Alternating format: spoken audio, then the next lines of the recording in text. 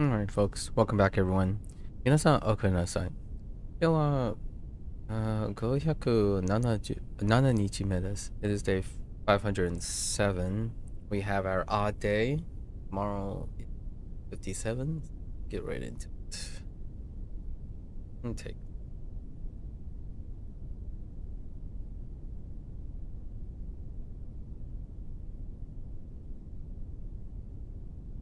Uh,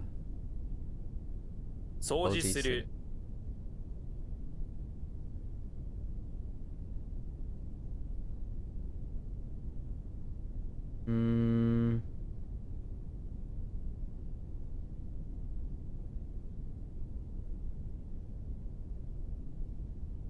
迎える。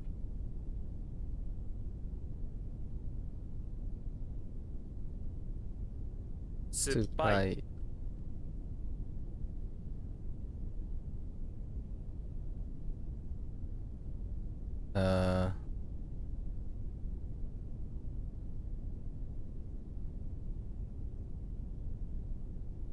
です。沢。Okay.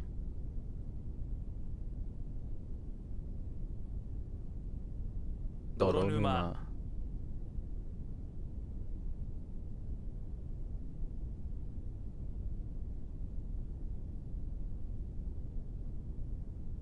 これ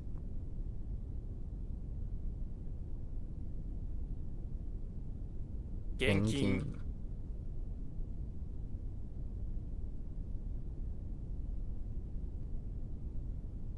里芋。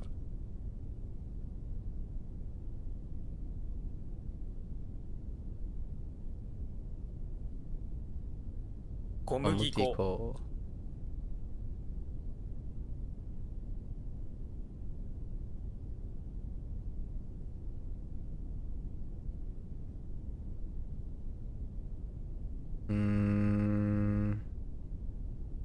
What is that?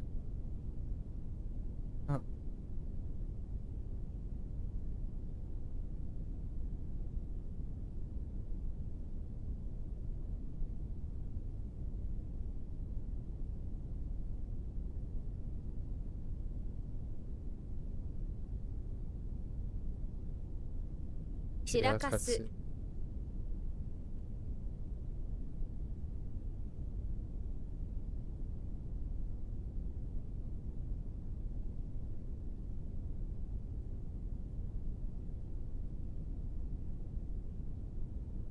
密輸。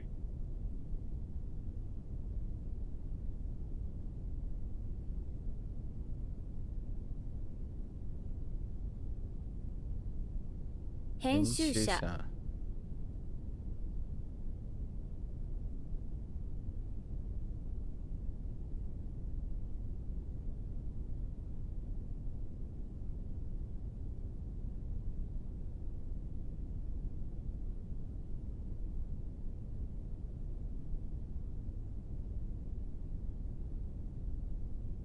ぬぐ。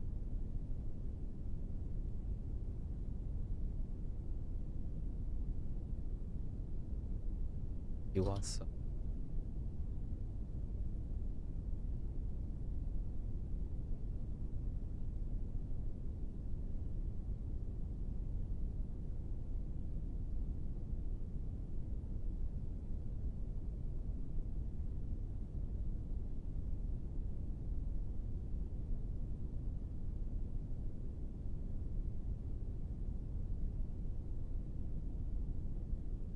ひそか。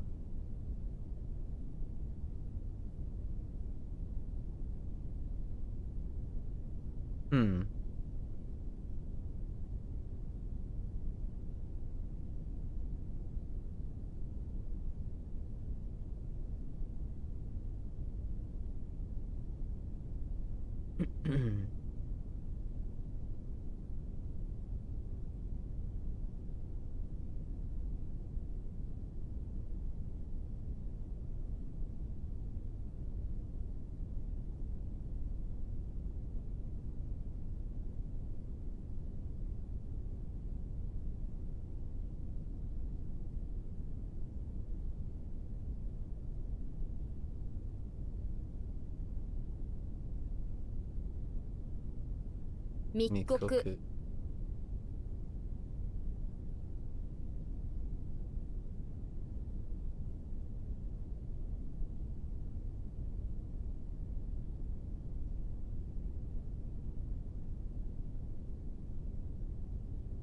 Hmm.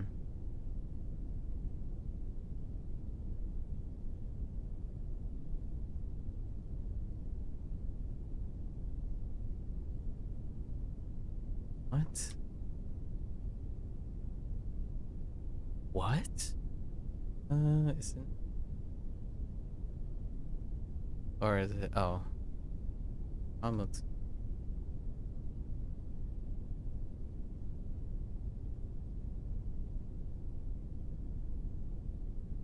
Emotsu? Motsu? Oh. 貨物船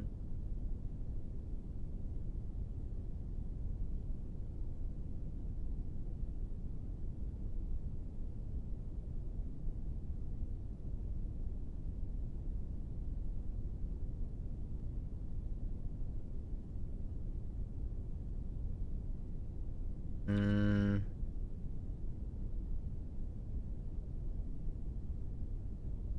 That's not the sound that I think of is not right.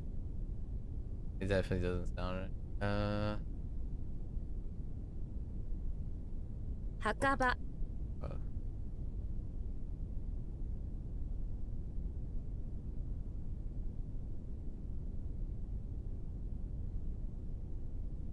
居候 That's special.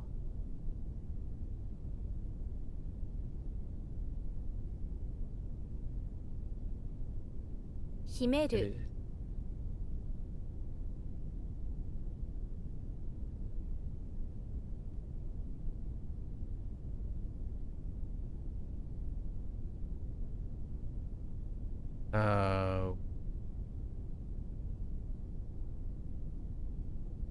Huh. It's gentle.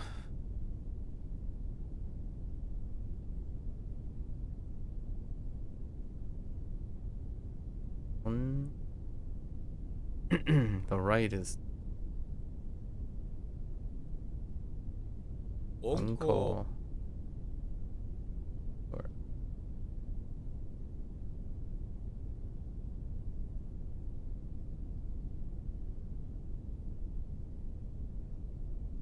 年次 Benji. "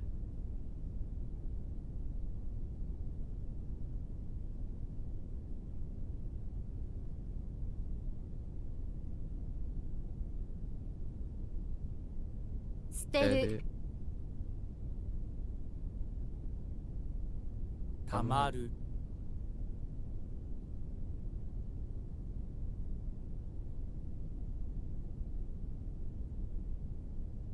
Fine. It's to save up something. Be saved. Be stocked up. Stored up.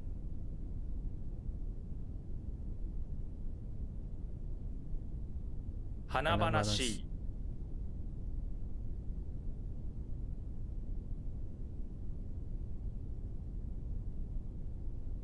話す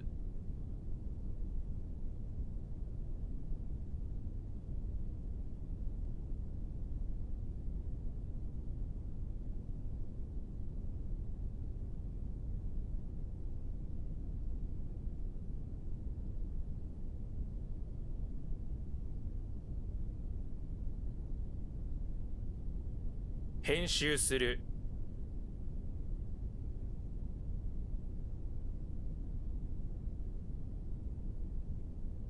Hmm. その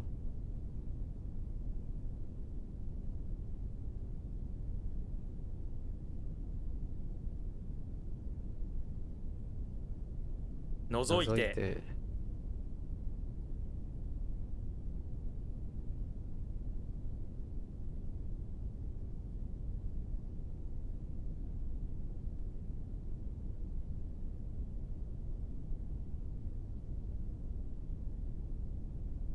Obstruct.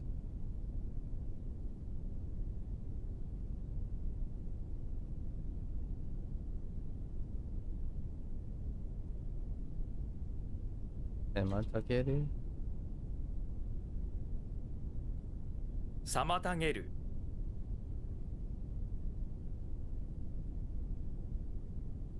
天然 天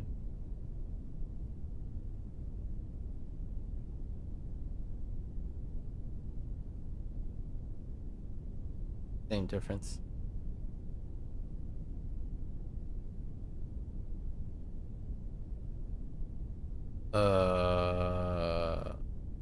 Huh. Imitation?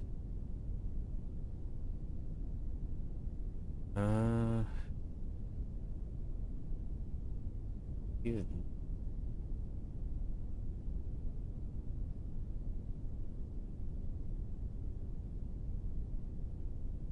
Hmm.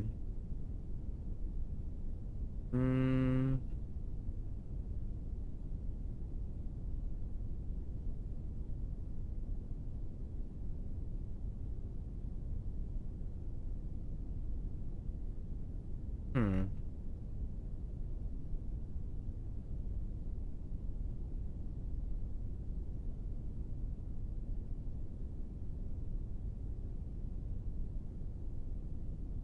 Back to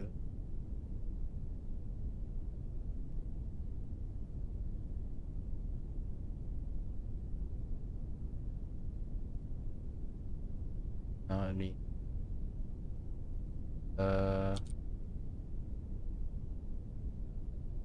Huh.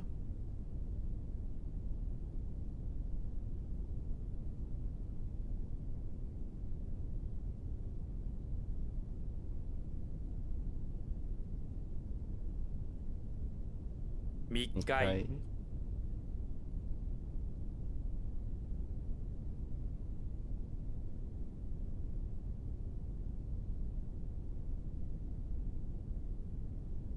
興味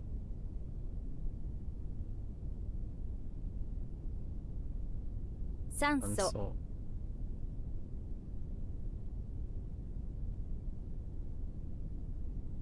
Body part.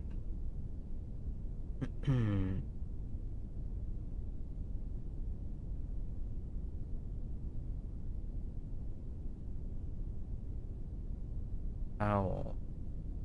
Not towel. City.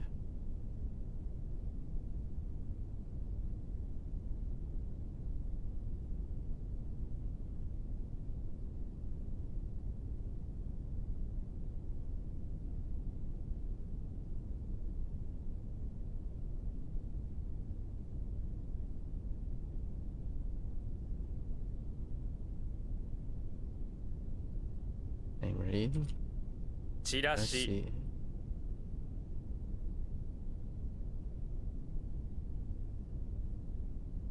What do you call them? Like hand leaflet? Leaf. 泥棒 Photo. Any difference?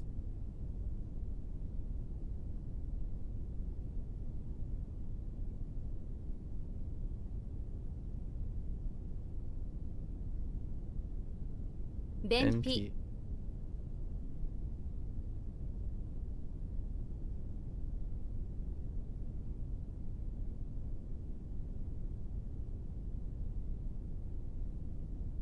厳しい乾かす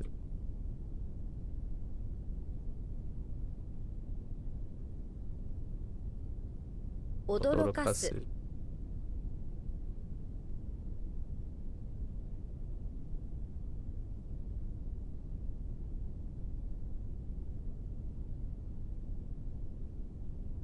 秘密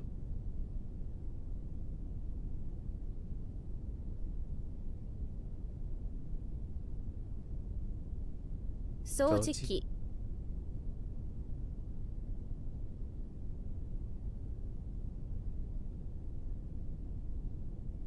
不審 Gene.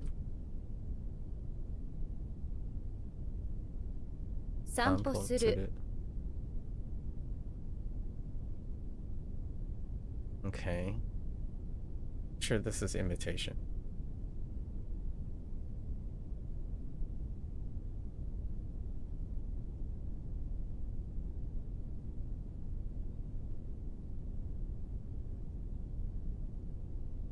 Oh, does it double kun? 真似 On it. All right. What are we looking at tomorrow? 6 and 1800. It'll probably flow into the 2100, so review after.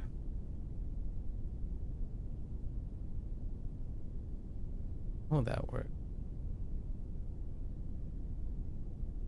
All right. I mean, there's 3 hours between here and there. That's still gonna take. It's probably gonna overlap. Okay. All right. Last time for this set of kanji.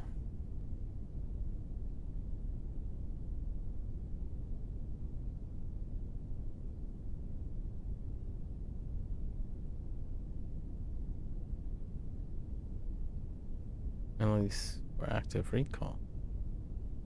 Right.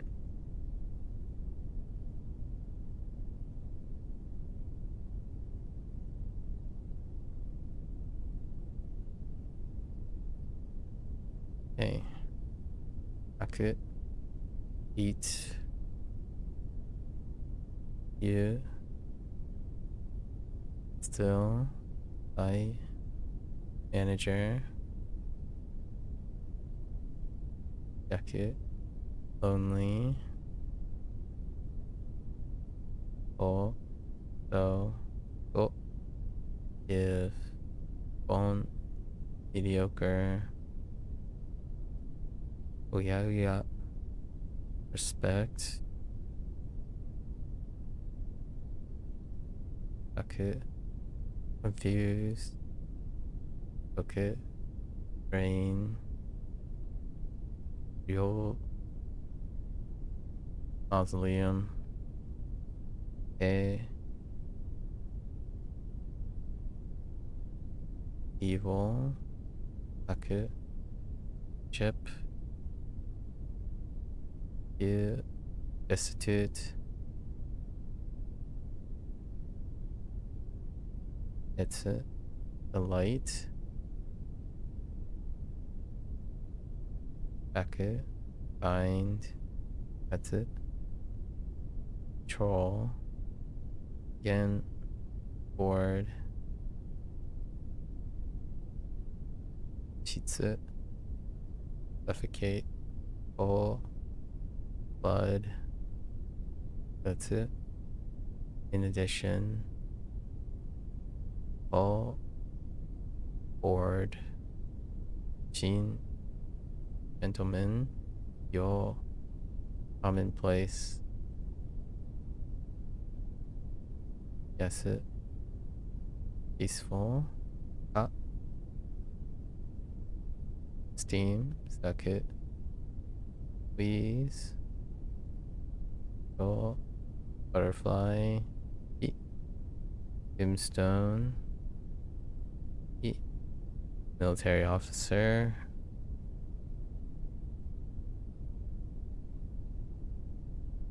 Lean.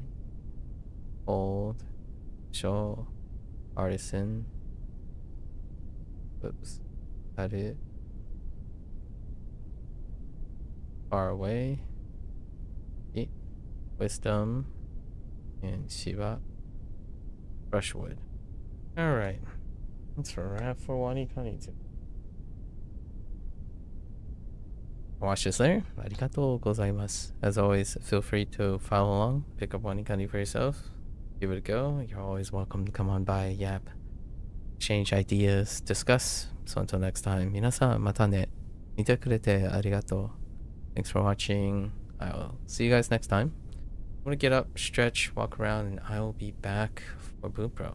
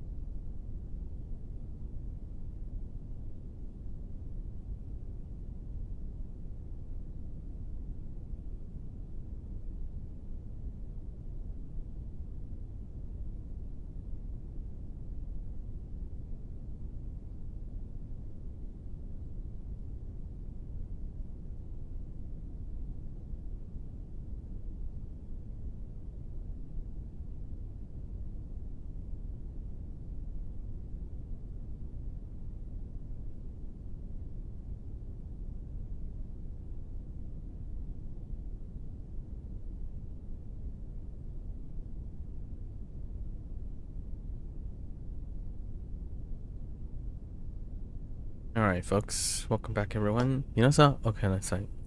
今日は160日目です。It is day 160. Get into our grammar reviews here. Okay. 来週までに何時を30時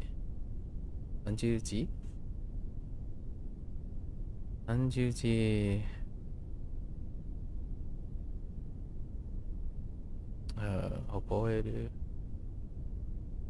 in advance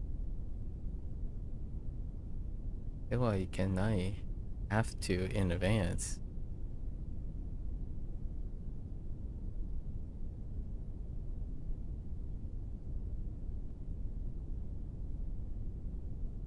Okay.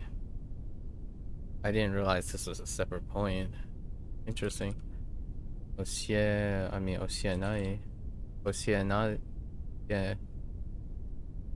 えなくてはいけない No? I have to in advance. Oh, maybe you need to put in oku?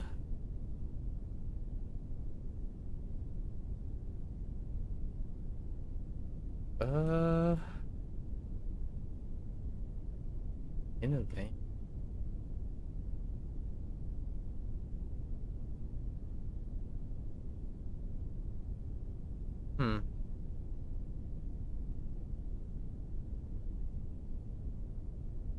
Yeah. That how the in advance works? I didn't realize you can put it in between. Or did I mess up and boy? Oh, is it? No.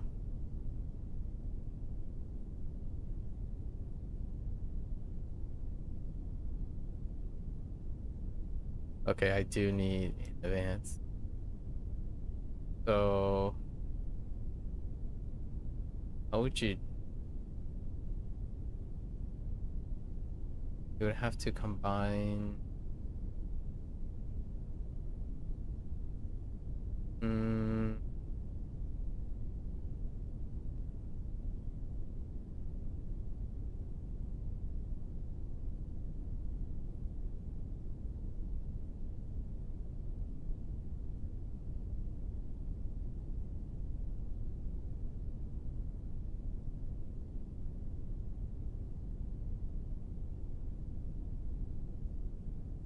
the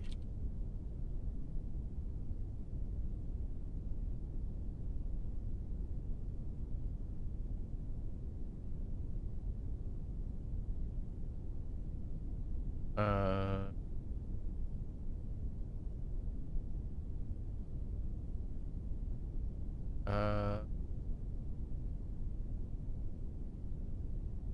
来週までに漢字を30字覚えておかなくてはいけない。 So we just add oku and negate oku. So okunakute ikenai. I can understand the parts now. Good.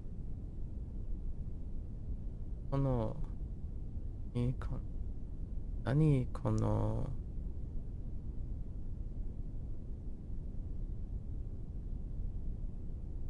filthiness. Yes. Guessing that's a yeah. So 何この汚さ。早く掃除をしてください。早く掃除をしてください。A calf. No, 子牛。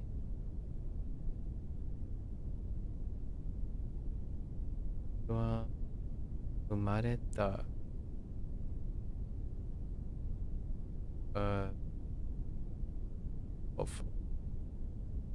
After or heck birth.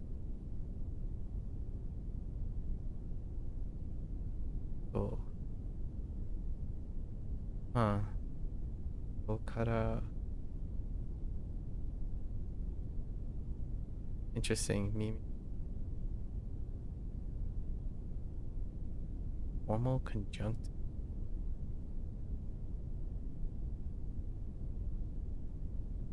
Anadu.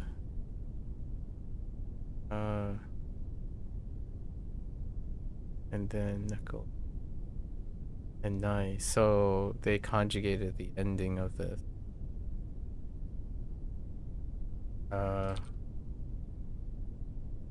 Wait.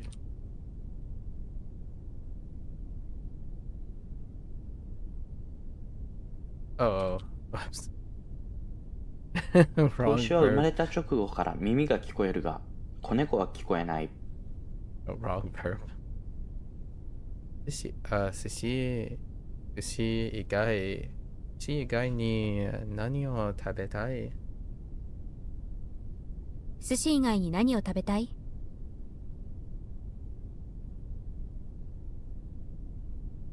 一緒。勉強。Want you to study me.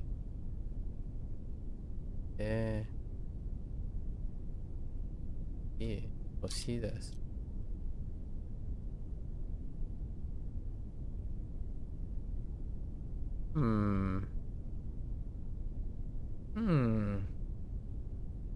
Or do we do like no. There's a I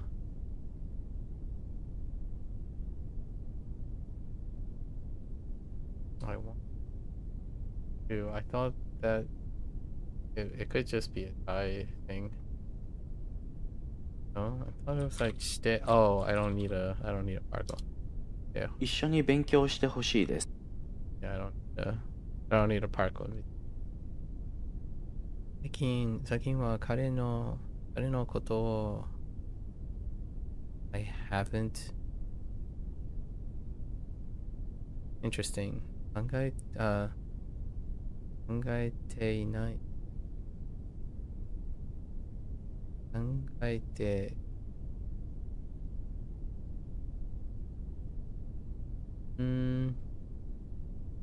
very much haven't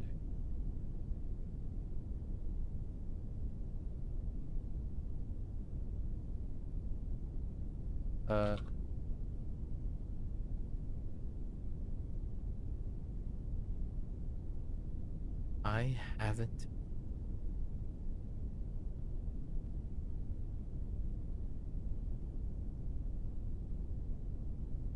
no probably 最近は彼のことをあまり考えていない。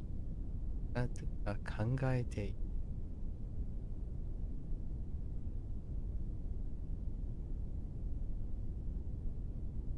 日本に行くって言ったのに留守行けない？日本に行くって言ったのに結局行かない。Oh no, 結局 no, that's not even close. I was thinking 結局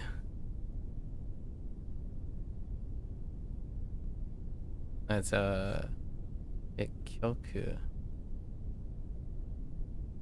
after all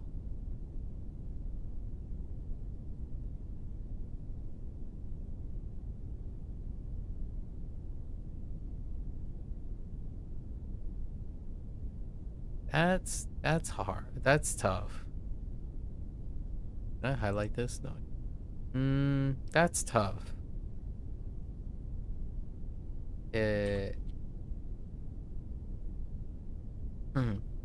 After all, in the end, ultimately.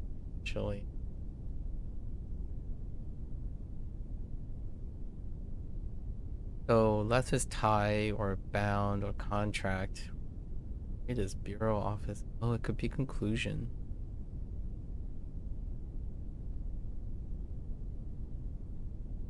Okay.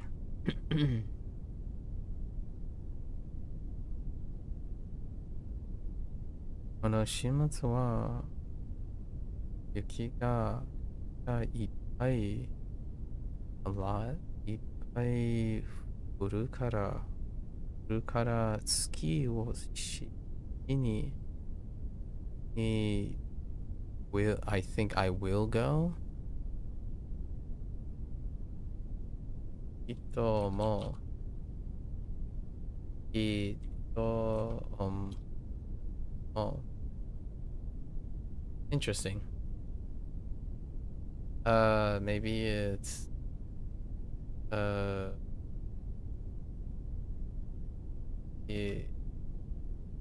I,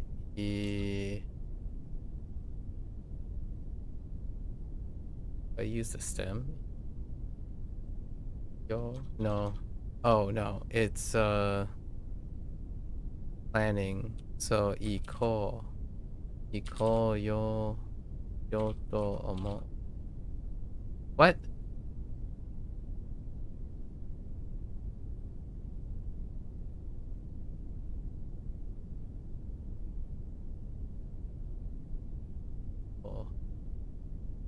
Oh. Check my spelling. Oh. この週末は雪がいっぱい降るからスキーをしに行こうと思う。I keep forgetting to hit the O twice. Like I type to and then just assume that there would be two O's there when I'm saying it. 彼は何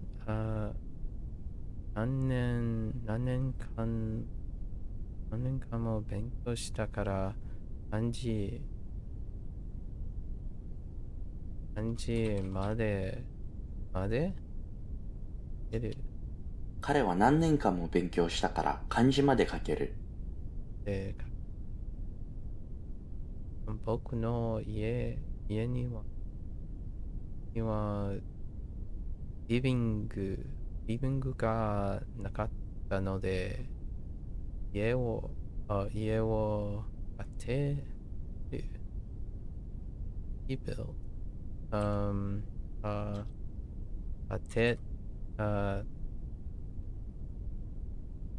建てて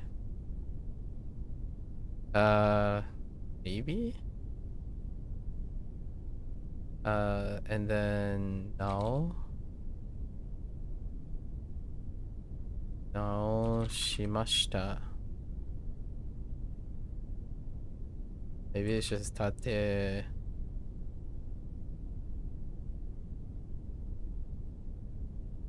僕の家にはリビングがなかったので家を建て直しました。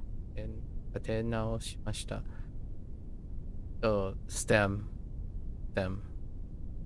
to link up with no or oh no wait, just kidding. Yes.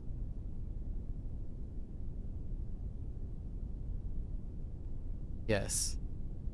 Is it just stem? Dang it. I really thought it would line up with Cool.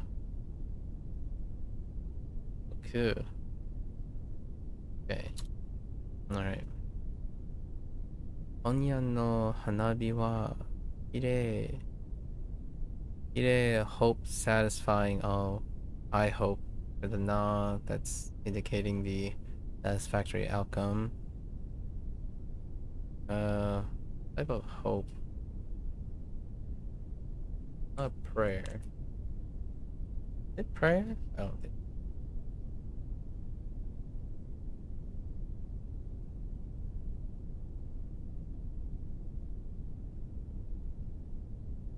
Probably like oh no nah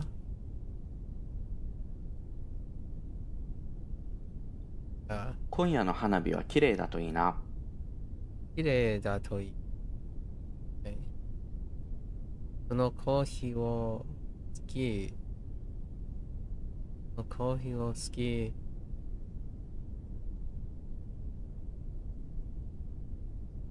である。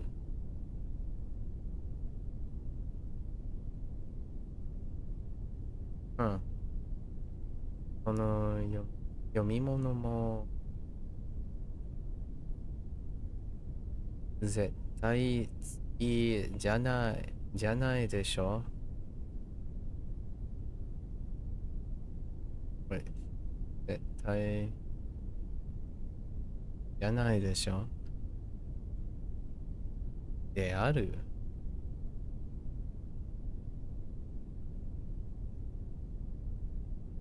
I know, I'm pretty sure. Okay, so that's just dislike. Or do not like. And de areba. Or something like that. Could you try answering using a negative conjugation? Oh.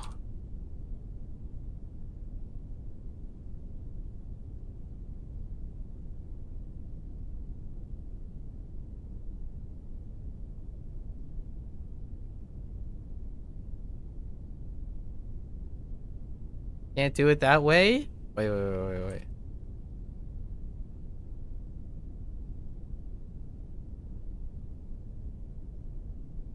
Oh, no, wait.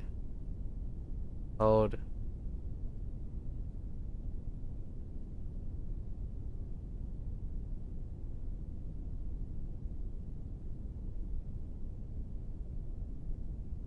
I was gonna use like the Tay form. Hypothetical.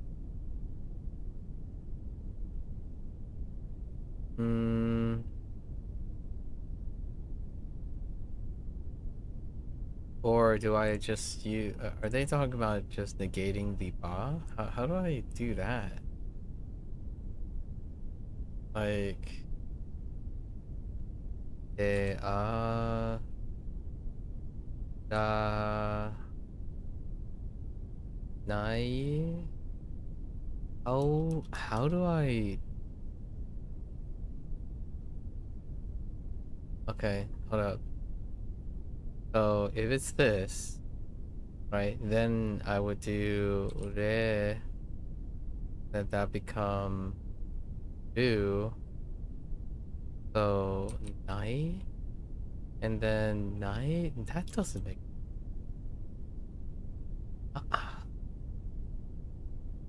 Wait, does that? Oh no, wait. It's de and then guess we do da, na, right? And then there's something that links it. Kereba?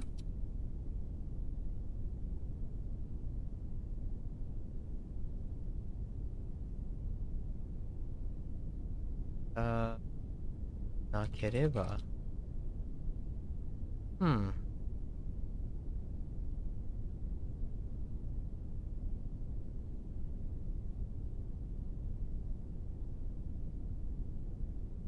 That's an aru. Oh, wait, no, that's right.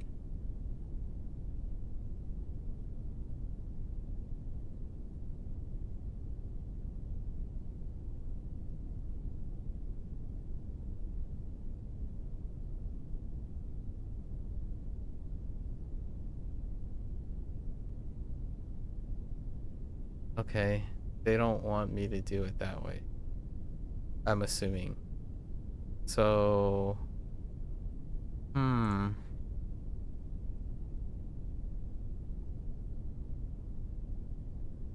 what's another if statement?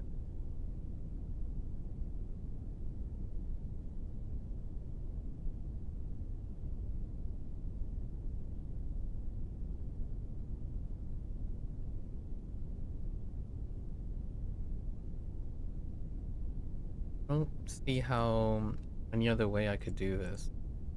So I guess if I had to assume I'm conjugating this incorrectly. That's an aru.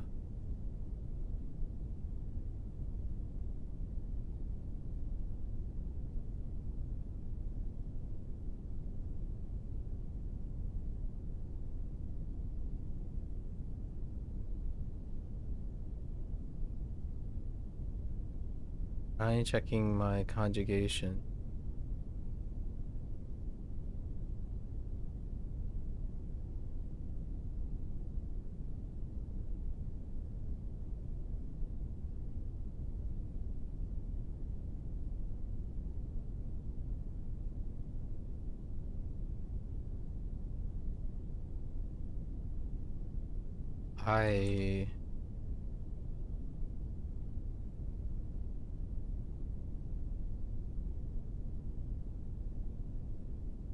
I have no idea.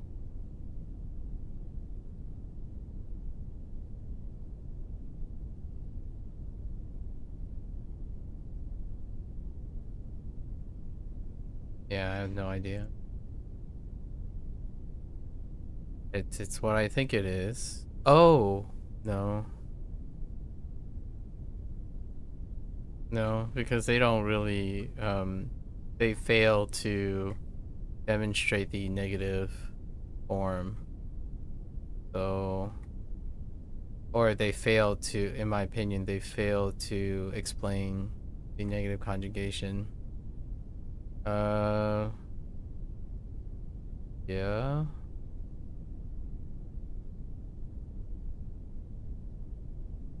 Areba. Oh, is that how that works? It just says the nai, and then you're just adding back. Unless I don't understand the aru. De na.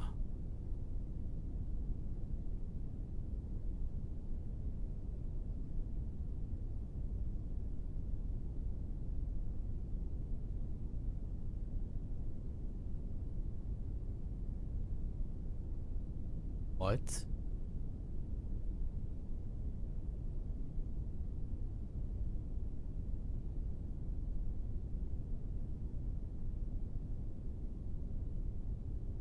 Is it special? So is that aru? そのコーヒーを好きでなければこの飲み物も絶対好きじゃないでしょう。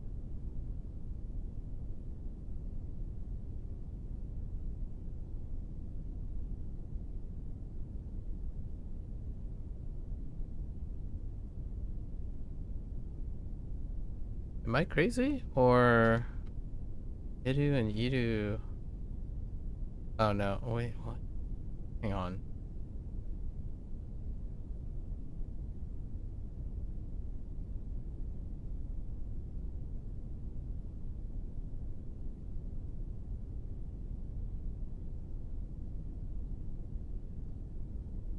Aru is okay. It's the formal B, right?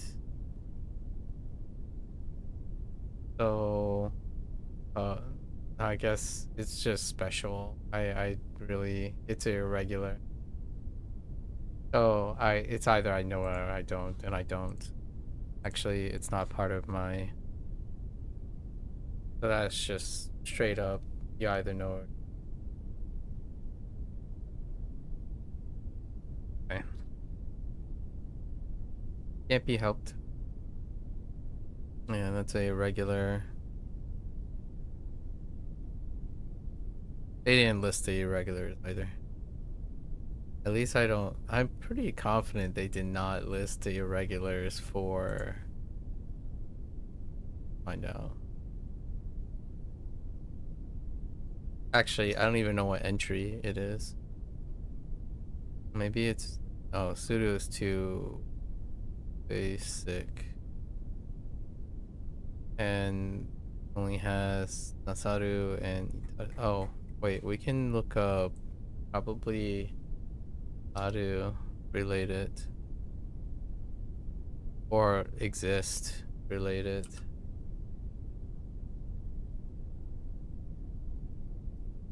No, it'll take me too long to figure it out.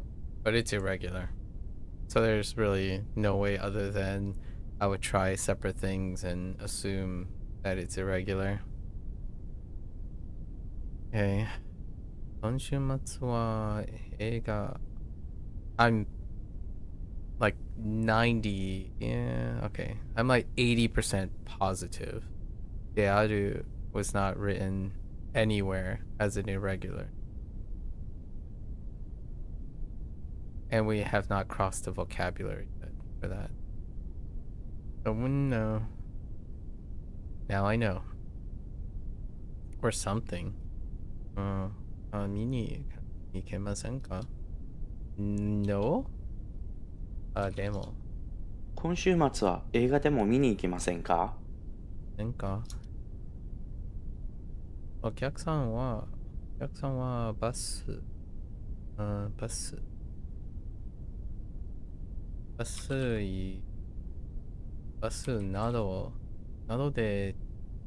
どできます。お客さんはバスなどで来ます。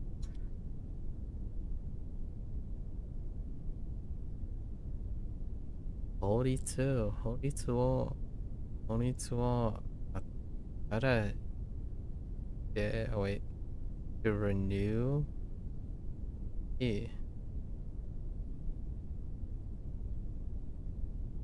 oh like 新してor 新してほしい。Oh no, it's just新して I think. Oh wait, how do I?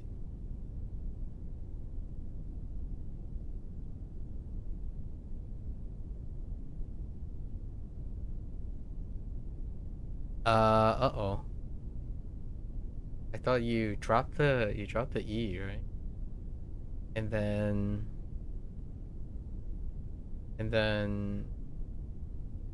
く正しく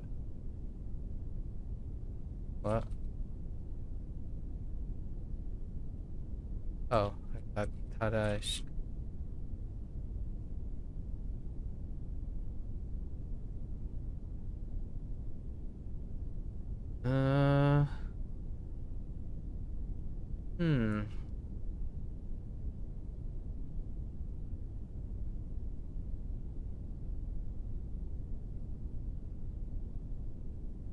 I have oh I'm misspelling. What? Oh, okay, they do. I missed a syllable. I missed the kana the whole time.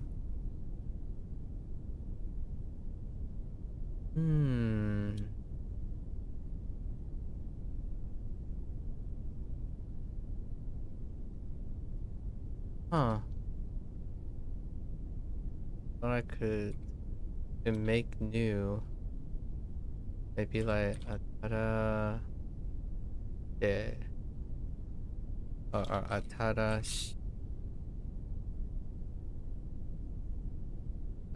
shiteしてほしい。法律を新しくしてほしい。新しくしてほしい。I kept skipping ra the whole time. Gotta quit. Okay.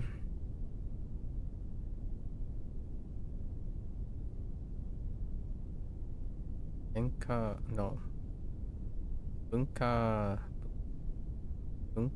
会の準備をしている生徒ね。an extent でいいから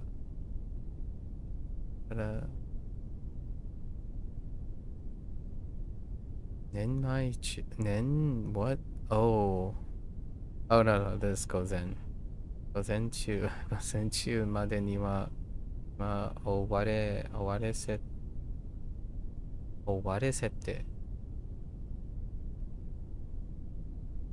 finish 終わらせておいてwait おいて oh like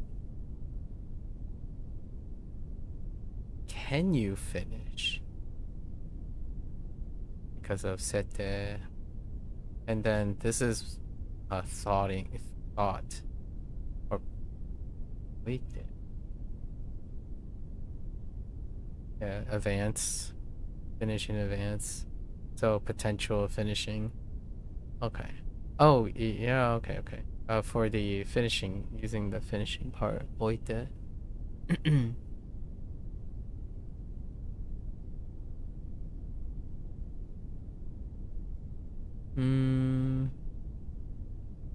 Mostly? Adequately.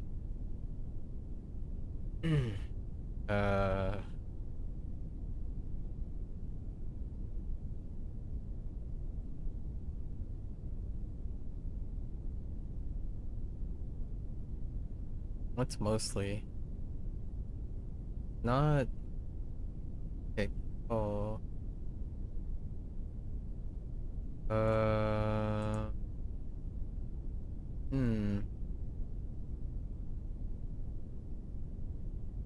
That's me. That's quite.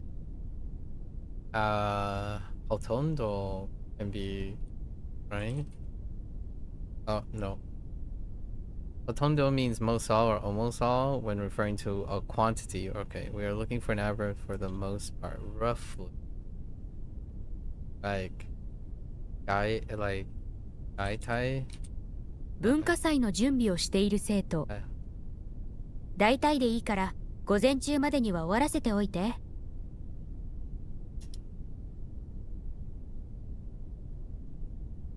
この旅館には日本各 maybe 各 speech. That's interesting. But yeah, 各地から that might work. この旅館には日本各地からお客様が来る。Oh, お客様. Oh yeah, just sama. No doubt. 彼女はいつも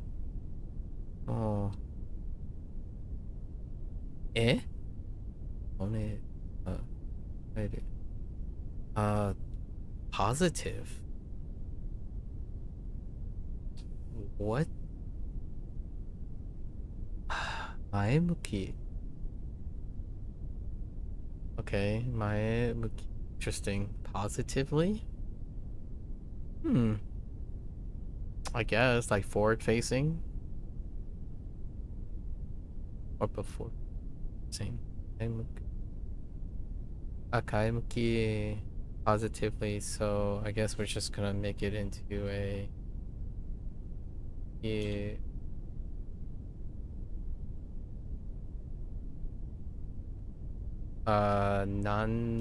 wait. Inflection, yeah, turning it into an adverb. Is that, I think, noni? No, not noni. Some sort of, right? Or is it?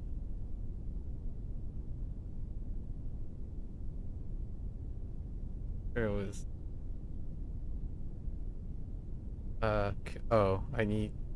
Wait, this is key. What do I do with key? Nani?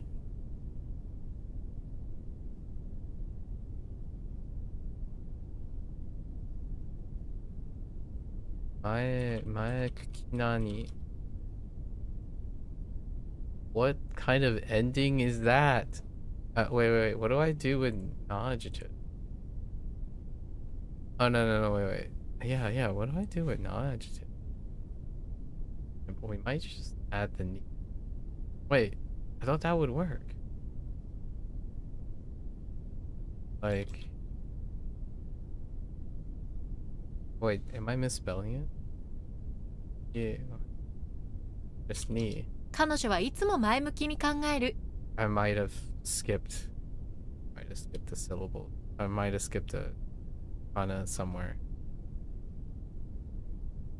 You know,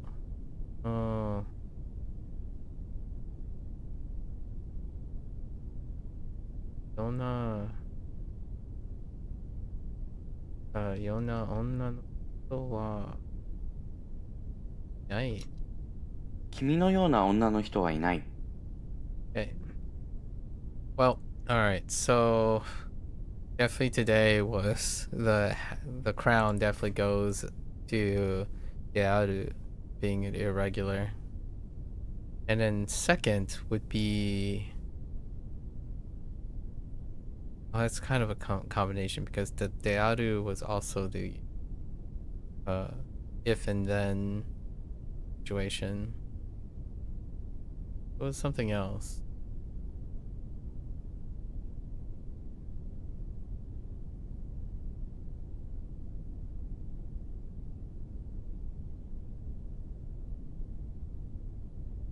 There was something else.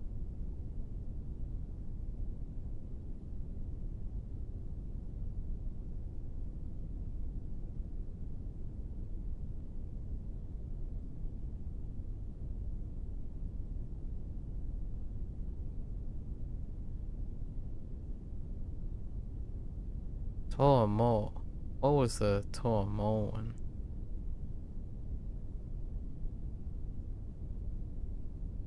Still a couple like stem weakness versus A form.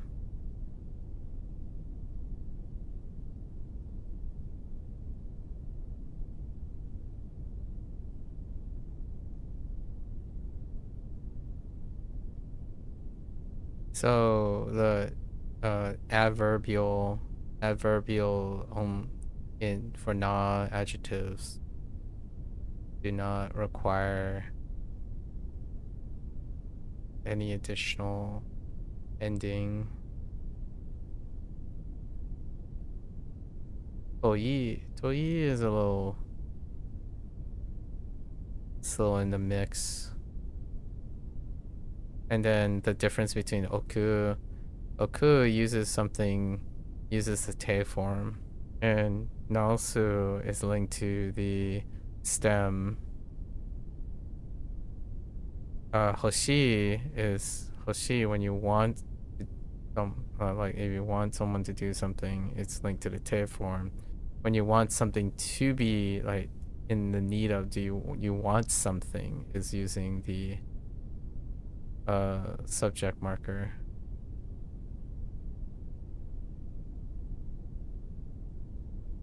That was a 50. Those are 50/50s from today. I keep writing C in place of here, so I gotta pay attention to that. Sometimes when they say they're seeing something, I would type hearing, and then sometimes when they say hearing, I would type seeing instead. Being too laxed, too complacent about that. Yoni. There was a yoni somewhere. There are so many yoni points.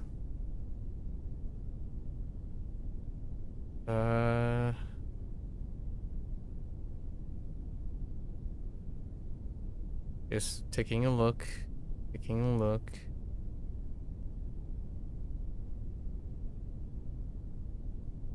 We're getting there. A lot more is picking up all the exceptions now. A lot of the stuff that are sticking for a while is not necessarily what the grammar point is about, but more so picking up all the irregulars. There are far more exceptions. It feels like exceptions just rule my current output. It's very different reading. Reading is very comfortable. Even translational is pretty comfortable. Trying to come up with the stuff when it's irregular or exception is pretty rough. Oh, it's the yoni combined with te hoshi, which you can break it up into two things combined. Grammar does have that wonderful joy of you can still break things up. Yesterday I encountered a piece that I still don't know why it does that yet. So hopefully I'm able to cover that. All right. Definitely, dearu. Dearu is interesting. I wonder if they have a point for dearu. They do. It's an N3 lesson. One more literal dot. Yeah, it's an N3 lesson. Let's see, dearu or dearimasu. Okay, so it is an aru. So then I can treat it like an irregular aru, which would be nai. I see. So that would be the inference that I should have made. I was on the fence, like 50-50. Oh, hey, there's a toggle. Oh, is this new? Oh. I don't remember seeing that before. Neat. I swear I haven't seen this thing. Obviously, I'm not going to tackle the Japanese here. Oh, wait, maybe it's N3 and on. Hold up. Let's click on a lower. I need a... So we're not going to get to this point FR. Well, I'll just keep in mind that it's aru. It's a combination of de and aru. At least that's how I'm going to remember it. Hang on. Well, let's go to like a N4. Oh, okay. So when it gets to N3, when they it's more about getting to N3. Oh, or maybe let's click on another N3 thing. Yeah. So it's when you get to N3 is when you can choose to toggle. There's no way. Yeah, reading these English words that I see here in Japanese, there's absolutely no way. You can probably infer some things, but holy, it would take a very long time.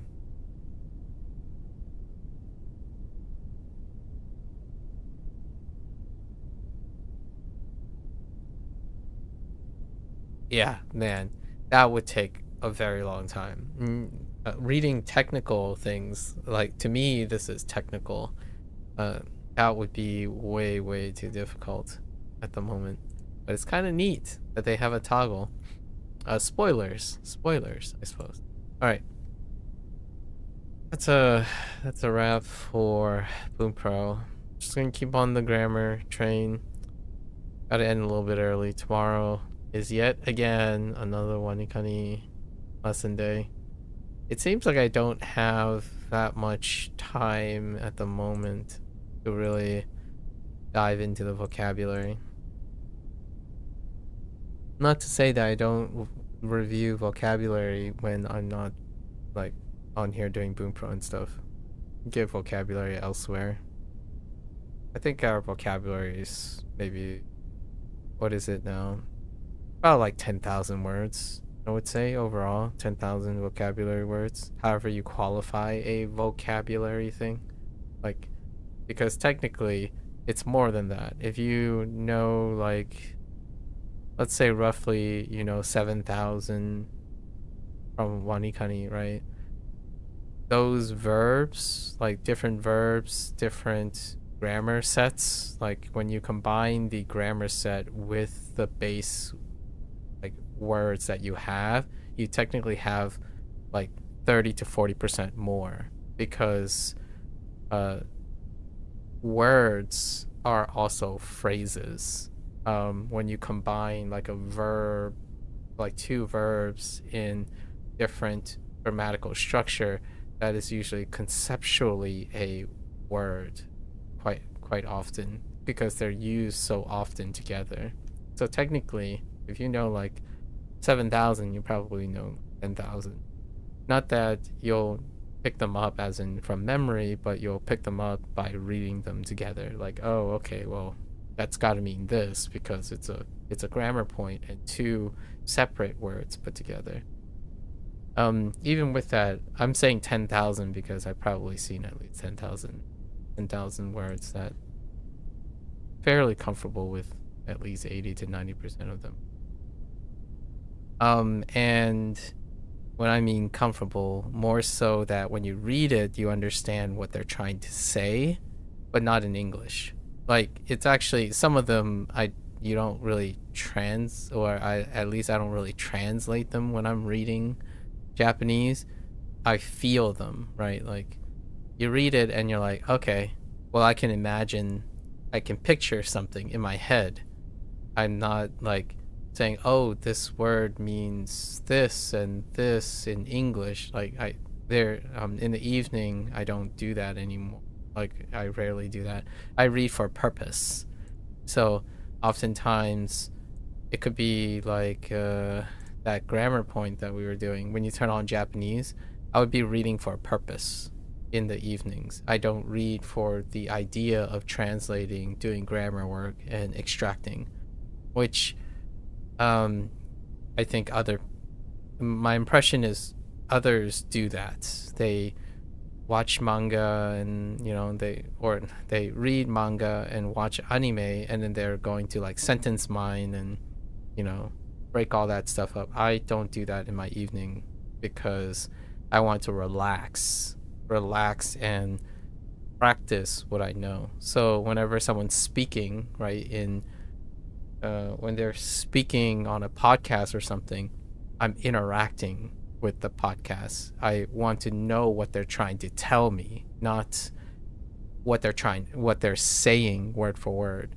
So when you're having a conversation, when I have a conversation with someone, I'm thinking about what their motivations are, what they're trying to tell me, like reading the subtext.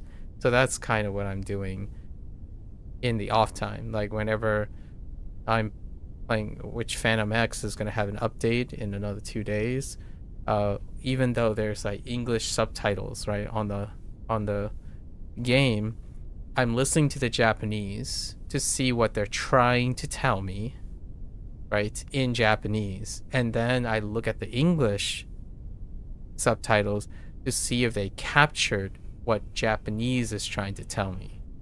They're two different things.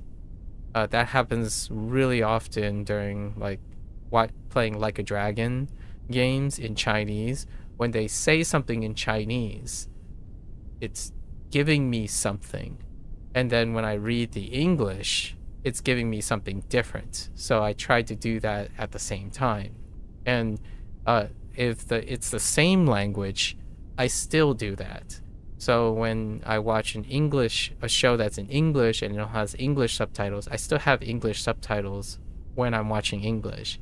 The thing is, sometimes the English subtitles is not a dialogue subtitle. It's a different way to express things. That doesn't happen all the time, but when it's in the same language, when I hear something, I want to confirm what it looks like in text. So it's not as dynamic. I like having different languages, like the subtitles being a different language from the hearing language, because I like comparing them. So that's kind of where I am right now. It's not to look for the subtitles to explain what they're saying. It's to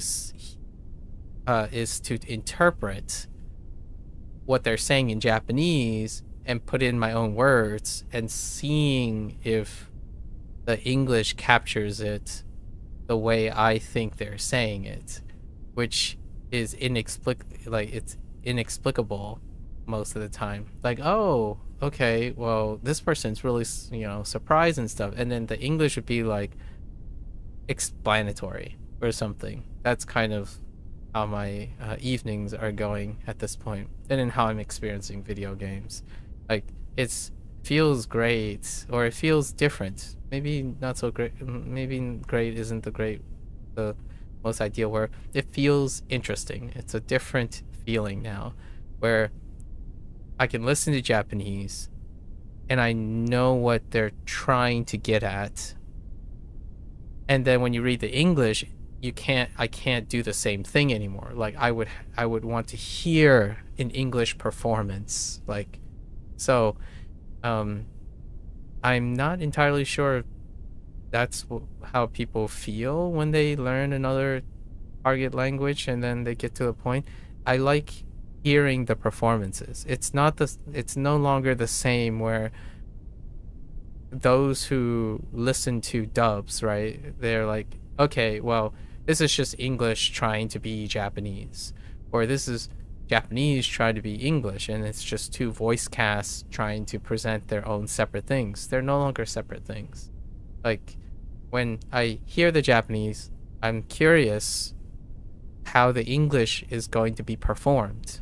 I understand the nuances of English. I'm starting to understand the nuances of Japanese, and it's interesting to compare and contrast them in a way that isn't a substitution. They're not substituting for each other. Like, oh, English is playing second fiddle to Japanese because it was originally in Japanese. That was rarely the case before. Now it's even rarer. It's even, I still can't associate with people who keep thinking that way. Like, they think one directionally, where it's really hard to sympathize with someone who says, oh, well, this language is better than this language. And like, how are you determining that? Like, well, I like the way this language sounds. It's like, oh, okay, but do you know how the other language sounds? Like, well, I hear it more often than the other one. That's usually, at least in my opinion, the reason. They listen to one language with comprehension and they listen to another language without comprehension. I think that is more likely consistently explaining why they like a language than not. Like, when someone says, oh yeah, this language sounds so sophisticated, yeah, it sounds sophisticated because you don't understand the language. And then when you do understand the language, you behave like a snobby brat that thinks that you know everything about the native language, at least in my opinion, right? Like, slightly directly, because quite often when someone asks me like, oh, what do you think they mean by this English, right? You know, you watch a scene and someone's like, oh yeah, you know, they're just doing the same cliche thing by saying this, and I'm like, what do you think they're saying? So I would ask them, right? I would ask them, maybe some 19-year-old or 20-year-old, it's like, what do you think this person said this English, like, just did a soliloquy, right? Or a monologue in English. What do you think it means? What are they conveying? And when they talk about it, for me and them to agree, I rarely agree with someone about what the intent was by the speech of it. And hear me out, take it with a grain of salt. That is why it's very difficult for me to recommend or share the stuff that I watch. Like, for example, No Country for Old Men. The dialogue in No Country for Old Men, the movie by the Coen brothers. Or something like Nosferatu, which is in English because the actors are English. And when they watch it and they listen to the English, I ask them, what do you think they mean by this dialogue? And to me, it sounds like the same way they approach learning Japanese, which is verbatim. So like, they try to capture and mirror and mimicry, right? What the translation is. So for my thought is, do you ever think about the nuance of the language? And sometimes, why is this all relevant? In my opinion, I like to think that when they really enjoy Japanese and they really dig into Japanese and, you know, move to Japan and become nuanced in the way of Japanese, it may promote them to reflect upon their English. Because in my opinion, one of the very notable disconnects that I have with the youth is treating English like a explicit tool as opposed to any sense of artistic capacity. It has no artistic capacity, as in there's no elegance in the way English diction is used when speaking in a movie like Nosferatu versus Frankenstein versus like a Shakespearean play. There's no like attention to detail. They watch like Shakespeare the way they watch reality television, which they watch like a English dub of a French movie. Like those they're all the same thing. It's the same process.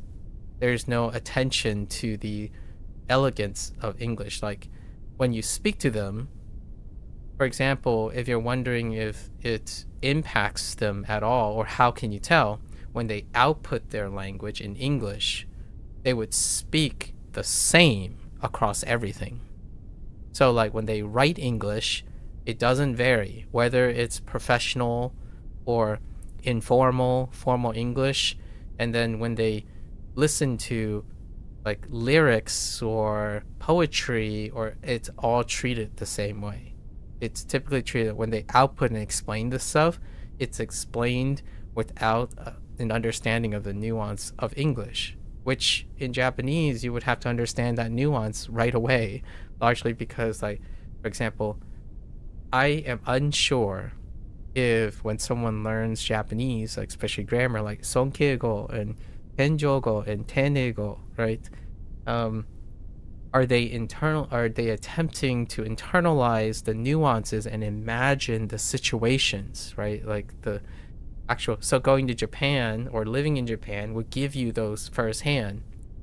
Well, they don't participate in it in English either. So what are the chances that it will happen?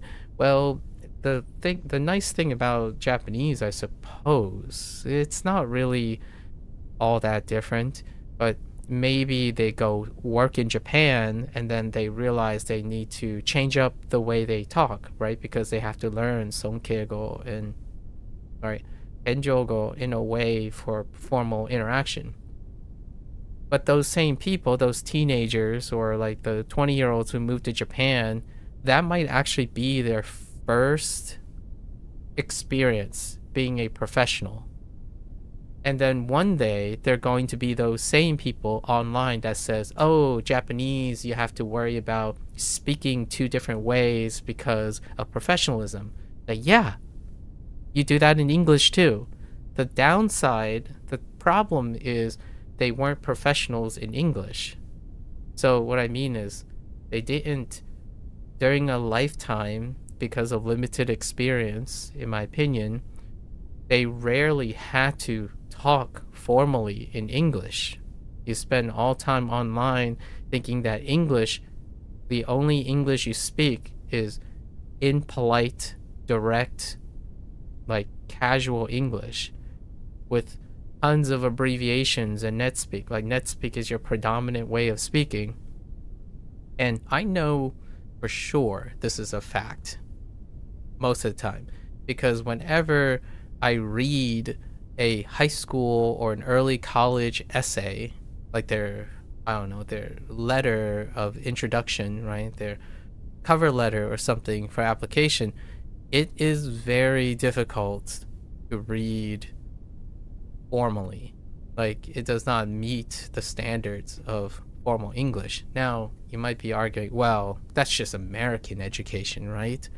No, at least in my anecdotal speaking, internationally, I don't actually interact with American students most of the time, actually, due to the time zone. I rarely read American writing, like students that came from. It's usually like British most of the time, like a British related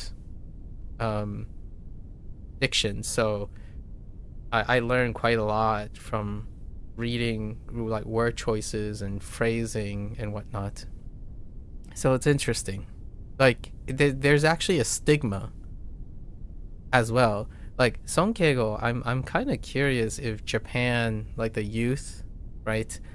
Japanese youth also have that slight like jabbery snobbery about formal Japanese, right? Because I don't think that's different when it comes to the human condition, where you have a young culture, the youth culture, and they kind of throw a bit of hand waviness and jabbing at the need to be polite and formal and whatnot.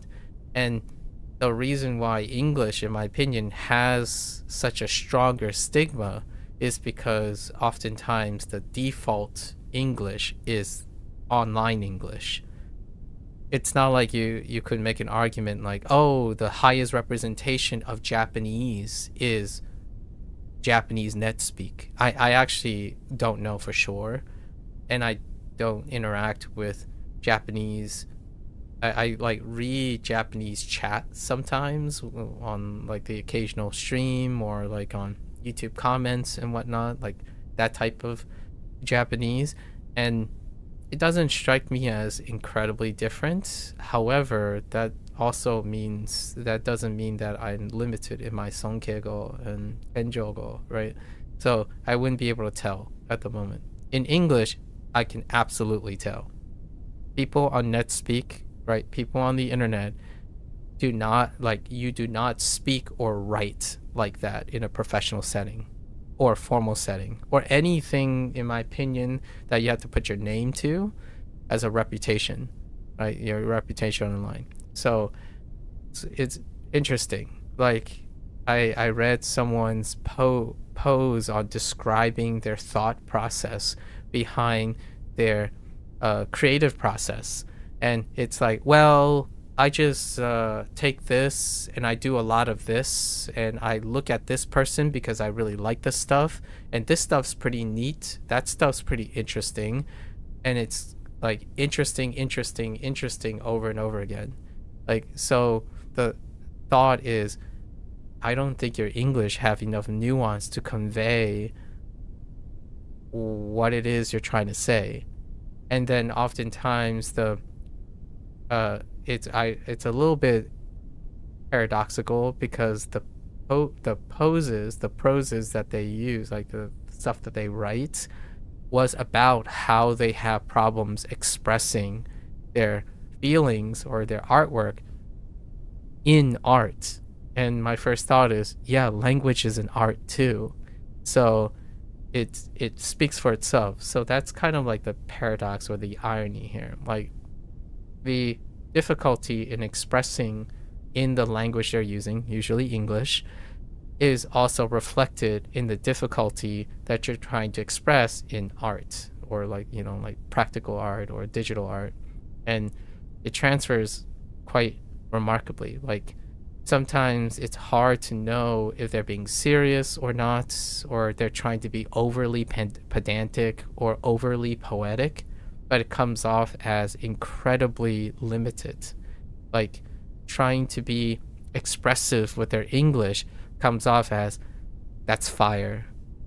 I'm like, okay, I guess. I mean, I don't know what the future of English is going to be, but that's fire. It shouldn't, in my opinion, be the only way to be expressive about your hype, about your enthusiasm. You know, there would be words like, we can throw a couple words: enthusiasm, euphoric, excitement, invigorating, vigorous, ecstatic.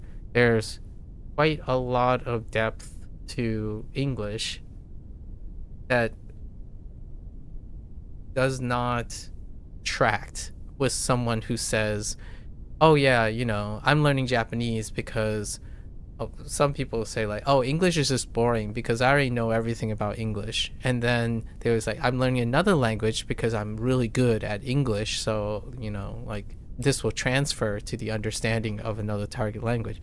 My first thought is, can you demonstrate that to me, please? Like, I would love to see a demonstration of the command of your native language. If your native language has that command and enthusiasm, I would say, yes, it's a very logical and reasonable conclusion that your enthusiasm about the target language would reflect, if not exceed, your enthusiasm with your native language. Otherwise, my hope or actually my expectation would be that the investigation into a target language would retroactively rekindle perhaps or spark the initial enthusiasm for their native language, or a language that they are more fluent in, I suppose. There's a couple of times where someone said something like, oh, you're very fluent, like I know 4 languages, so I'm fluent in the first 3 and I'm learning a 4th. And I'm like, oh really? And it's like, what are those 3? And among that list, they would say like English, and I'm like, I don't get that impression. How would you get the impression that you are fluent and an expert in English? And that's a discussion that I have very regularly. Like, how do you know you have a high proficiency in English?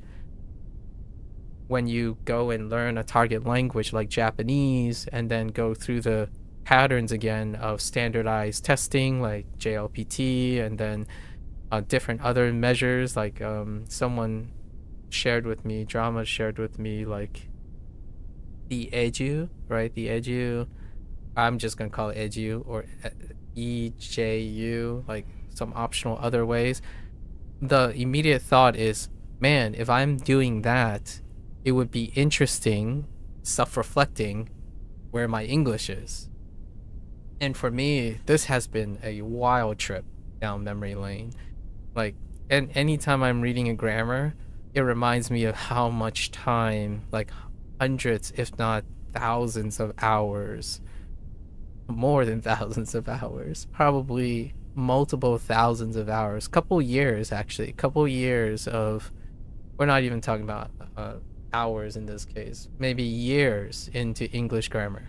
Like, I was enthralled by English grammar, and learning Japanese grammar is as enthralling as ever because I have an interest in English grammar. Now, people don't need to be interested in order to develop new interest. So hopefully, when the future, maybe, I'm not sure if language learning is on an uptrend or not. It's I don't really follow trends too much. My impression is that with the expansion of Japanese media, perhaps even Chinese media and Korean media, those 3 Asian languages will become more proliferative. And then that incentive also allows individuals to be reflective of lingua de franca, right? The English language, because I think English is, if you take the average, is well below average. I make this joke, sort of, because I don't have data for it. I actually believe that there's an ounce of truth, or even very truthful. The way hobbyists treat Japanese, like their target language, is rarely reflected in their deficiencies or their perceived competence, their heightened level perceived confidence of the command of the English language. I actually think, to some extent, by the time, everyone's like aiming for N3, N2, that Japanese attention to detail, that dedication and diligence already exceeds the maintenance of their typical English speaking pattern. And it's clear to me, at least, and I think my English is fairly above average. I wouldn't say like to the level of a master linguist or maybe even someone who's in pedagogics, right? However, I would say that my English would be somewhere around the full command of high school level English and some collegiate level English, which that is difficult for me to say because I still have apprehensions on the mastery of the basic grammar. Like when someone gives me a sentence and they give me a paragraph, am I able to construe and express and articulate the different parts of English. Well, if you don't do that very often, the answer is no. It doesn't matter how you feel or like how you think you feel. Feeling betrays the person's objective reasoning most of the time. So in English, I said this before, NetSpeak is like middle school to high school English. And then we go back to how Japanese hobbyists or dedicated Japanese learners, right? Japanese language learners, and they talk about how it's really easy to master N5, N4, and like, or it's really hard. They just keep arguing about all these things. And my first thought is, where is your English? Where do you think your English is? What is interesting about using your native language? Because your native language will reflect a lot of the habits you're going to impart on your target language. So if you're running around willy-nilly disobeying all of the English grammar and then willy-nilly not being able to subjectively code swap between different types of writing formats in English, you're going to have to do that in Japanese. So without those like output and habits in place, you have to develop those habits. And I think that is the root cause, or like the root, not necessarily cause, but root sources of contributing frustration and detachment that eventually eats someone's enthusiasm. So like by the time you get to like an N3, right, in Japanese, your enthusiasm leaches, like the habits that are instilled by someone's native language, because they've already done it before, native language, they end up sapping all the motivation and like issues, because they have to develop the habits that they don't have already. They assume they have those habits. Like someone assumes they understand the concept and motivation of grammar because they assume they know the grammar of their native language. I'm not confident I know the grammar of my native language. I'm fairly confident I'm enthusiastic about it though. Others don't even talk about grammar. Like when they say they know the grammar, like, oh, you know, I'm fluent in English. And then they imply that they also know the English grammar. I'm like, okay, so let's go and read one of your sentences or one of your paragraphs that you've written for your cover letter. And then as we're going through it, it's like, why aren't you speaking in the grammatical terms of English if you know your English so well, right? Like, whenever I say something like, I think that conditional phrase is not quite describing the subject of this sentence, and this paragraph requires a transitional phrase so that you know that all the pronouns that you are using in the second paragraph is referring to the pronouns you've established in the above paragraph, right? Instead, I would get this and say, what do you mean transitional phrase? Like, what are the pronouns? Like, I don't understand what you mean by a conditional phrase. I'm like, exactly. That's exactly what I mean. Like, you tell me you're fluent in English and you're snobby and complacent about understanding Japanese grammar and Japanese verb, but you can't even do it. In my opinion, you rarely be able to explain it and do it with your native language. So the idea is not to punish the person, to challenge the person, is to encourage the person to be interested in doing it all the time, or like trying to do it frequently. So if you can do it with English, like be incentivized and motivated to think about all the things you write already, right? Instilling that, it can transfer to Japanese as well, or to Chinese, and vice versa, right? I typically hope that their newer experience, the Japanese experience, will be like an aha moment. It's like, oh wait, I can do this with English too. So if I practice that skill it is a skill to like look at the relationship of words and words and sounds and construction of different languages to each other. That's kind of the field of linguistics, right? I'm not a linguist. However, I do appreciate how linguistics help with orienting information, right? So grammar is that. If you don't like grammar already in your native language, fingers crossed that your motivation of enthusiasm for another culture that is alien to you, right, for the time being, provides the happy dollars, I would call it the happy dollars, the motivation to want to invest in grammar.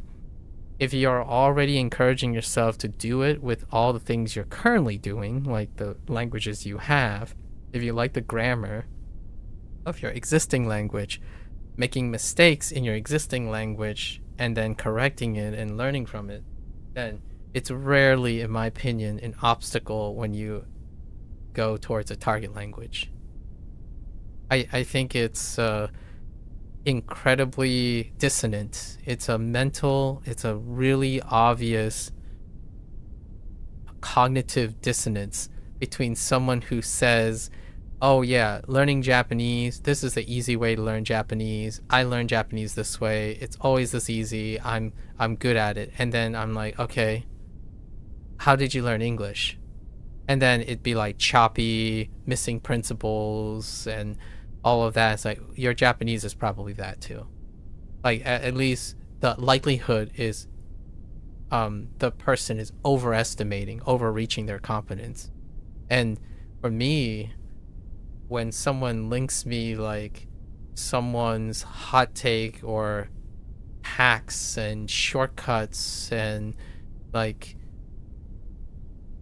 a special method things on cutting corners to learning Japanese and acquiring Japanese very quickly, or insert your target language, my first thought is, okay, what is their history with their native language? That's my first take. My first thing is like, okay, can I hear how well they do and how well they describe things in their native language? Because I want to know what is the foundation or the basis of how they're evaluating their proficiency or competence in their target language.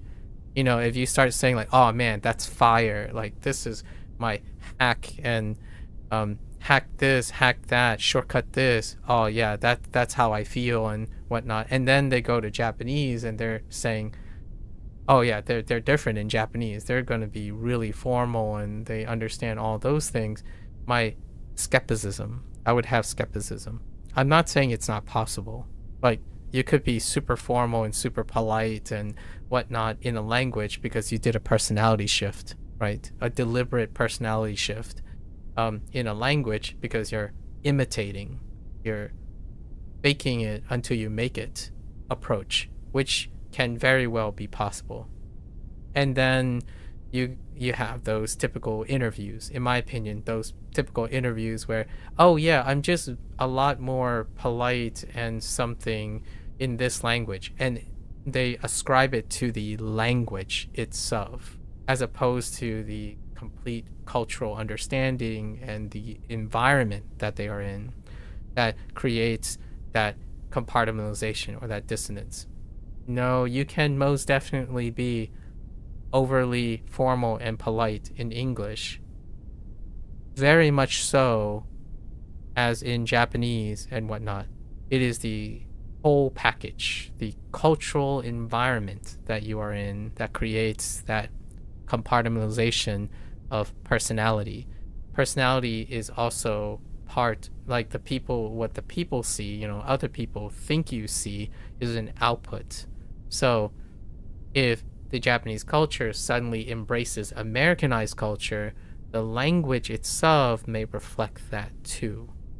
So it's weird, this dialogue that I really thought would be kind of fun to test, it didn't happen, for sure. Like, I'm fairly confident. I always thought that man, you always hear these people who have interviews like, oh yeah, you know, when I speak Japanese, I somehow come off as suddenly overly polite and overly formal. It's like the environment, right? It's language is part of the picture, but it's the entire environment that you are in.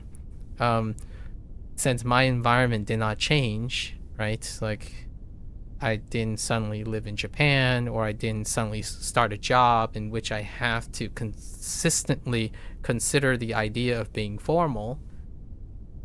It didn't change. Now, I habitually speak formally in strange, like in an intellectual environment already. So the way I speak online when I'm being explanatory is reflective of being in a formal environment. That is equivalent, that's analogous to Sonkeigo.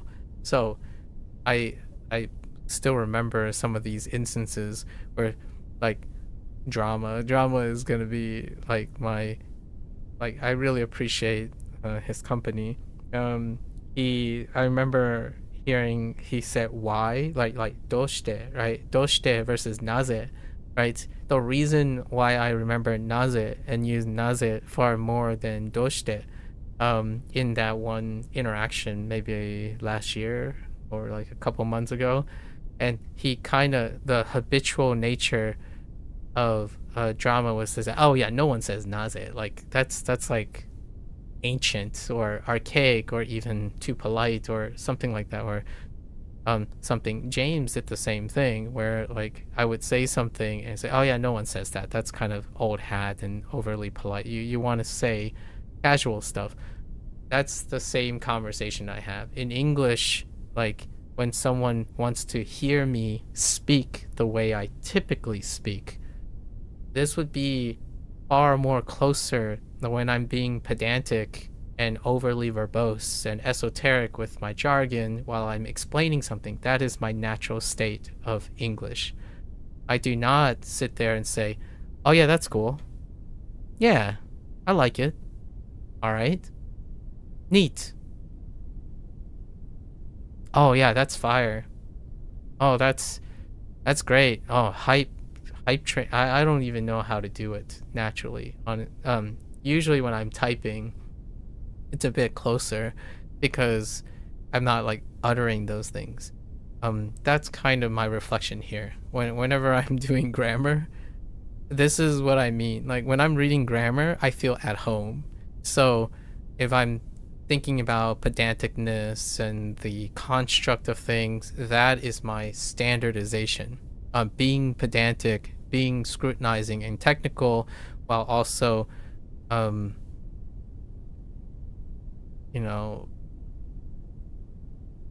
long-winded would be the word I would use. Long-winded or verbose, that's natural state. Like put the fries in the bag, not so much. That's net speak. That's the internet hustle culture. Speaking. So one day when I post like a 10-minute video of me explaining a lifelong lesson that I've accumulated over 30 years, then I would be closer to pretending to be something or being something, not necessarily pretending, but code swapping to cater to your typical environment. The internet is an environment. In fact, I would argue due to algorithm-based pre-selection, like heavy pre-selection, much like the literal geographical space, like being in Japan, being in England, being like anywhere, much like that, there are virtual spaces now where it is figuratively a village everywhere on the internet. So those villages now create subsets of linguistic compartmentalization that is very real. Now, I don't track these environments. There is someone who makes it their whole career at this point on tracking virtual like sub communities and demonstrating that there are sub communities of English. So then when you interact with that community of sub-English, which occasionally I do, like walk into virtually, like figuratively walk into like a particular community, and the diction and the language that they use, the English that they use, are highly specific.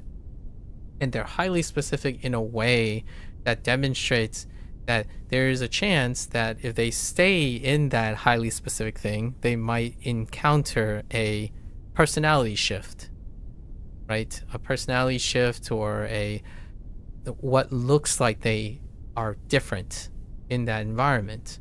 That's where I get to that whole talk about where someone says like, oh yeah, it must be neat. If you learn another language, your personality might change with it. It's like, yes and no. It would change with the environment in which you, in the process of learning a language, that environment shapes your personality, right? That includes the language. It's crazy how to think that when an interview, I watch a lot of interviews nowadays, like from different people, about a simple conception of you can be polite in one language when you're speaking one language, but you're unable, like you're less likely to be polite in another language you speak. And somehow it gives in my opinion, the misconception that it's the language itself solely, or predominantly the language itself, that somehow creates that personality shift in the person. I find that very quite disagreeable, because when you're impolite in English, you tend to be impolite in Japanese. It is the environment that created the enhancement or the encouragement to be polite in Japanese. So like whenever someone speaks who didn't go to Japan or didn't go to professional school in English or something like that, they still speak in polite in Japanese. Like when they type and they like correct me and talk about things like, oh yeah, no one speaks like that. Only casual, like you should learn casual Japanese. It's the same mentality. It transfers. Yeah, like for when someone says like, oh, you wouldn't say that in English, would you? I would speak in formal English if it was appropriate. I don't typically use formal English when talking to someone who prefers to speak in casual English. That's the point here. So the assumption here is oftentimes when someone is impolite in or like direct or casual in their native language, it does often translate to their motivations and forms of expression in Japanese. It is the whole environment change, incentives, negative reinforcement, and positive reinforcement that creates that personality shift that reflects where they live. So when someone moves to Japan and they are also learning Japanese, they are likely to see a very obvious personality shift. It is not the language itself per se. And to me, I think learning a language itself requires personal motivation in order to actually see a personality shift or a reflection or retroactive. Because if my testament is that if you're learning Sonkeigo, right, Kenjogo, and Tenego, and you're saying the language is capable of driving your shift in personality, that personality would then be transferable or likely be reflective in English as well, retroactively. That does not happen. At least it's not very obvious that it happens, because the human person can still choose whether to compartmentalize or not. So that whole personality shift thing, that idea, it's compartmentalization. And it creates a really weird double standard where someone would say, oh yeah, English speakers, they're really direct and they're typically really direct and casual and expressive, versus Japanese, which is like very reserved, shy, and polite. Like, both. Humans still speak both those languages. The idea is that the predominant environment is what shapes the appropriateness. Like, if the internet was shaped differently, right? Like, if the internet was shaped as a formal platform for business and professionals, English would no longer be a casual thing, and the internet would be less popular. So if you're wondering, okay, well, that's not happening to Japanese. Yes, it is. It is happening to Japanese. Online, Japanese is becoming more and more casual, more and more loose. So with the adoption of Japanese, there is less and less incentive to emphasize formal Japanese, right? For every 10 foreigners that's trying to learn Japanese, 9 of them are saying, oh yeah, don't worry about Sonkeigo and Kenjogo. You're not living in Japan. Like, online, you're trying to speak colloquial Japanese. You hear that all the time. And colloquial and casualness is loose and tolerable. So when Japanese becomes more popular online, this is what I'm interested in at the moment, because I want to see if Japanese and Chinese undergo the same NetSpeak transformation just after having grown foreign adoption.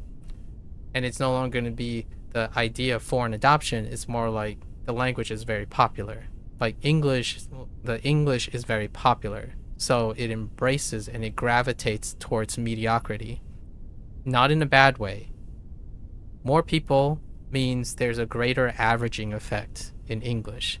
The reason why there's this double standard, or this like weird apples and oranges comparison, like, oh, English is unrefined, or it's less refined, it's less polite, it's more direct. Casual speech. Humans like to speak casual and be more tolerable when there are more people using it. So Japanese might undergo that in the future. When Japanese becomes more popular, there is natural inclination for the human condition to break down its stringentness. It will become more flexible. There will be more accents, more, right? Spanish is already there to a great extent, French as well. So that's kind of my reflection on doing these grammar things. These grammar things are great. They're still there. They're not going to disappear. All of these grammar things, whenever someone says like, oh yeah, Japanese is so technical and it has all these things. Yeah, English does too. The difference is you don't care about that in your natural environment. And in Japan, if you go to Japan, there's a high chance you will probably care about that.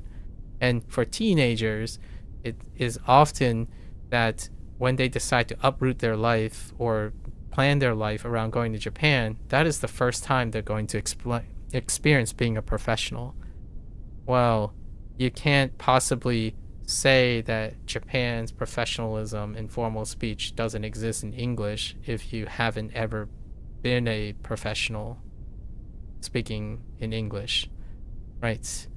Like, I can't tell you how often, I've lost track of how often someone like speaks to me in English casually. So they make like debates and like trying to elicit a proper debate or an argument, and then they're incredibly loose with their English. Because if we are going to stay incredibly loose with your English, then we're not being technical about it. Again, it's the same occasional person that I speak to a lot. They try to be technical, and I'm like, well, that's being a little bit pedantic. But we can both mutually be pedantic, and then I would change the tone of my English. Then I would be scrutinizing their English, because when they say, oh yeah, this sucks, this is a bad example of something, it's like, okay, well, qualify bad. You're trying to be overly pedantic and technical to me, so use your English to be pedantic and appropriately technical, right? Bad is not a great word to be technical. I can break it down. I can make it feel laborious. Every time you say bad, you have to qualify it, because bad is a casual term that has very few qualifications. So when you say, I hate this thing because it's bad, okay, what do you mean by hate? What do you mean by bad? That is casual English being supported by intent to be technical about it, right? And that is the scrutiny that I often feel that someone says, do you want to learn Japanese properly? Do you want to learn Japanese appropriately? Be serious about it.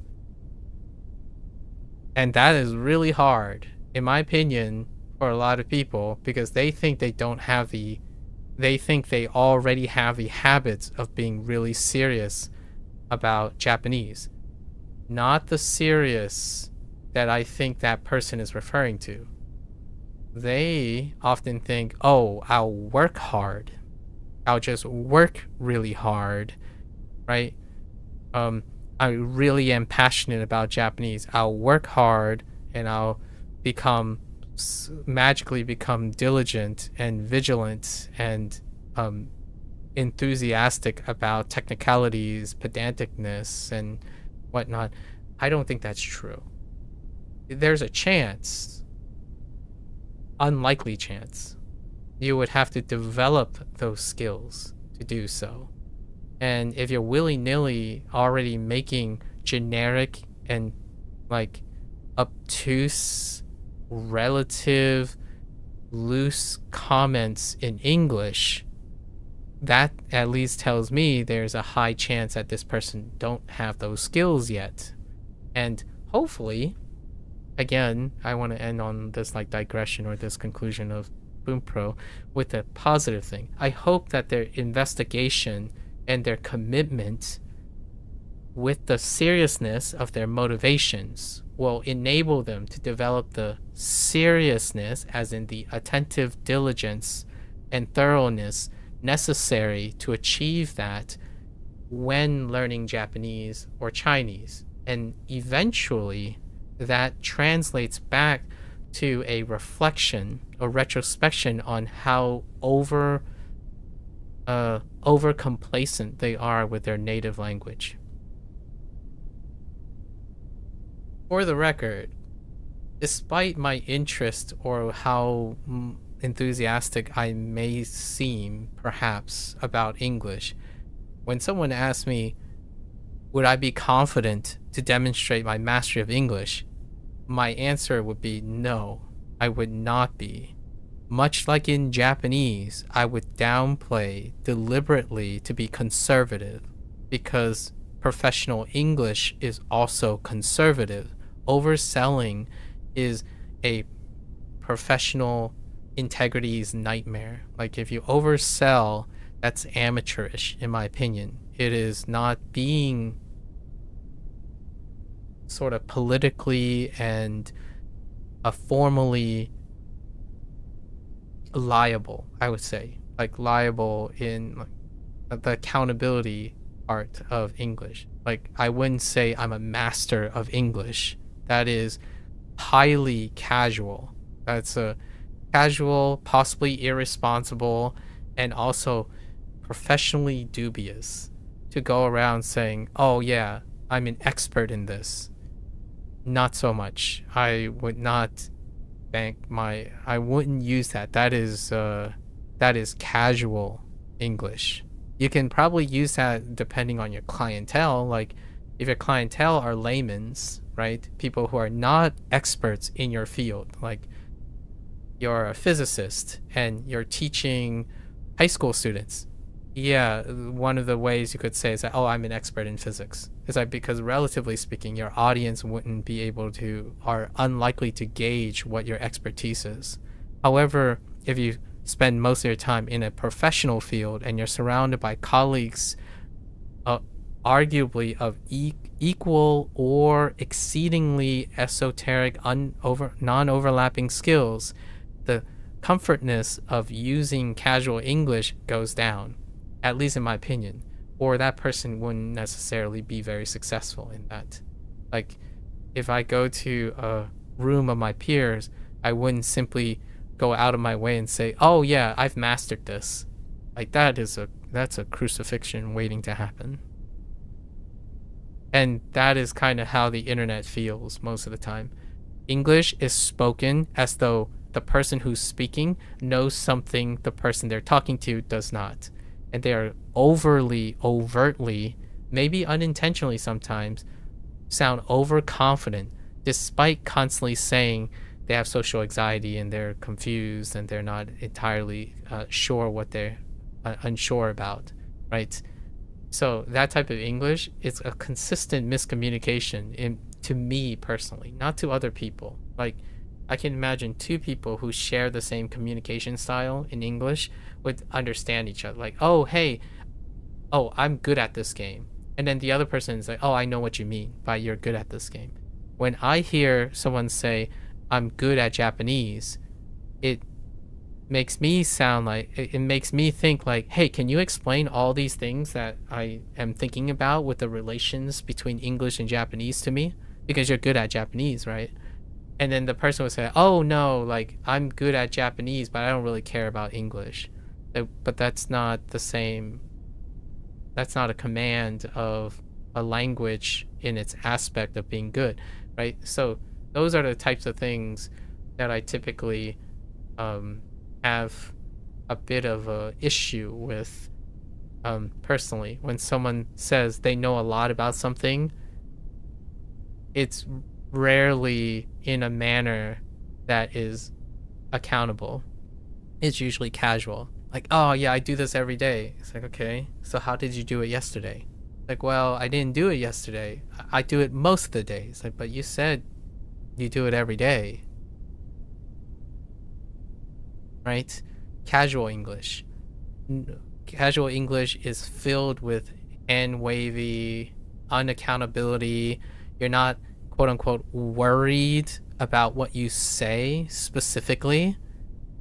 And in Japanese, when you hear like, oh, sonkego and enego, right, and kenjogo, when you're in a working environment, the thing that internalizes that to me, at least the thing that I really like about that, is I'm generally like that.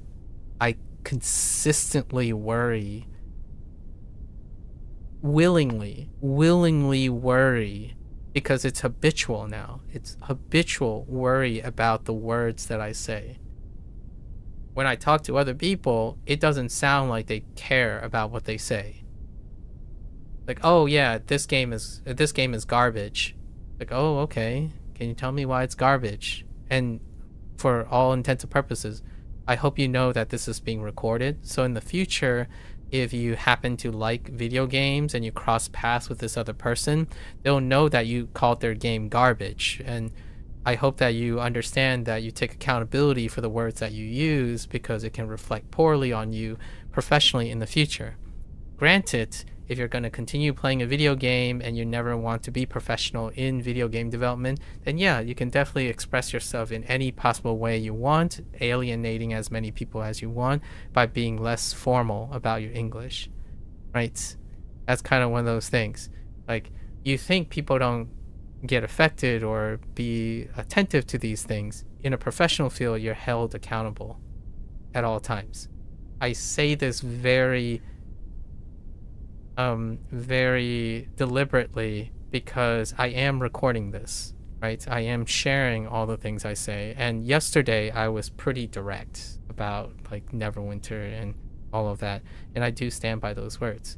I don't think it's reflected in the internet culture though. Nowadays, everyone thinks of content creation and streaming and stuff as a casual affair, right?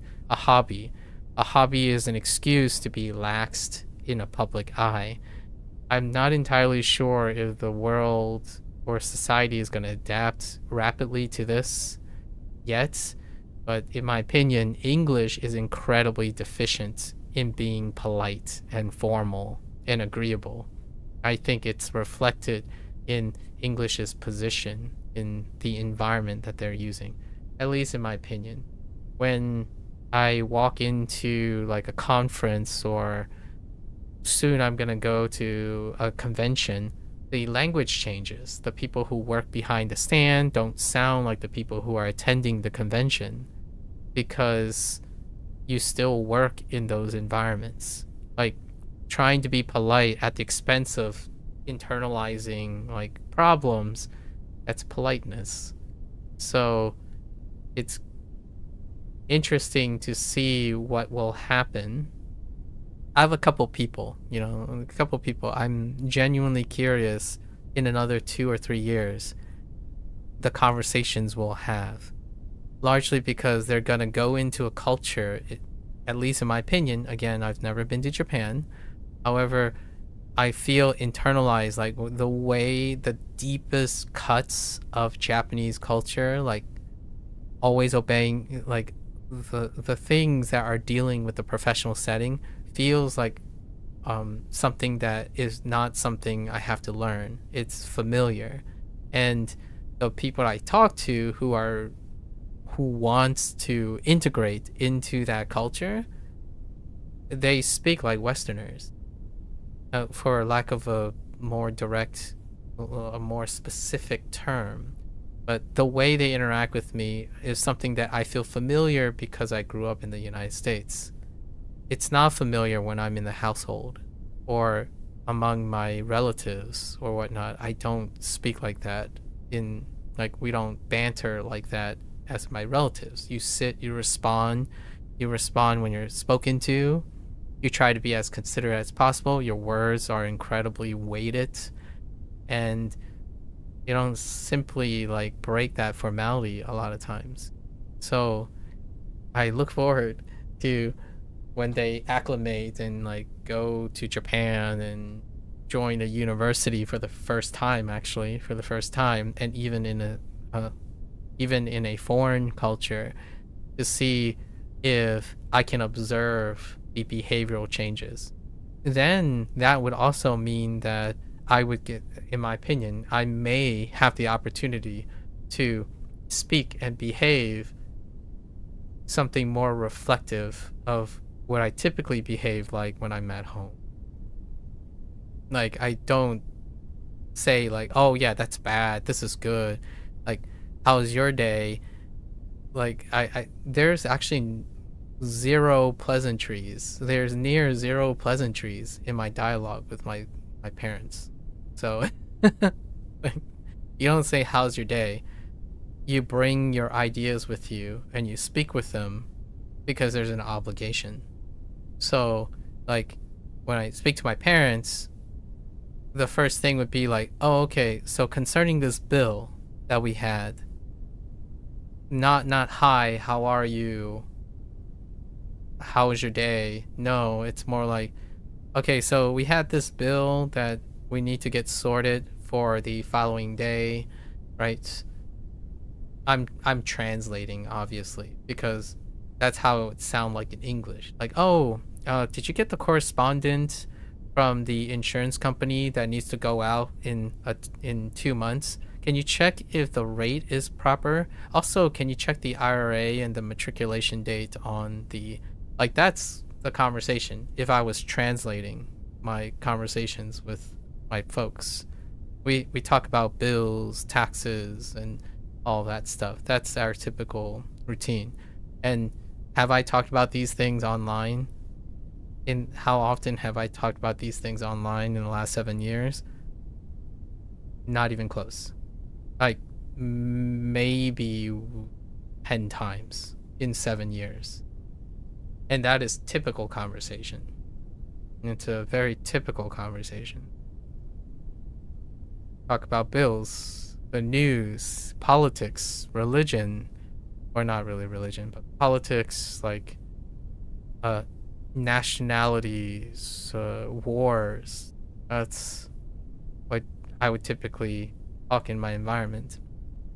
And if and then, someone will say, well, now you're an adult. You're basically an unk, so that's why you talk about them. I talk about them when I was a kid, too. When I was 13, taxes, insurance, bills, college, like future college, budgeting. That's not to say that that's everyone else's experience. My experience was particularly adult oriented. Getting good grades, always about getting good grades, right?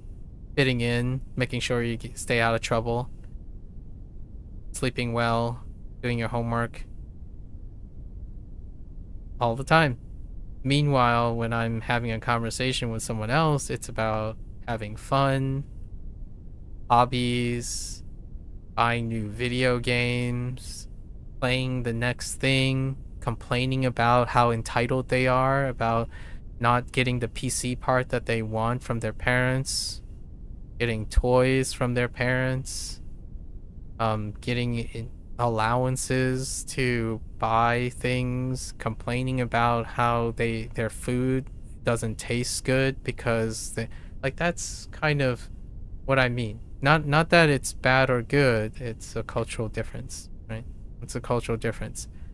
I actually do not ever recall if maybe I cried when I was a kid, but I don't think I've ever complained about anything my folks have ever given me or eaten or something. I don't remember the last time I've ever criticized what they provide for me.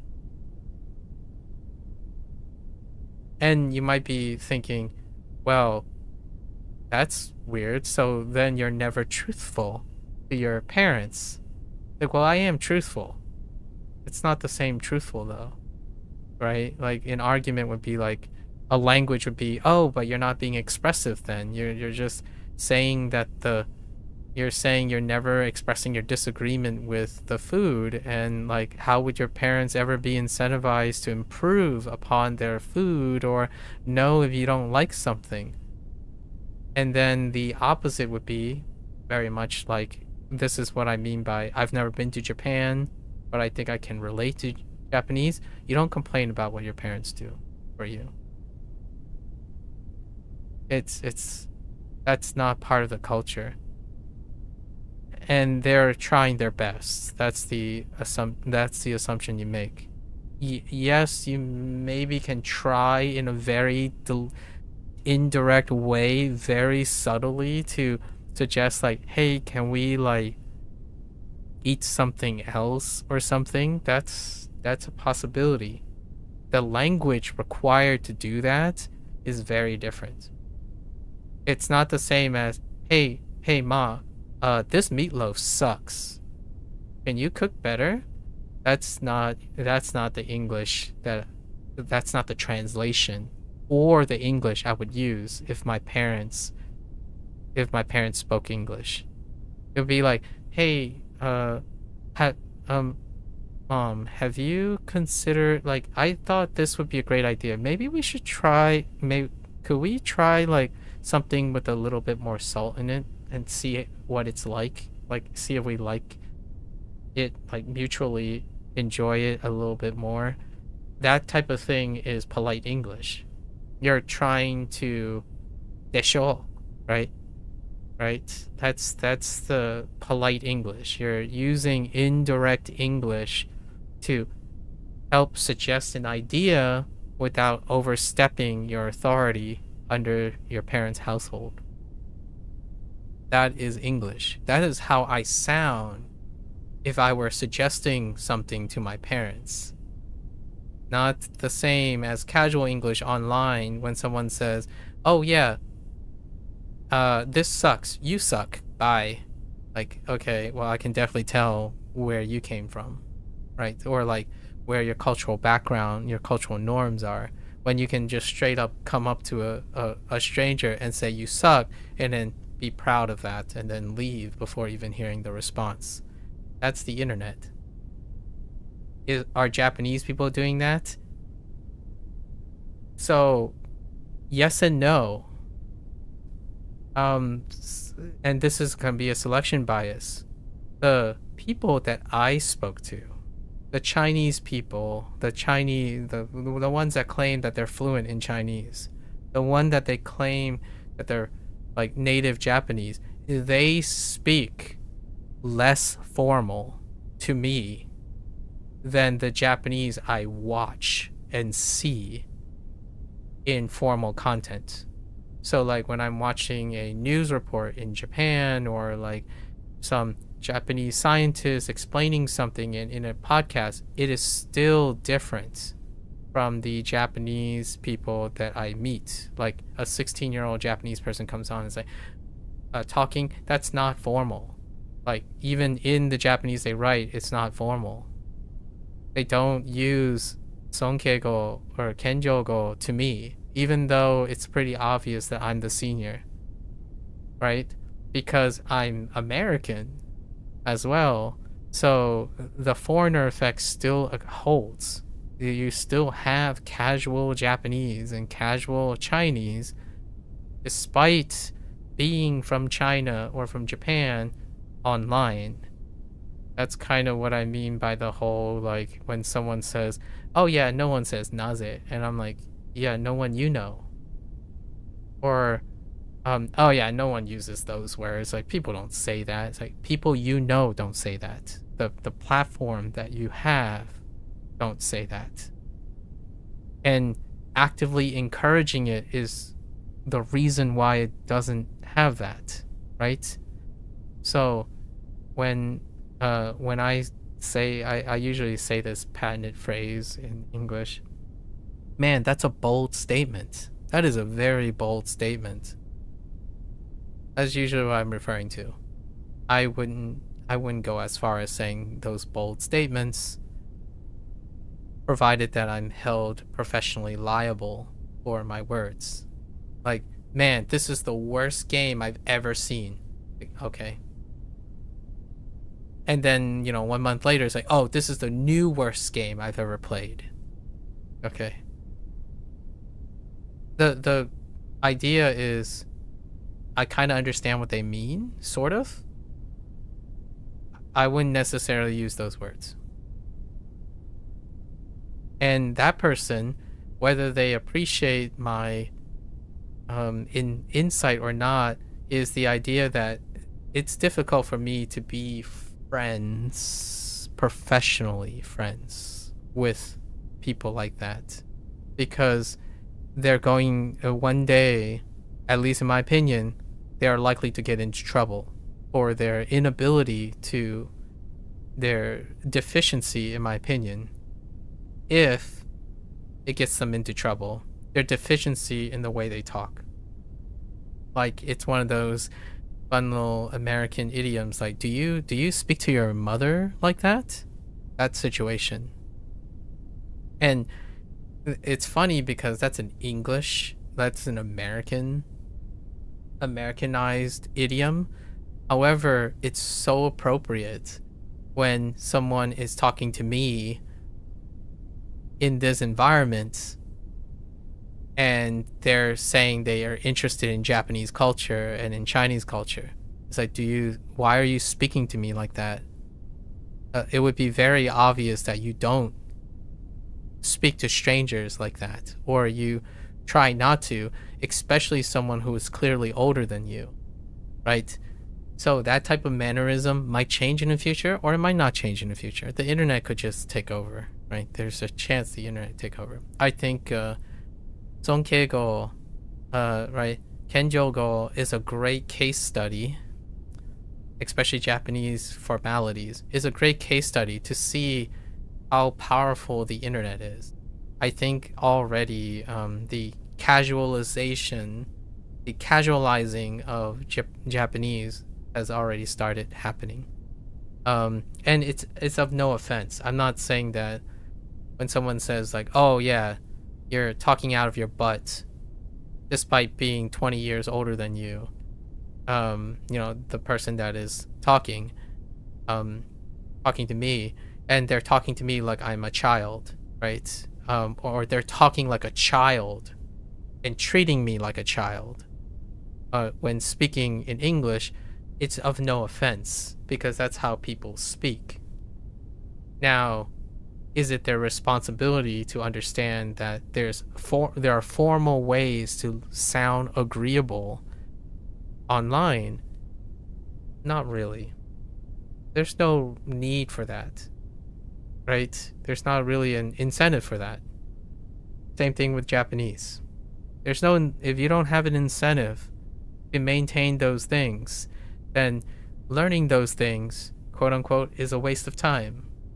And that has already started happening when people say, oh yeah, I don't get it. Why do video games always start with textbook Japanese and emphasizing polite speech? Meanwhile, that's like an 18-year-old hoping to live in Japan and hopefully get a job in Japan to make ends meet. And the first thing they're going to do when they go to Japan is try to use their casual Japanese that they thought was more important than their polite Japanese that they're going to need to maintain their job. That's kind of my deep cut. When, like, for example, right now, whenever I meet another Japanese language learner, they would be in their teens or their early 20s. And they would keep telling me that let's use casual Japanese to talk to each other. And I'm like, I would not do that. You and I are not friends. We are strangers online. We would talk in formal Japanese. You would treat me because it is respectful to talk to me in that if you want to internalize Japanese culture. Like, you don't go up to someone who are clearly double your age to say to them, hey, the right way to speak Japanese is to use casual Japanese and practice casual Japanese. Like, no, we don't. I'm your senior, right? So that's kind of my current like thought process here. Is like, I won't say that back because I understand that in online most people prefer casual. They want to sound casual. The question is, does that mean they understand Japanese culture? I would probably disagree. Using online, projecting online things while learning a target language doesn't mean you understand the country that you're gonna go. Because even for myself, who haven't been to Japan, I wouldn't talk to a stranger by saying, yo, you're garbage, man. Get good. No, I wouldn't say that. Not even online. Like, I rarely ever go up to someone, enter their domain, as in like their channel or their virtual space, and talk to them like I own the space. In English, my interactions, because I don't have like a popular cult following or I'm not viral, it means that I somehow have no influence. I have no intelligence. Like, it's pretty wild how crazy someone can say, oh, no one's listening to this guy. This guy must not be significant or have a big deal. It's like, well, I'm older than you. In Japan, if I'm older than you, you would still treat me with respect. And I'm a stranger. You would still treat me with respect even if I'm a stranger. So when you're learning Japanese and someone, you know, one of those edgy kids as a foreigner would say something like, oh, no, I wouldn't waste my time learning Sonkeigo, right? Because all my friends are casual and I'm friends with everyone. It's like, you're friends with no one until you treat them with respect first. At least in my opinion, if you want to understand how Japanese works. Personally, like a face culture, respect first. Always respect first. Respect, politeness first. You spend hours, months, years to become casual with someone, right? That's kind of one of those things whenever someone watches anime, or like I get a chance to talk to someone or watch anime with them, they would say things like, oh man, this is so dramatic. Like, look at these two. They still don't want to talk in casual with each other after knowing each other for like a year or two. It's like, that's no exaggeration. It's really not that big of an exaggeration. Like, I speak formally, very politely to people who I know for years. And if our environment and our relationship and interactions do not promote casual relationship, then it stays formal. I've said this before where someone says like, oh no, you don't understand. You're speaking Japanese incorrectly. You're learning Japanese incorrectly. You keep learning Sonkeigo and tenego over and over again. It's like it could make other people feel really distant. It's like, yeah, that's kind of the point. Because I am distant from you. Like, you're projecting a culture that is friendly and direct. Usually people are very distant for a very long time. So, like, you know, and then someone would say like, well, I talk to you like once a month for like the last year. Aren't we casual now? No, we aren't. That's the point. We're still strangers. It requires a whole cultural, relational ritual to become closer to someone. So when I truly mean, when someone says like, oh yeah, I'm having trouble making friends, it takes too long, and then friends drift and whatnot. It's like, I get you. I empathize with that. Because friends don't come easily, at least in my opinion, in a base culture, personally for me. So whenever someone says like, oh yeah, we're friends now, right? We know each other really well. It's like, no, we don't. Very politely, we don't. I would love to get to know you better. Like, that is the goal. It takes years of dedication and good faith to be friends. It's not a competition, and it's not a speed run, because the cheaper the friendship, the cheaper it is, the less important it is. The easier it gets there, the cheaper and tenuous it is. And that, in my opinion, is a reflection of Japanese culture and Chinese culture. You do all in your power to tread incredibly carefully with all the words and interactions you have, because nearly unanimously it is incredibly important to do so. So when someone comes up and say like, dude, your face is ugly, and I'm like, good luck. Hopefully that person that you typed a comment on YouTube isn't going to be your future boss or somehow related to something in your future, because when you reflect upon that, that's what Japanese decorum and Chinese decorum try to avoid. You don't shame yourself before you even know you shamed yourself, right? So when you're a kid, you are trained to diligently be that way.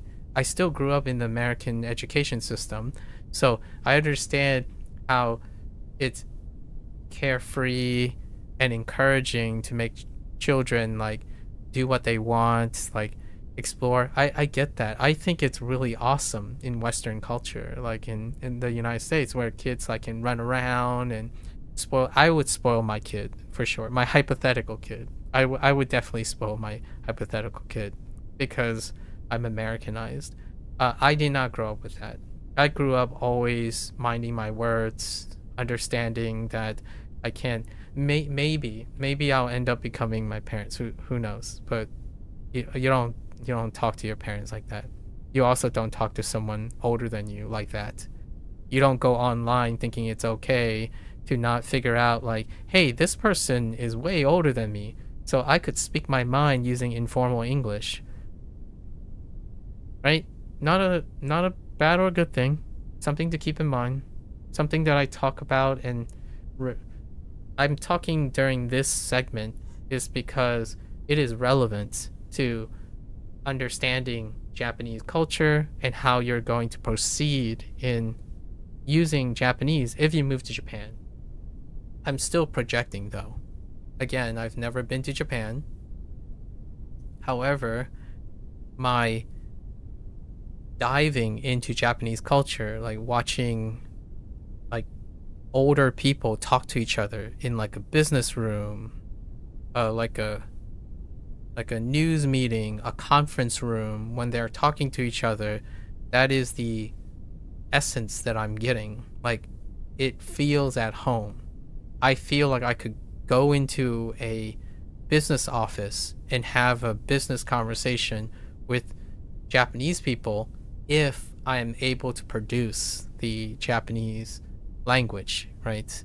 Because in my opinion, that's kind of what it's like to walk into a room of scientists and talk business, right? Or talk about the obligation stuff.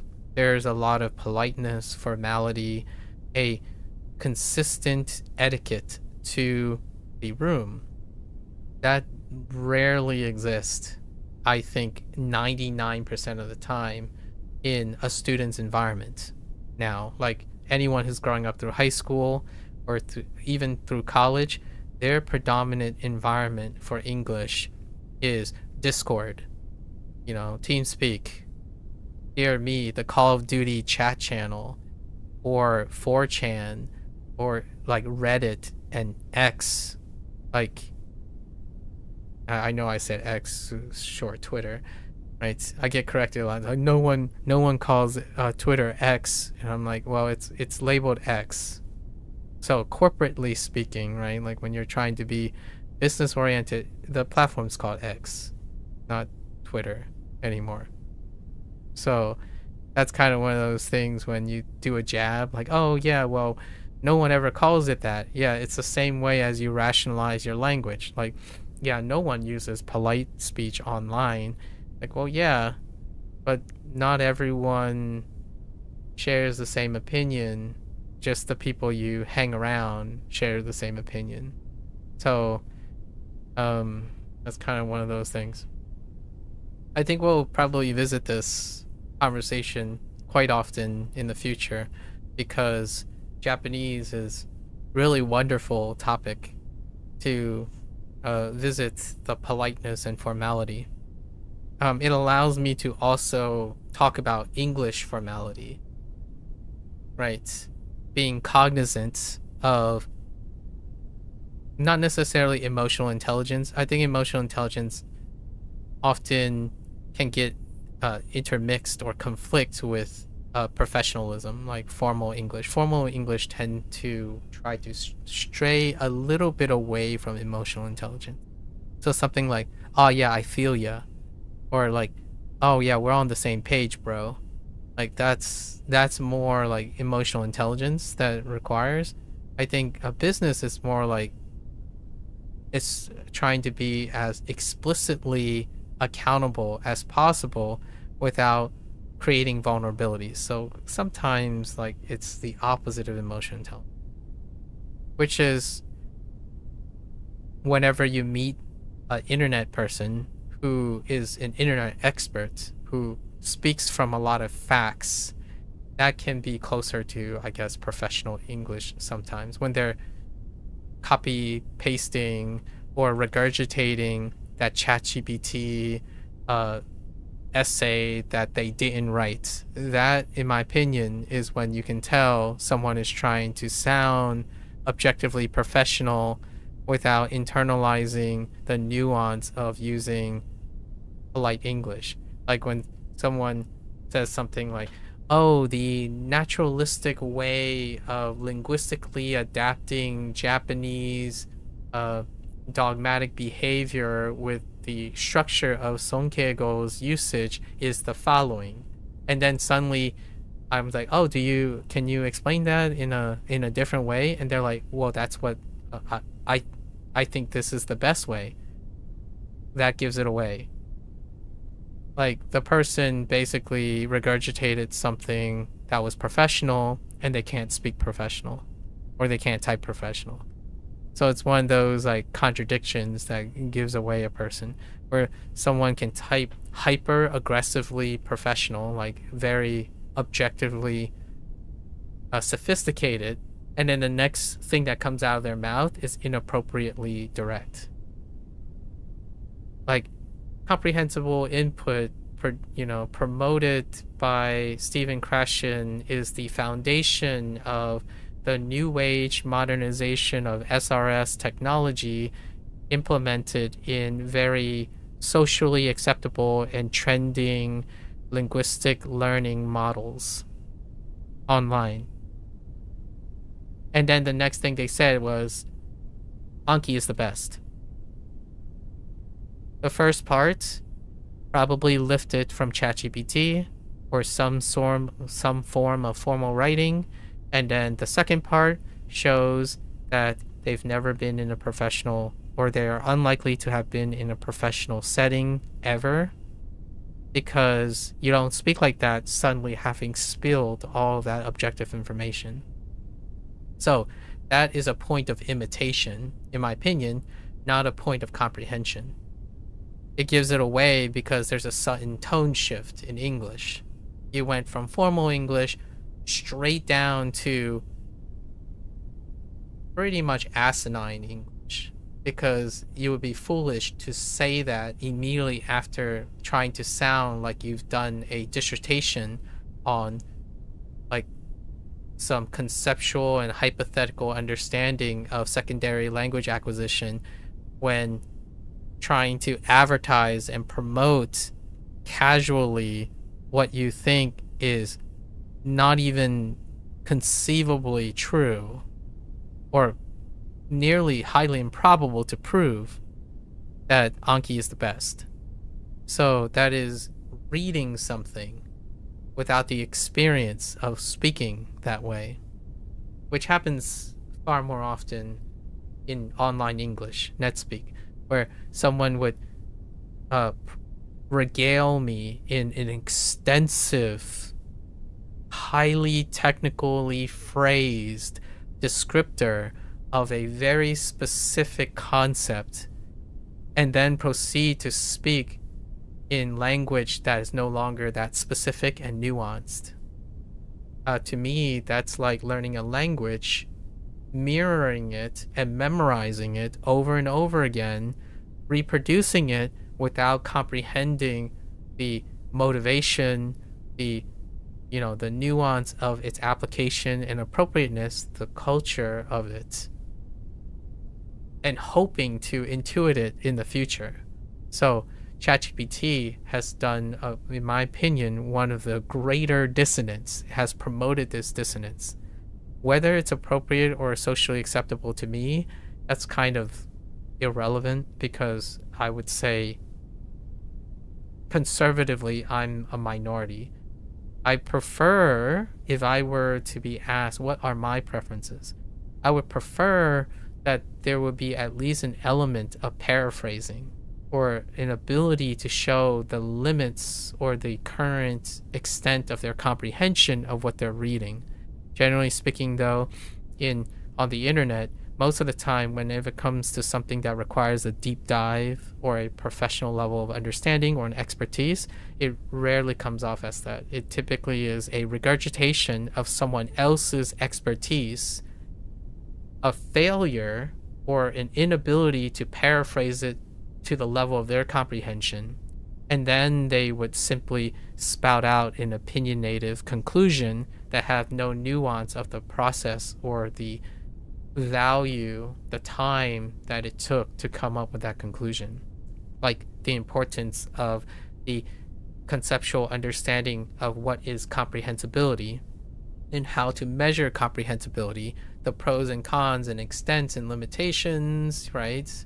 Or maybe the upper limit and lower limit problems of self-evaluating one's own comprehension in order to apply a concept like comprehensible input to ascertaining how that is important in apps, or like in the app of their choice, right? In whatever app they chose. Like Mikaku, for example. Like someone say that, oh, CI is the reason why Mikaku works. Explain. And then they would explain conceptually what CI is in a fairly highly technical way, and like that doesn't explain it. I said explain how CI makes Mikaku work. That's an English problem, at least in my opinion. It is an English comprehension problem, because I'm asking you to explain how the concept of comprehensible input is related to Mikaku's success, not what comprehensible input is. That does not explain what I asked. You explained what CI is. That, to me, is a symptom of ChatGPT. ChatGPT and like, you know, your AI language models, that is the current state of things. And I'm not sure if it's going to change in the future. Reading a lot of things that are summarized to you does not enhance comprehension. Like, it doesn't create comprehension. It typically, in my opinion, all right, maybe 80-20, 80-20. 20% of the time, it may lead to comprehension. 80% of the time is mimicry and memorization, where someone would understand separate facts, however, they're not incentivized to connect them or to relate them to its meaning. So oftentimes I get into conversations where someone's like, oh, yeah, this is using syllogistic logic. And I'm like, oh, how so? Can you explain to me what your interpretation is in which I'm using syllogism? And then someone's like, well, all right, syllogism is, they start defining what syllogism is. And I'm like, I didn't ask that. You're not demonstrating more understanding by describing and dictating what the definition of a word is. And it happens very often, not even with complex, like obtuse, you know, grammatical terms or like linguistic terms. It often happens when someone is trying to be pedantic without understanding the motivations and connections of the question in mind. Like, so, you know, I would say, oh, yeah, like, so what does JLPT measure, right? What are the metrics in which JLPT can measure? And then it would immediately go to, okay, so JLPT stands for this. It is a test administered based on this. And then I'm like, yes, but how does that connect with your proficiency? Like, how are you interpreting all of these details with the proficiency, your display proficiency, and your reasoning behind your feelings, behind how well you're doing? And they would say, well, JLPT then tests verbs, like they have an oral section and writes. I know, you're still describing the exam, right? You're still just simply describing and regurgitating the exam. It's not answering the question. The question concisely is talking about the stuff that is related to your feelings of how, like, it's typically someone who says like, oh, I'm upset. I failed the N3 for the 4th time. And I would ask something like, the 4th time? What were the related problems that you found, or potential persisting problems from the 1st time, 2nd time, 3rd time, and into your 4th time? Like, what have you gleaned with the relationship between the things you can measure and observe? And that would be an overloaded question. It would typically result in the person saying, well, I don't know. I guess I need more vocabulary. But that didn't explain anything. It was stating a descriptor of the obvious, right?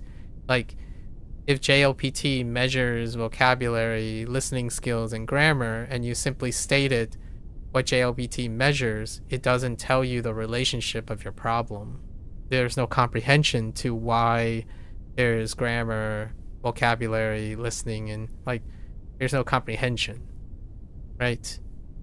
It's like telling someone, coming up to someone like me and say, hey, you shouldn't waste time learning Songkego. You should, or Tenego, you should spend most time learning casual Japanese, because it's normal for people to speak in casual Japanese. That is saying something without comprehension of the context, which is ironic because most of the time the people who tell me those things would constantly tell me how great Japanese is because it's contextual, and English is not contextual. I'm like, English is not contextual to you, maybe, because you only speak in one mood and speak in one diction in English. So if you only speak in one voice in English, there can only be one interpretation, right? And that's kind of the thing that I think about each and every day, honestly. I genuinely do not divorce myself from that whenever I'm learning Japanese. It's consistent. And it's not because it's hard and it's laborious, largely because I do it in English. Like when someone asks me a question in Discord, I ascertain what type of voice I'm going to speak to them in English, largely because I want to be as respectful and polite.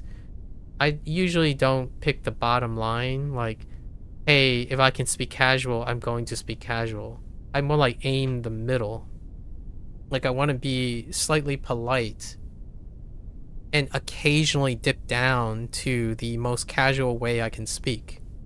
That's my mix of Asian, I guess, like Chinese upbringing in English. I would aim in the middle. I would aim where I'm still polite enough in case I'm not polite. Not go as casual as I can by pushing the envelope. Like, yeah, you know, I hate this game too. It's like, I wouldn't say that. Like, that would literally be what I would say. I'm like, oh, I'm sorry. I'm sorry that you feel that you hate the game, right? I'm sorry you feel that way. I don't particularly share the same sentiments. That's probably what I would say, typically. I would try to be agreeable, like, oh, I can see where you're coming from. However, I'm sorry, but I don't feel that as strongly as you do. That's kind of what it's like to use formal English, or polite English. It's actually the tenego of, that's how English is. The other way is that, like, to get even formal, like sonkego and so on. This is where I talked about this structure before, and the last time James kind of like popped in and I made like a comment about like formal speech. This is where I would say being polite, tenego, is using probability, right? Straying away from certainty, tenego, right? Being polite. So I'm sorry you feel that way. There's a chance I may not feel as strongly as you do. However, I can appreciate what you may be feeling. Tenego. And then sonkego is, we may want to try to be respectful to the developer. If someone's product has been used for they have developed it for a very long time, I don't think we may want to refrain from trivializing their efforts by directly and explosively using extreme decorative vocabulary or expression of opinions, right? That would then elevate its ability. So your diction is starting to change to accommodate being respectful to the people you're talking to or talking about. That's sonkego. Then kenjogo would be what I would typically do when I'm making a statement about my own anecdotes. Like, for example, okay, I've never been to Japan, right? I've never been to Japan, so take this with a grain of salt. I'm trying to project. I'm projecting a little bit. But if you were to humor me, kenjogo, you're humbling yourself. So in English, you can do that with diction. You're doing that with mood and diction.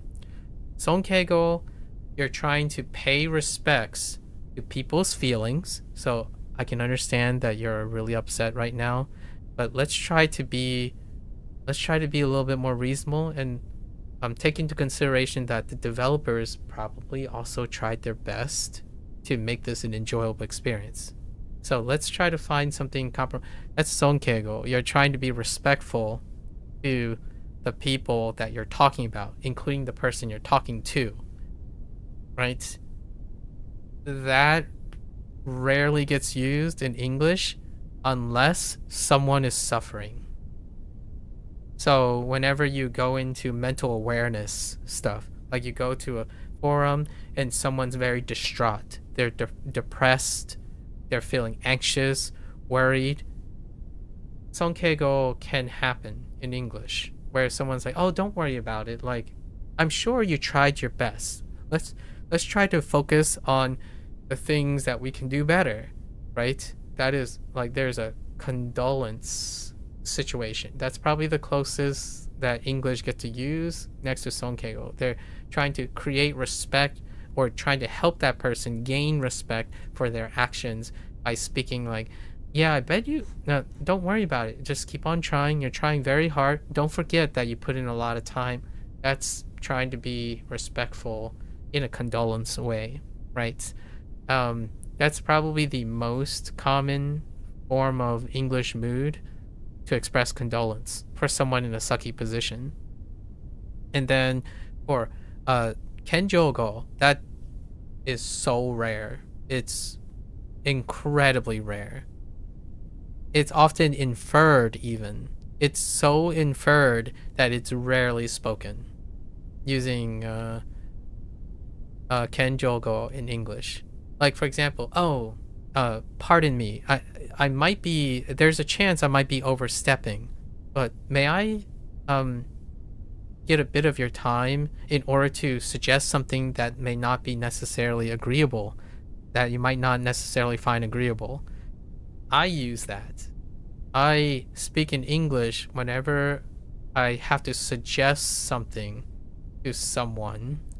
I would combine sonkego and kenjogo in English. Like, hey, I know how you feel, like it's really tough. It's a really tough time and you've been working really hard. I'm sure your boss is also trying very hard to understand you. But may I have a suggestion? I know I don't work in your environment and I definitely do not have a professional background that you guys may have, and obviously I'm not one of your personal coworkers. Perhaps this may be the following. That is how you internalize, in my opinion. That's the idea of internalizing the speech. And tenego is polite speech, right? You're simply trying to be polite.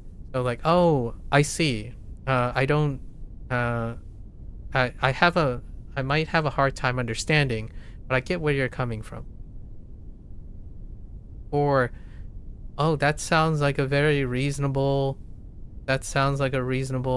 remark. Okay.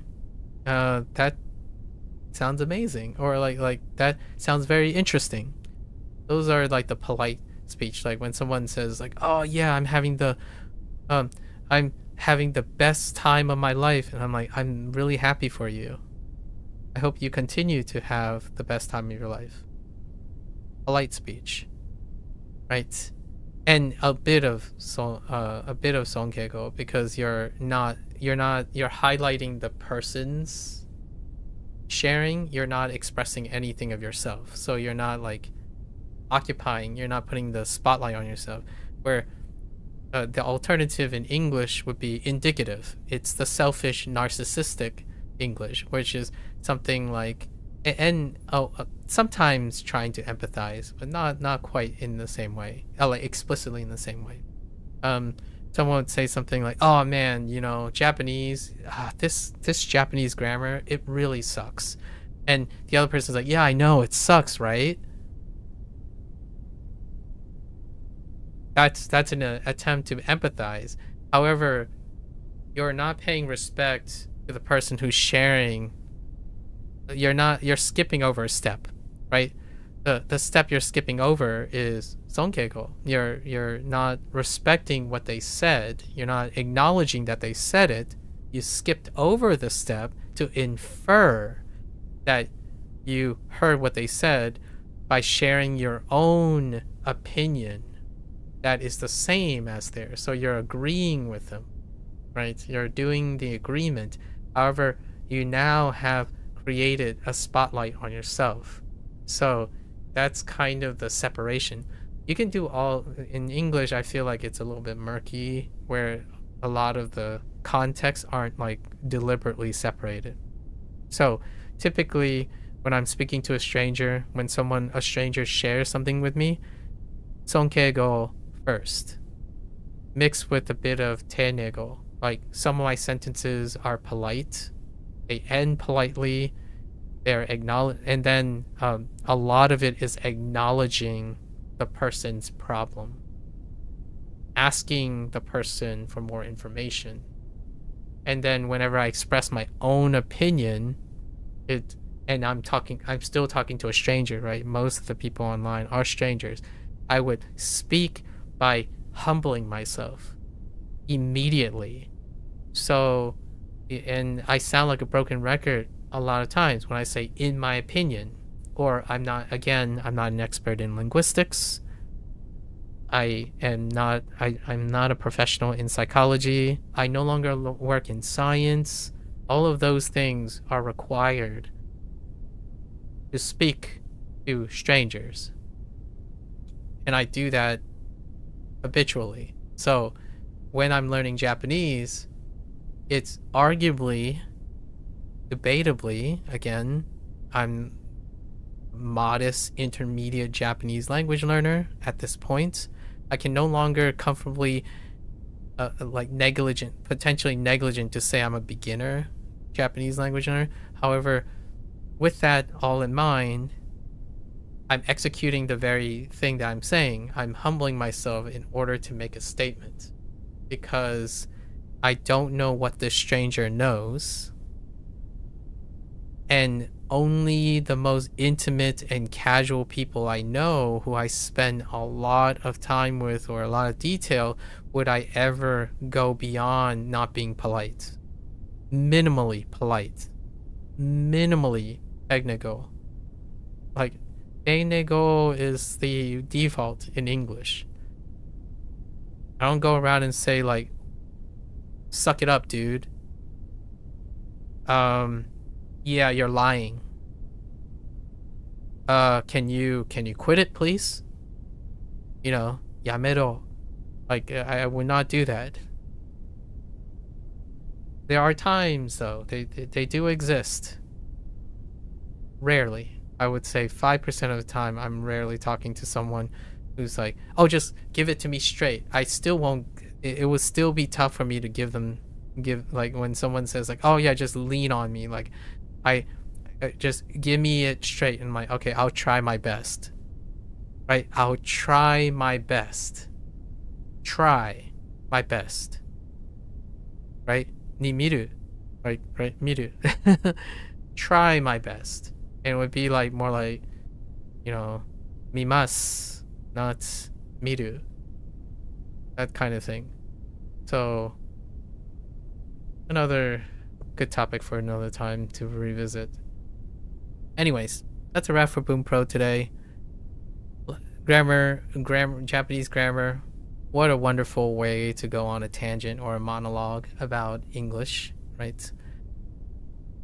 And if you're gonna watch this later, arigatou gozaimasu, right? As always, feel free to follow along, pick up Bunpro for yourself, give it a go. You're more than welcome to come on by and yap and share and tell me about your point of views.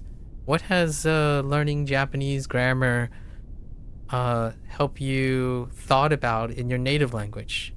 Because for me, it's far more easier and personable when I think about all the things I speak about and talk about in English when I'm learning Japanese grammar.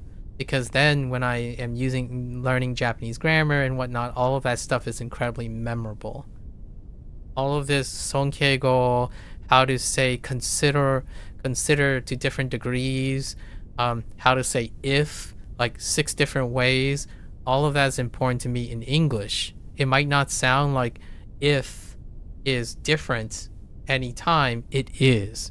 English is incredibly nuanced too.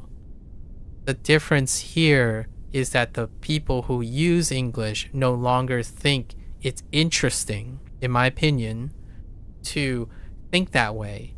They like to stick to being a native speaker.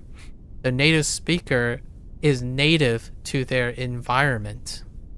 So if your native environment is never stepping into a corporate office, then you have no native experience with that environment, right? Very much so when someone tells me that they do research and they know a lot about science and they talk to me like they've never stepped into a laboratory before and they've never stepped into an office meeting with other colleagues in the scientific field. It's very obvious, not bad or good. Sonkeigo, Enjogo is a great life lesson on how to sound polite without sounding arrogant, and always consistently a work of art. Its communication is an art form. So trying to constantly balance between overstepping, overreaching, while being humbling and respectful is somewhat of an lost art form on the internet. So I'm curious what how other people approaches this conundrum. For myself, the only way I see getting better, quote unquote, bettering myself at these things is to consistently work on it. And learning Japanese is certainly giving me an opportunity to reflect upon that. You're more than welcome. Until next time, 皆さん、またね, I suppose. 見てくれてありがとう. Thanks for watching. I'll see you guys next time. I'm gonna get up, take a quick bathroom break, and I'll be back for HanziHero. Thank you very much.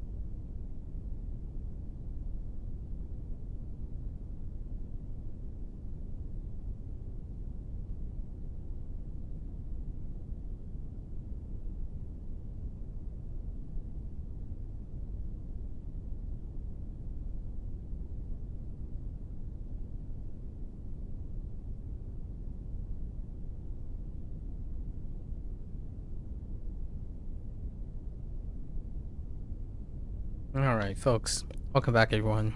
欢迎大家回来。今天是第513天513. It's day 513, and it turns out, I guess they programmed the dictionary items that we added to the lesson queue, so they don't actually ever enter the review queue, which actually works serendipitously to my advantage, because the dictionary queue is now exclusively the lesson queue. At least that's what I think. I'm pretty confident that yesterday I added 5, and it's 10 now, so I think one of these sets return on that, so we'll have to keep an eye on it. I'm not entirely sure, because generally speaking, what happens normally, or like for the things that are programmed in, right, when you first get exposure to them, they immediately then go into the review stack, right? And that means that it would not occur back on lessons unless I lost track yesterday and added 10, which I don't think so. Let me see. Yeah, so I definitely only added 5 because the other 10, right? So these are 5 of these. Oh no, wait, maybe I did add 10. Did I actually ended up adding 10 last time? Maybe I did. I'm just kidding. Or maybe they do go on a review stack. It says I only learned 10. So I added 10 yesterday. That's crazy. Alright, I take it back for now. I don't know. I genuinely did not remember 10. I haven't encountered any of these words. So there's 20 right now, right?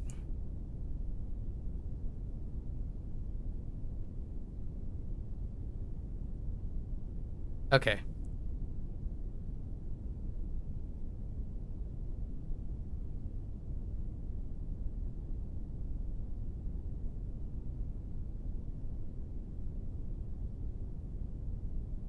Did I skip over yesterday?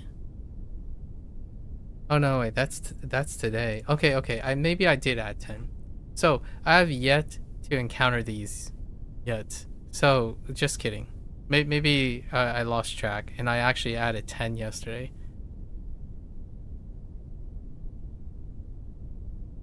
Oh wait, I can tell. Hold up. I can tell when these are added, right? No, I cannot tell when these are added. Okay, whoa, hang on. Let me see if I actually know.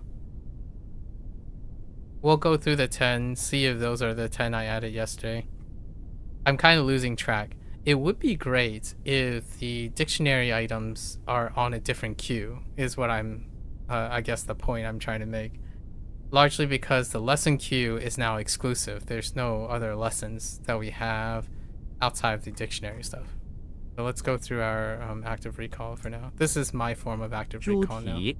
So 猪蹄 was definitely yesterday's edition. And it was largely T, which is hoof. That was hard. So 猪蹄 pig trotters is something of a item that occasionally comes up when we go to Chinatown and whatnot. So I think there's a personal connection. 恒美 Hung Mei. Mei was the tough one. So the thing over the doors and fireplaces. So hung is yoko, right? Horizontal. So it will help me think of a horizontal object.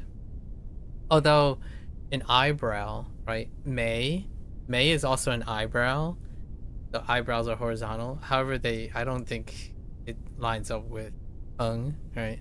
So Mei is just the right part for eyebrows. 恒美彪悍 Biao Han. So we added Hung Mei yesterday. Biao Han. Biao is the weak one. Biao is the tiger stripe, and then Han is bold, right? Being bold. And it's really the spirit that gives it away. So Han, sometimes this could look like regret, but regret actually uses a different Han. Yeah, he uses a different Han. So tough as nails, I think when it comes to tiger stripes, it's more like the essence of a tiger, you know, like wearing the tiger stripe situation. Like if someone has a personality that's tiger striped, it clad it in. So that's kind of why I chose this one. Although we've already encountered that choices are limited from the dictionary. Oftentimes the characters that are involved tend to be names. The vast majority of the vocabulary is names. And then we encountered one that didn't even have an entry yesterday. So that's interesting. Anyways, Biao Han. Biao Han. Biao is the weak one because I often think of Hu as opposed to Biao. This is helping forcing that. 彪悍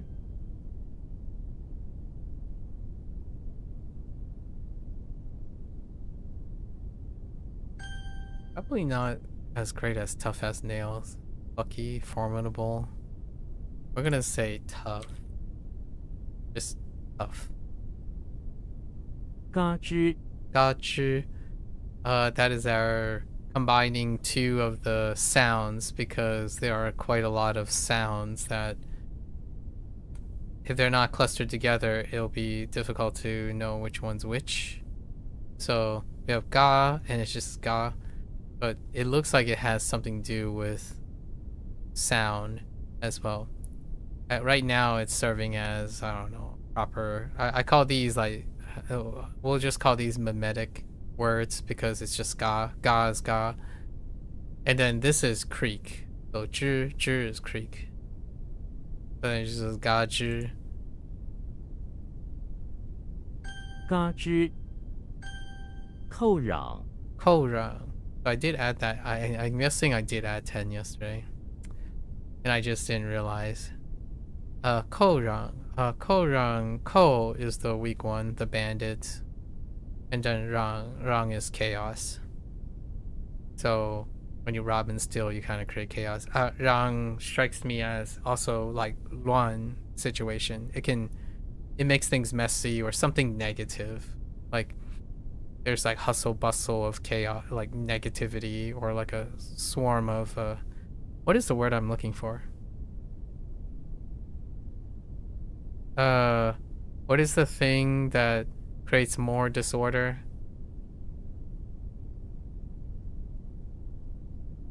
Dang it, I forgot what it's called. Dystrophy? No.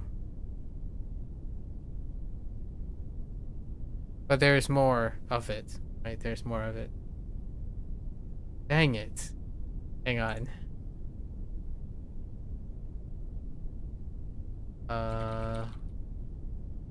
What is it called? What is the word I'm looking for?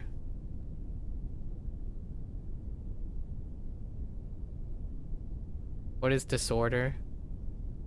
Entropy. Entropy. Yeah, there's more entropy. When something happens, there's more entropy. So like a bandit creates entropy. So rob and steal. Oh, I think the rough part about ko is that there's zh in it. Like the stick throws me off. And many of ko's, so like a lot of Kermits, like K's, right? Like kai, kun, ko,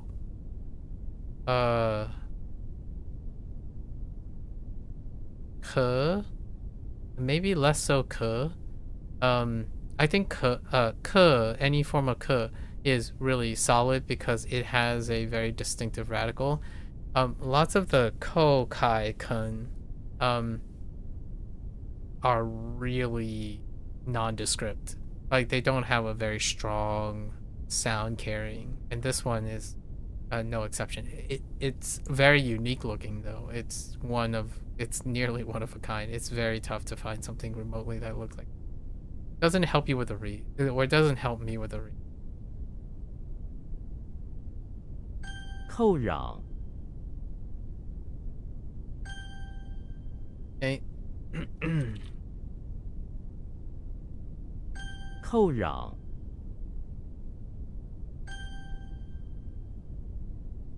嘎吱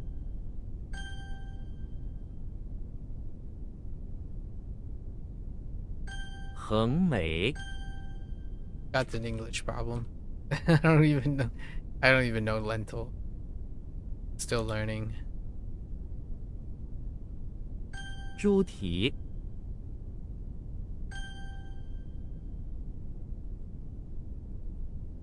彪悍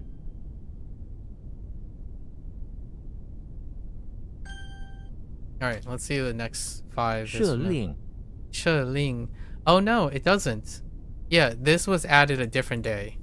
Ling was it? Oh no, maybe not. It could have been added on the same day. I could have sworn this is the day before. Or yeah, Ling amnesty. Oh, it could be the same day. There's no timestamp. Like I can't know. The reason why I say that is I was keeping track of it. All right, so She is the weak character. So She for the red foreman, and it is Shrek that is hardening the red foreman. And then Ling is order. So if you have a pardon order, it's kind of like amnesty or a pardon, like a pardon, the actual pardon.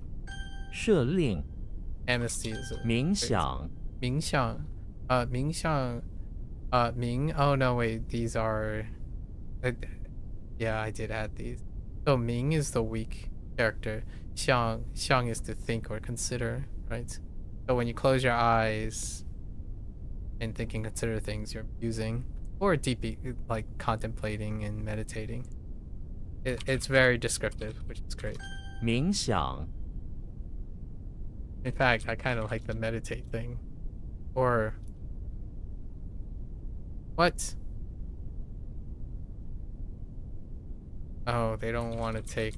They want to 淳朴 say the actual and the noun. Okay. 淳朴. Pu.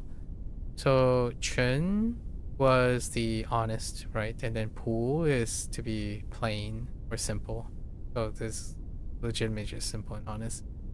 We're gonna add honest and simple just in case, because that happens a lot where English has a specific order, oftentimes habitual order when it comes to an, but not so much in others. So I want to add both simple and honest and simple.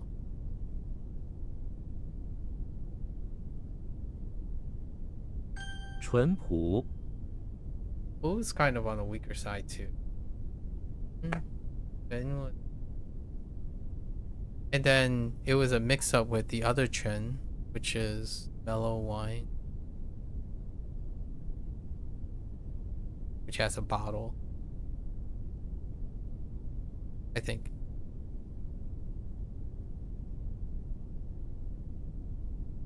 Hong Yan Hoang Yan. Okay, and yeah, we're combining the two in order to to associate two different birds, different types of birds together, because there are a lot of birds. We have swallow, sparrow, oriole. We don't have a robin actually, or a blue jay. Then swan, goose, mandarin duck, regular duck, chicken, fowl, like referring to fowl, turtle dove, dove. Do we say pigeon? Falcon, hulk, eagle. There's quite a lot of birds, and grouping them together could pair up a little bit better. So this is Hoang Yan. So Hong for the swan, and then Yan for the goose. So we have swan goose. There are multiple goose actually. I think this is our only swan. There's another way to express swan though, like a white bird. Okay. So Hoang on the right. I need to look at it as the Hoang on the right, and then a bird, swan. Hoang Yen. Yen is a bit on the weak side too. Most of the proper nouns are pretty, like the specific things are like animals and objects and stuff are weak because it's either you know it or you don't. They are defined by yin. Yin is a weird one. Yin is one of the exceptions. This one is fairly stronger than the other one because it's not a bird with a reed. If it's a bird with a reed, you have to know it. Like river and bird isn't giving you swan. Like the Hoang is giving you Hoang, and it's a bird. It's not telling you that it's a river bird. And that's usually how the classifications go. Yeah, there's occasional ones that don't follow those, like the typical thing where you use a radical to define a category and then the sound. However, this is yin. It sounds and looks like yin. However, since it's like very descriptively something else, it's a little bit more identifiable to a bit stronger. 鸿雁 Okay. 姬妾 机械. Yeah, never mind. I did add 10 yesterday. Concubine, I'm trying to normalize words or characters that I don't typically see or use. That deals with a lot of older uses when referring to females, like female indentured and service and whatnot. Concubine is one of them, right? So T in this case is referring to beauty, but you can also refer to it as kind of like a princess or countess situation, things that are meant to be, they are beautiful in nature. That was intended meaning. So Ji was our supplementary character, and then Qie was the weak one, which is really nondescript. These two characters are very nondescript with each other, and it does not tell me that it's Qie. So that's kind of, we're gonna try to combine Ji Qie to give this would be very much concubine or a royal consort of sorts, or like a princess related thing. Could be a princess. A beauty that is a concubine can be a princess.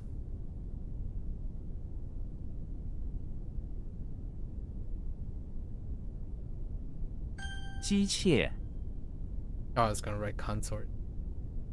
Excuse me. Alright.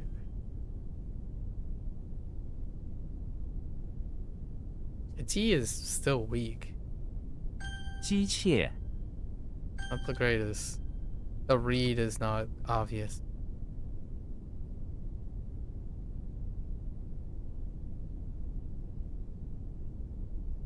设令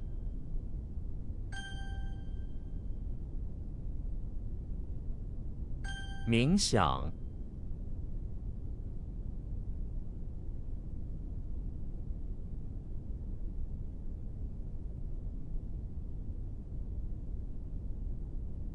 What? 鸿 Doesn't 雁 accept contemplate? That's a weird one. It should.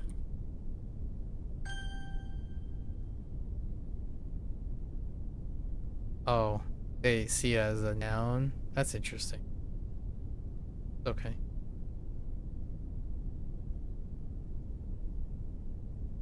淳朴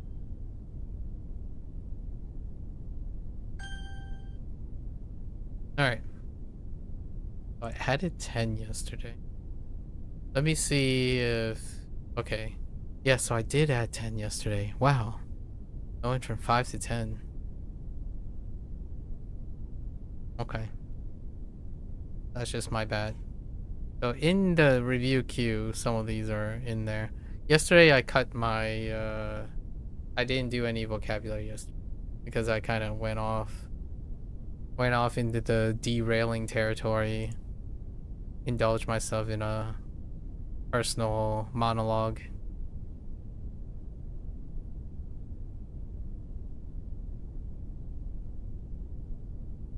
The term that is very popularized in New Age NetSpeak is internal monologue. I was having an internal monologue.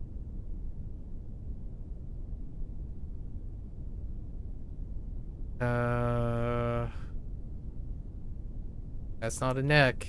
What is that? Huh. What do they want?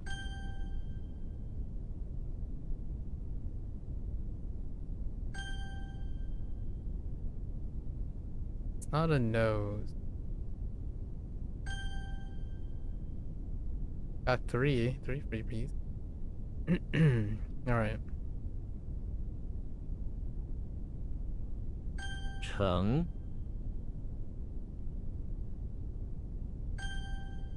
That one's a tough one. 乙 Japanese forced for that one now.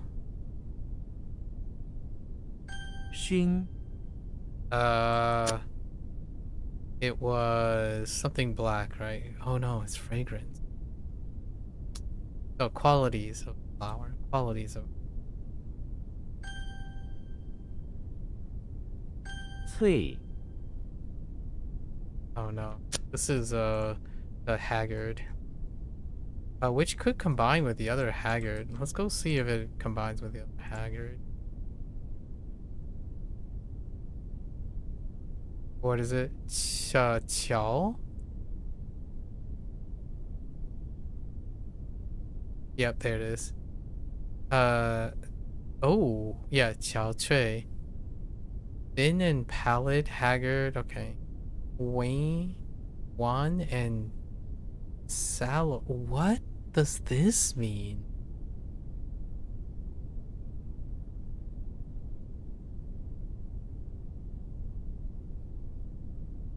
Wan and sallow are two distinct English words, right? Basically, wan.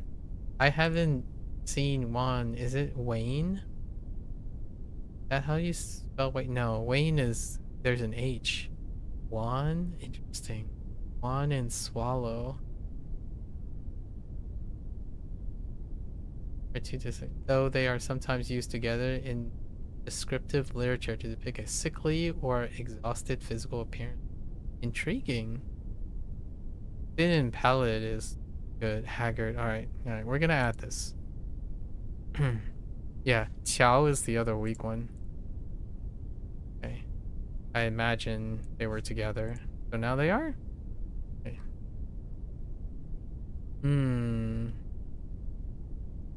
Kan Oh, is this survey or endure? 角 It's not mix. It's kind of like twist of silk. It's okay. Oh no, that's wall, yeah, for fertile. Not woo.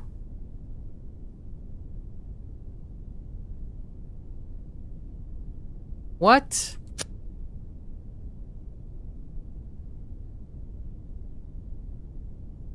Huh. 资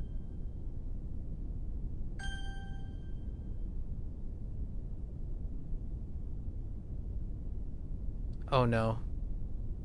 Can only think of Japanese. Okay, what can this say?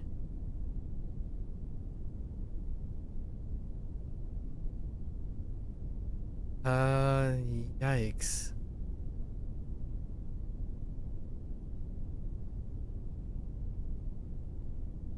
Ming Huh.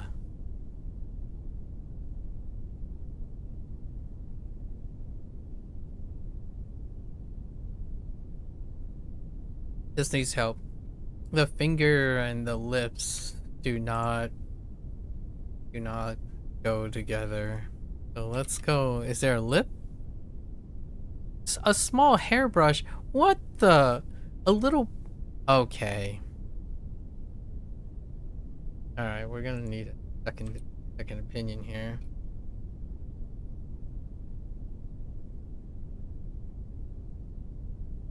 To sip, to purse lips, or to smooth hair? Oh. Wow, those are very different. Are they? Let me see. Sip, right? And then I can kind of see the sip in the pursed lips, but to smooth hair.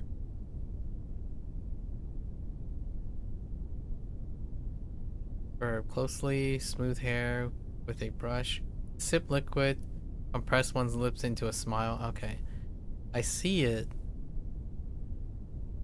And I see where the sip and the little bit comes from too.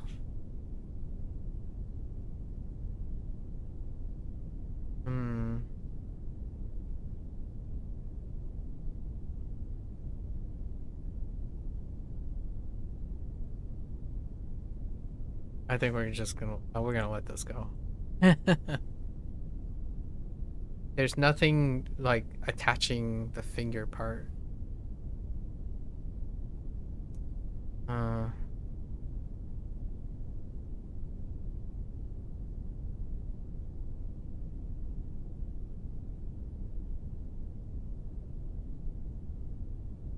Yeah, the finger part is not getting there.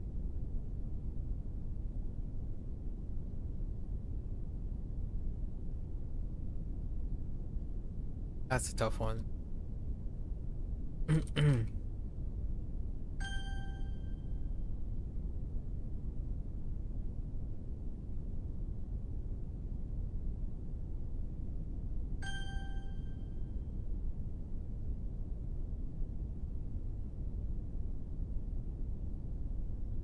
Yo, what fish?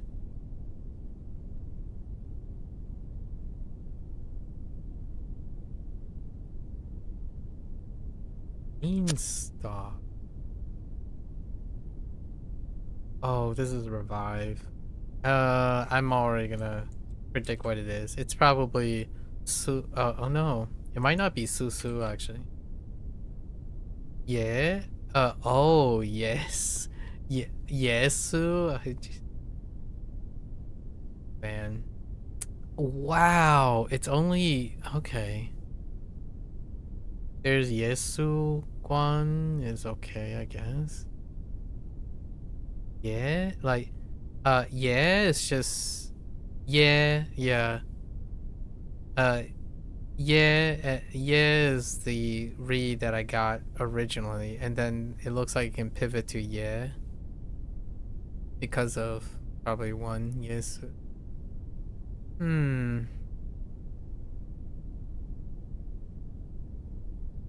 Kind of cute. It's yeah and then revive together. What is that? Crepuscular. What is that? Hold up. Crepuscular. That's an animal. Wait, rays? I don't understand how that. Wait. Hold up. Crepuscular rays, often called God ray. Wait. Oh man. How do you pronounce? Help me out. Crepuscular. Crepuscular. Okay. Crepuscular rays. I kind of get the Yesu thing too.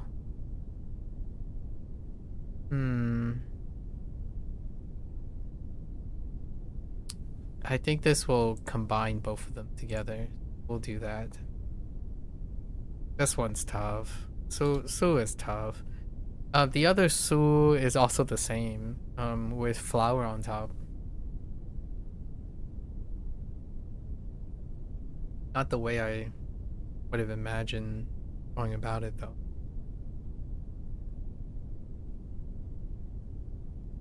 跳 I'm just gonna use gaze. It's to look off into the distance. Look into the distance. It's gaze. It's fine. 握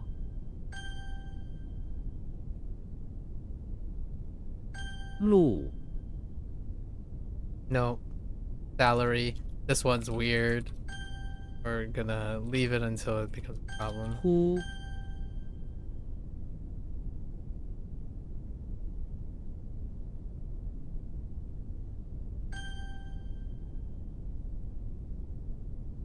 力 Oh no, what type of bug are you? Are you a bug? You could be a bug. Are you a dragonfly? Are you a moth? Hey.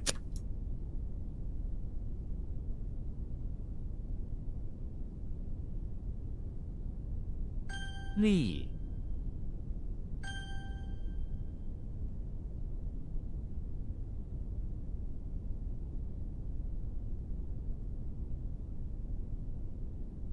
Dang it.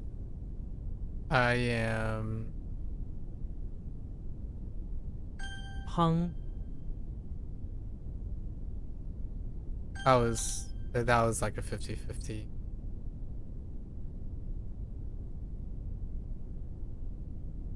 That's a 50-50. Tan. Which is just Tan. No other 50-50. 苏 What happened here?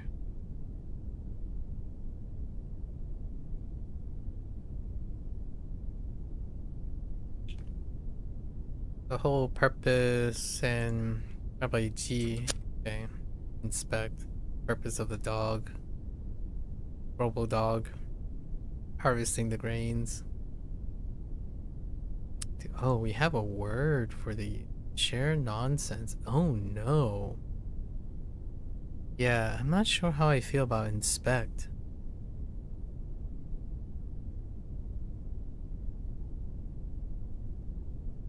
Yeah. Yeah, I don't know how much I like inspect for this. Let's go look at what other things we have. It's also part of Kalto, really. Another way to say Kalto.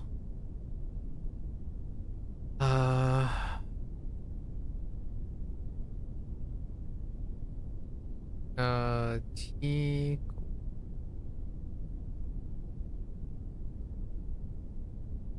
Yeah, inspect ancient. I kind of like it. Ji he to audit.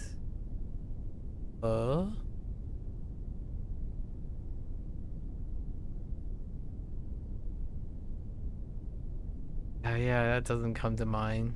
Ji cha would be great, actually. What's that, ji cha?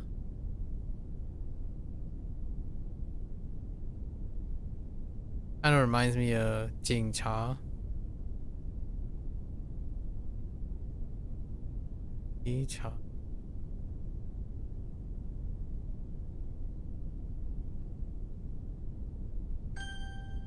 Ji Hearts. Lots of hearts. Not Lee.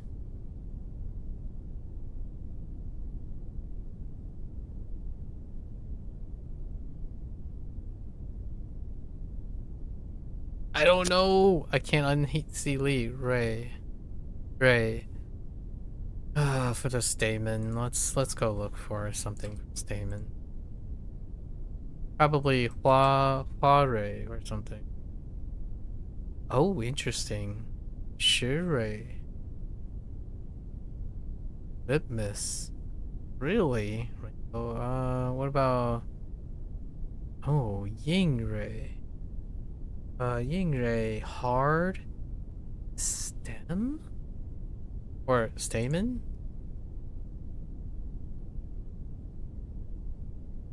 That sounds a little bit.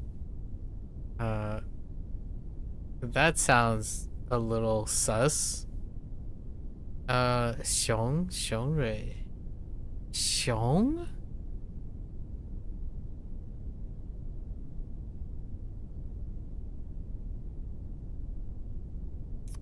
Here's a pistol. The female stamen. Pistol. Makes sense. The pistol is the female part of the flower. Oh yeah, there's Huarui. Let's just go with Huarui. No.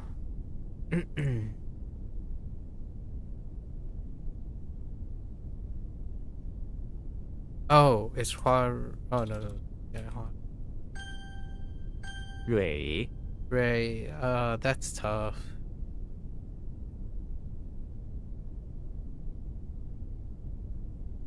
Heart is carrying Xing, right? There's a lot of Xing, maybe even Chi, but Ray is not on the list. Oh gosh, this silkworm. There's two of these. Which one is this?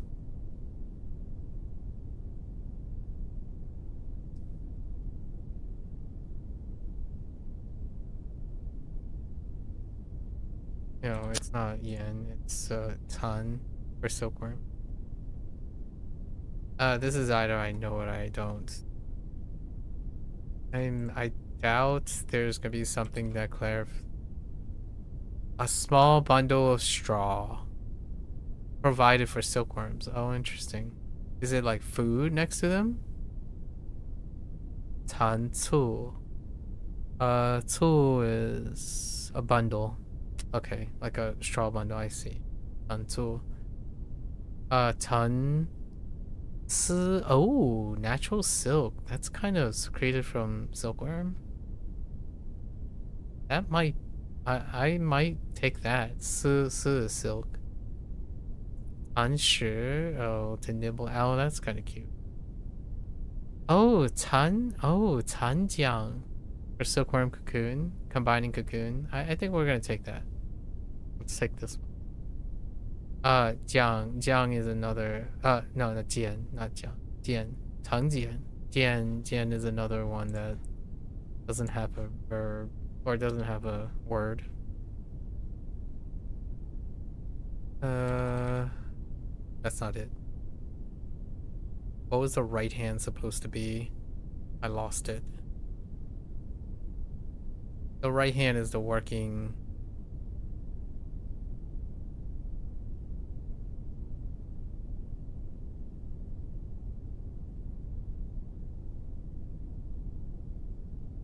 I wanted to type Jiang like immediately, but it's not. It's Mang, okay. What was the other Mang? This is Python. The other Mang is like unruly or like rude. The other one is rude. Yeah.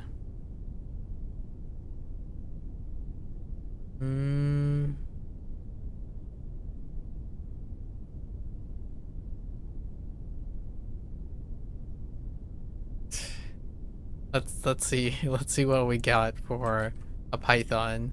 Maybe snake? Sure. Like a what? Mang sure? Mang pao? The what? Interesting. Oh, there's sure. Alright, so we'll just add Mang sure. To remind myself, it's basically a sentence that writes itself. Like the vocabulary is basically a sentence in my head already. It's a type of snake, sure, or serpent. Oh,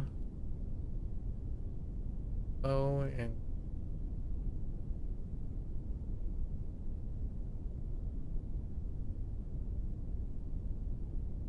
it's not the slit thing.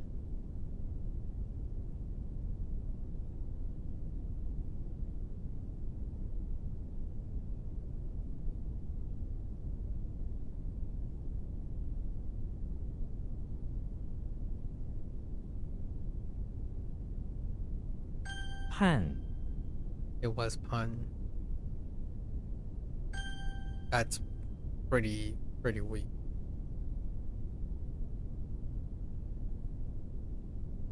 Hang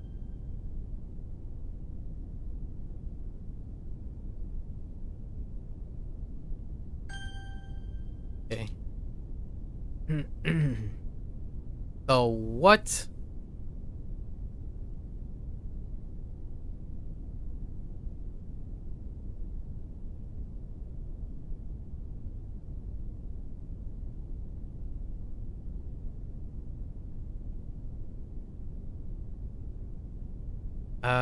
No. Oh, this is probably Ting for seeps. I need a seep. What's the other seep? Shun? Shun, right? Maybe like Qing Shun? It could be a direction. Like Qing Nai, Qing Nei, or Qing Yu, Qing Yu, or something like to seep in. Let's see. Proper noun, proper noun. Oh yeah, there. Oh, ru can be it too. To seep into something.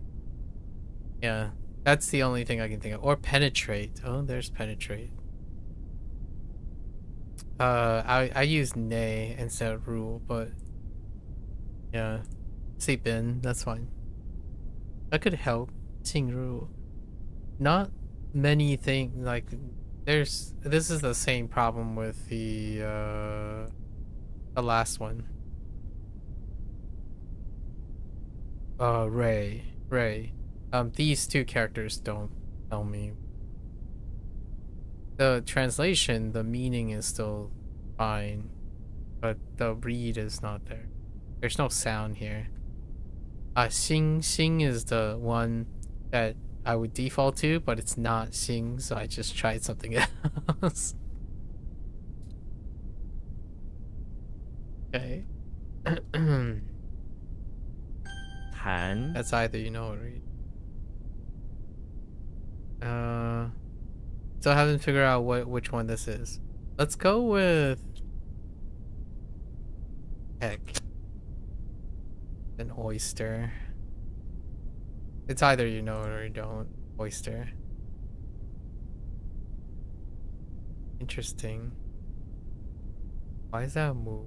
Muli? Mu is male. I have no idea.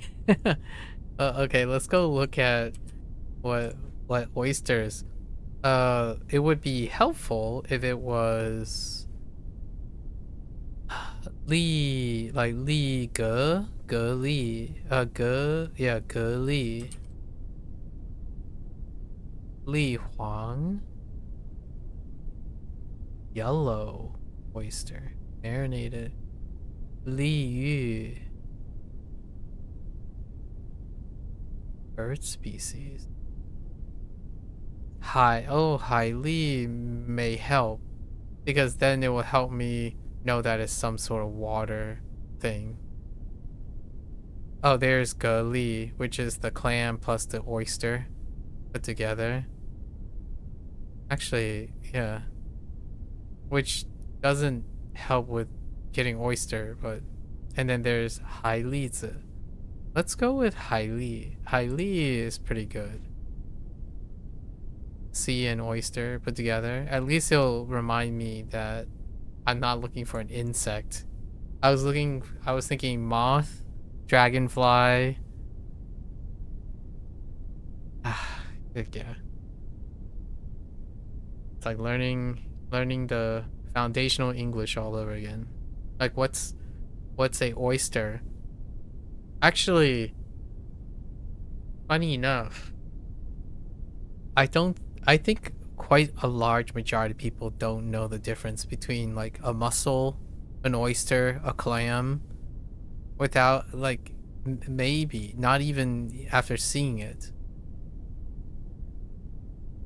No, maybe not majority, but like a significant population, like 20%, I would say 20% plus might not know the difference between a clam, mussel, and an oyster. Is there another shellfish that's commonly... I'm thinking of shellfish that's consumed, that have a shell.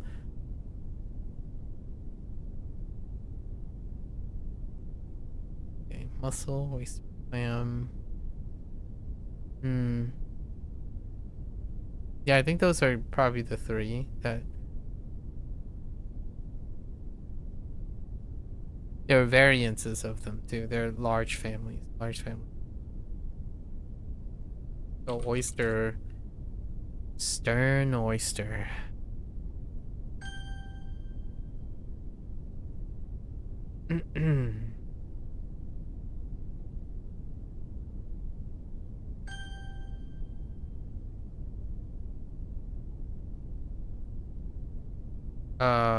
Lan.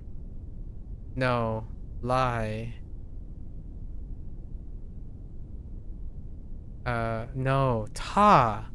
Oh no. We're gonna need help with this. And then them against high ta. Ew. Wait, why is this ta? That's less than a 50-50. Because lan would be the primary. That's why I went with lan. Or next to that would be lie or lan. But ta is an exception.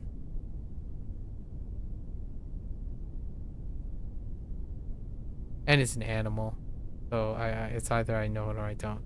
The reading though of it is not... It's a 1-1. This is a 1-1-10. A 1-1-10 situation. So we have to keep in mind, rely on the doggo. Have to go with it. Haita would be what I have to keep in mind. It's a animal in the sea. Although they're in the bathroom, and it's Tarzan. That's rough. Oh no, it's another combination of... Okay, hang on.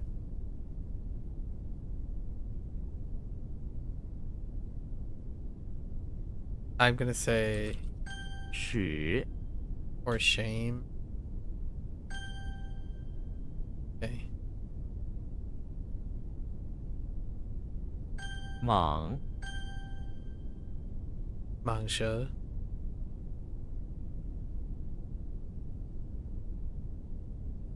舵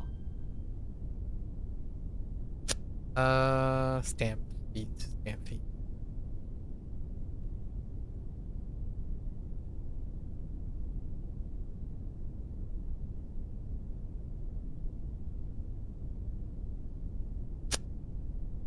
It's G, gun, stems.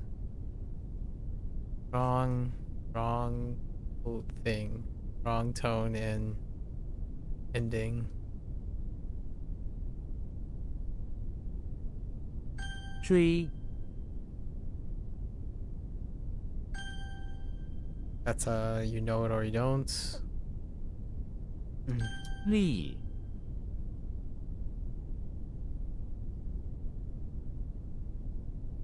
Not shiver.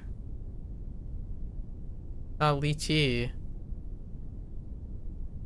It is a plant though.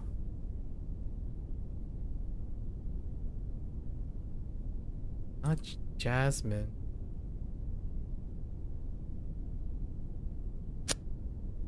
Ah, dang it. 棕 Oh no, it's a palm tree.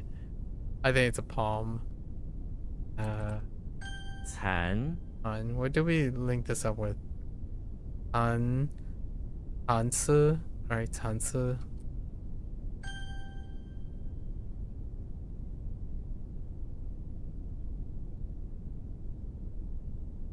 Every fiber of my being wants to type tan.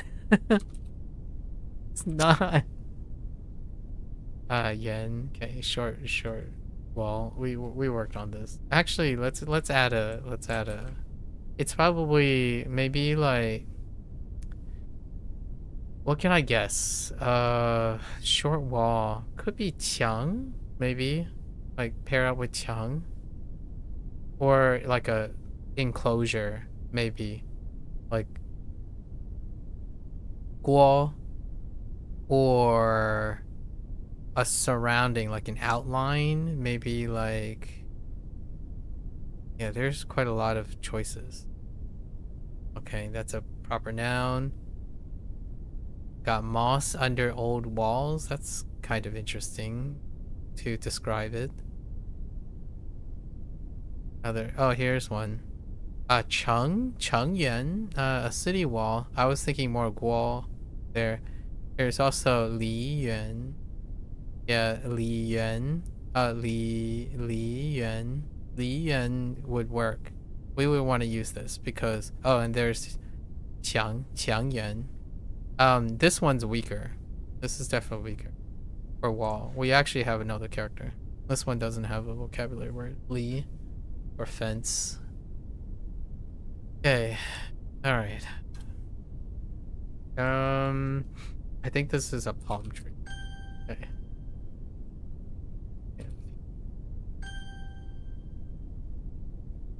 What do we have here?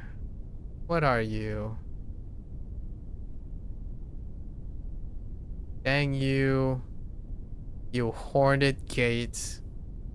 It's always the horned gate.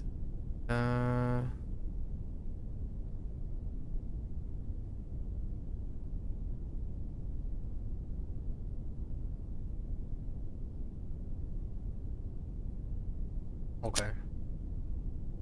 Probably bung instead of B. Let's go and find out spurt. Spurt. Maybe chu, like to exit, like to burst out. So bung chu, or bung kai, like to burst open. I like spurt open. Maybe bung fa, like to send off, like radiate, something like that. What's another way to go about spurting? It could be like in or out situation. Oh, there's bung fa to burst forth. Bung lie. Oh, they use lie, that split, as opposed to a different split. There's bung liu, to gush. Fair enough. And then there's bung fa chu. Makes sense. So which one is? I think lie is probably going to be. No, that's, yeah, to burst open instead of kai. Interesting, they didn't use kai. Let's use this. I kind of like this to spurt. Okay, we'll use bung liu. All of them are pretty familiar. Practicing pairing up characters. It's kind of like a incredibly fun activity when you have so many characters. You're combining characters naturally in Chinese, despite not like knowing what the vocabulary words are. I already habitually do this before we did the dictionary thing, so now I get to like do it whenever. So the spraying the heart thing. Xing. And what do we do with sip? Seep. Seep through, like qing ru, right? Qing ru. This one is weird. Yuan. So now what we use for this one, yuan, short. Got a fence, yuan li, or li yuan.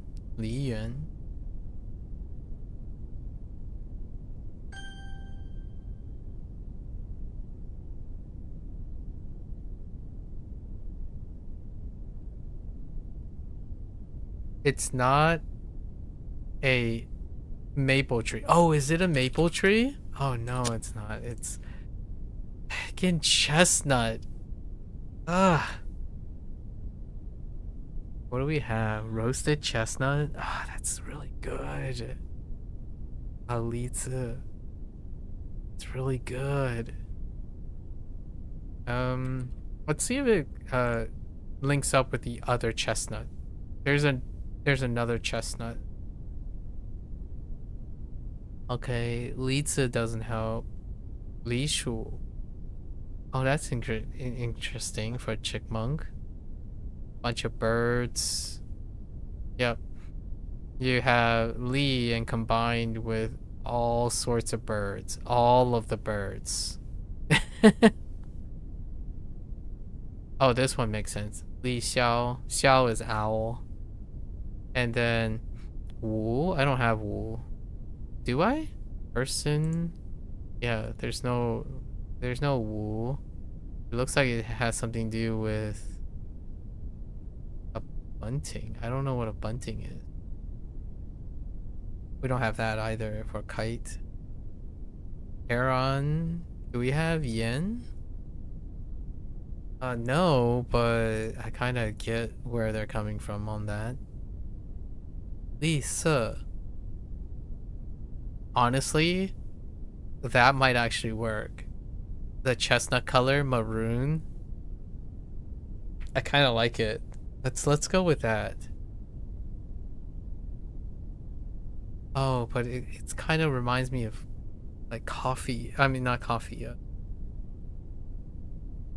Yeah, coffee or tea colored. We got anything else? They're all, oh my gosh, there are so many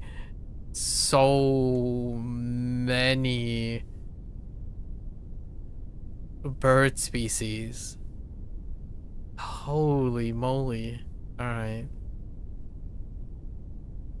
We'll just stick with color. Maybe it'll be good. So how this is gonna work, it's gonna help me with a common color. So this has to be a common color. Like it's helping me think of it as a common color, and a chestnut has a common color, a brown color. So a maroon color, right? Hopefully.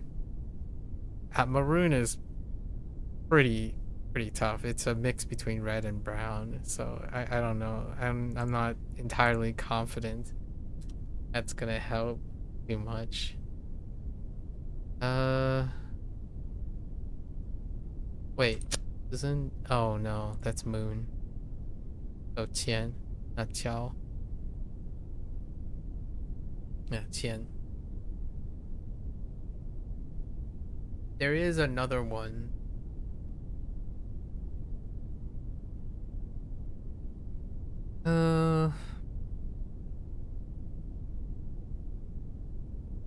Oh, find it.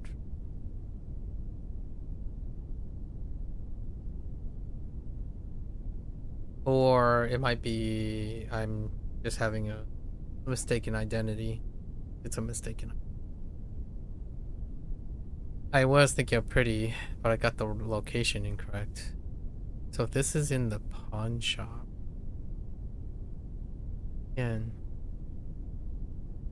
it looks more like Qing or Qing. And green. Oh, right.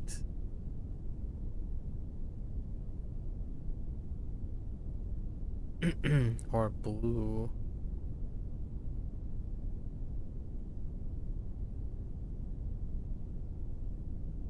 Green tea cake. I think I'm not gonna get this one. 线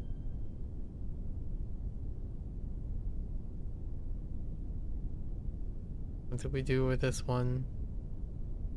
Okay. 蹦 蹦了.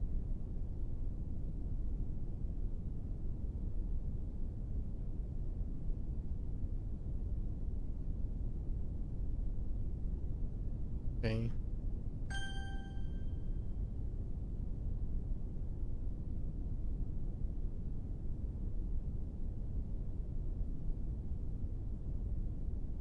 梗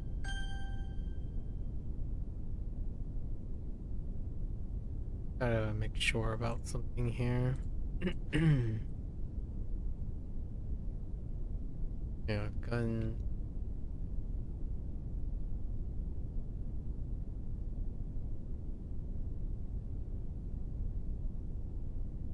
Okay. Second chestnut. 虚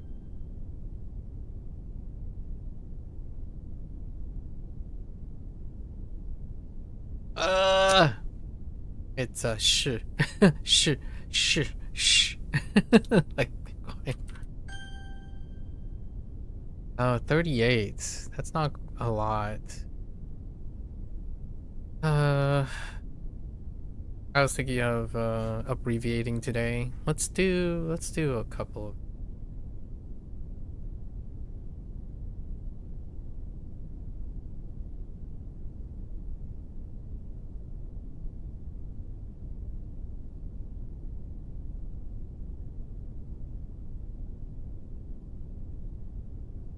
汗腺 人的身体有很多汗腺， It's not pus.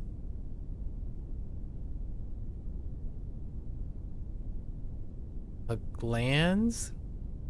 Thymus? Lymph nodes? No. It's sweat glands. Yeah. Fine. Okay. Oh.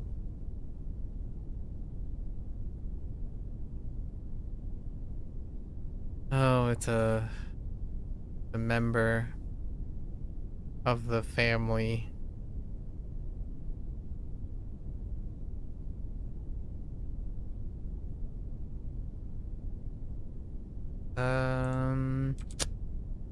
See who? Okay. C is weak, but Fu is fine. Family members are pass. That's you know it or you don't.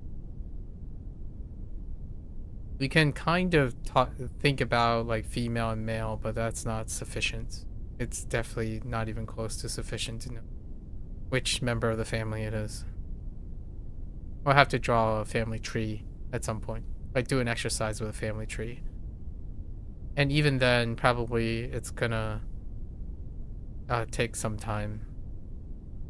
Family trees are rough. Speaking of related family thing, this is a family term too.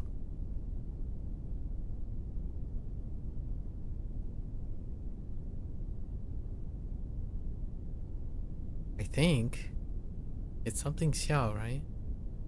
So qing si jiao. Oh no. Oh no, I confused this with something else. I'm thinking of filial piety. That's not filial piety.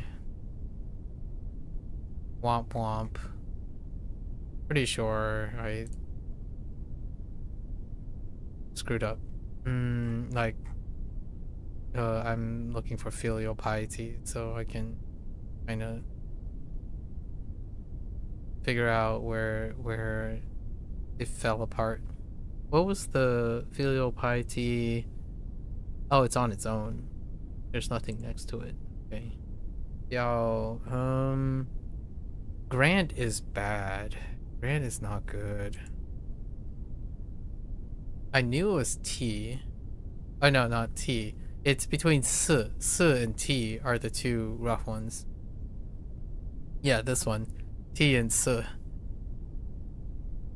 So S has the shellfish and T has the soul. And these both were introduced around the same time. So they got mixed up quite often. It's a 50-50. Maybe. I mean, it's just grand instructions. Dang it. I think we're gonna pass on this.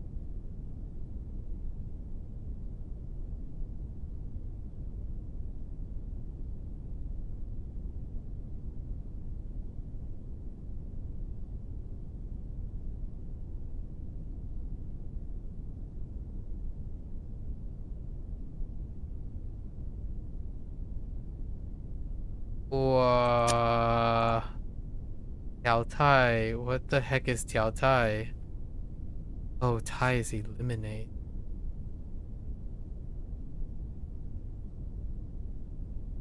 Okay. I was thinking losing weight there. Not sure if I'm gonna do anything about that.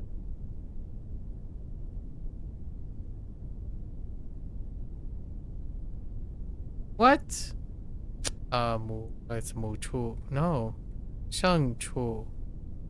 Oh, hang on. Domestic versus pasture. What was pasture? Yeah, what was pasture? Is the other one that I'm looking at. And then there's Ping, but where's pasture? Sheng, I should have read Sheng. Sheng is on the right. Oh, that's my bad. What about pasture? Moo, which one is Moo? Oh, is foreman. This is pasture, herding, pasture related things. Couldn't think of it. It was foreman and not life. That's kind of disappointing. This one was a little. The other is livestock. 媳妇，这位媳妇对家人很好。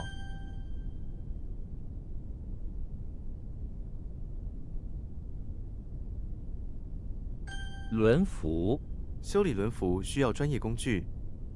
I can't. Wheel spoke. Come on. Come on. Whoa. I lost it. Dang it. It's feed.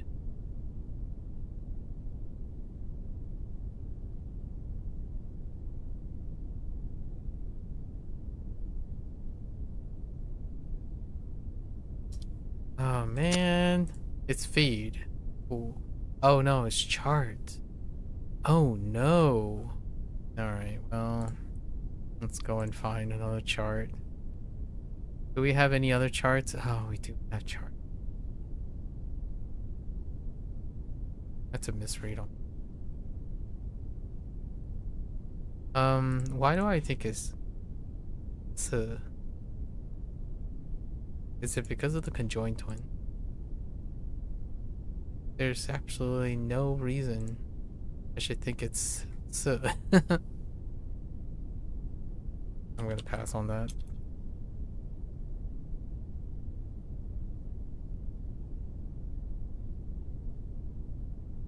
弟媳，我没有弟媳。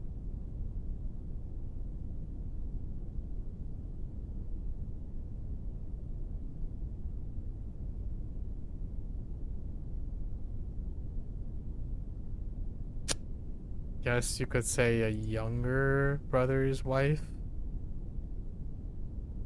Yeah, it's from the perspective of a younger brother. I get it. Fair enough.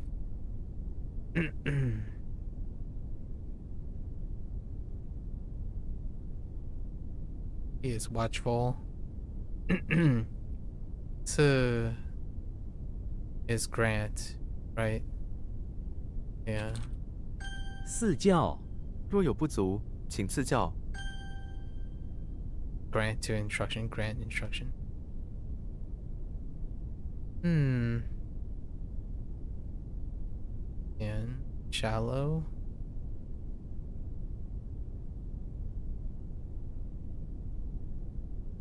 Nasal. Where's that deal? Nasal.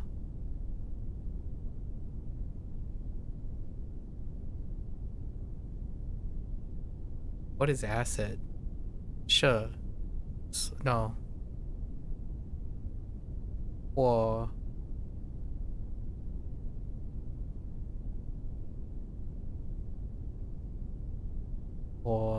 Chuan. Or Chuan.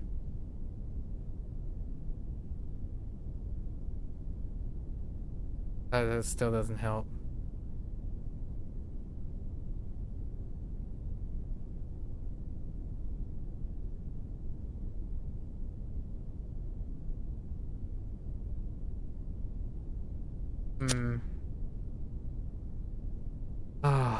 Go to put aside. Oh, wrong tone for it. Yeah. Run aground. I don't know if there's anything to do other than take the G. We have to take the G. This is the G.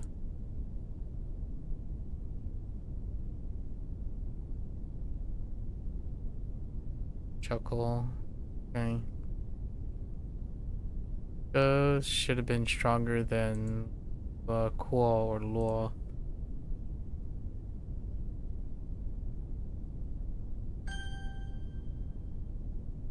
I need to hear that sentence though.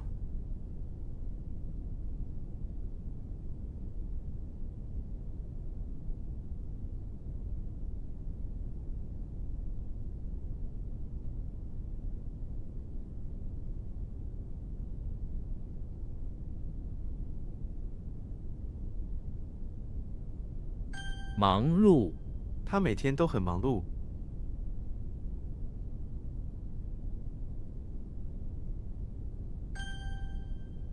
Lu, really? Mang Lu. Okay.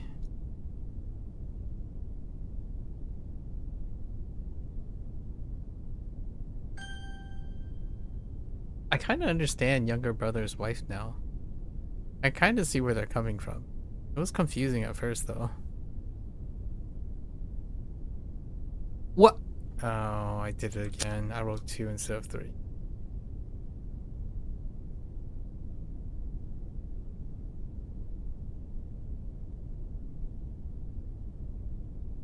I do the how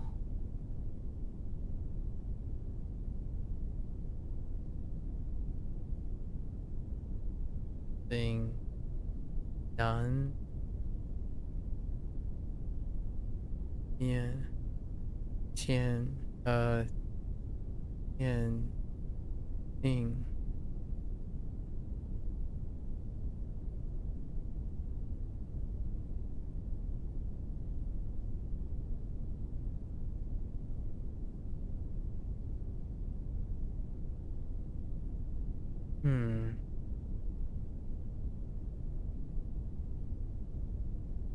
The whole right thing is something, right? Oh.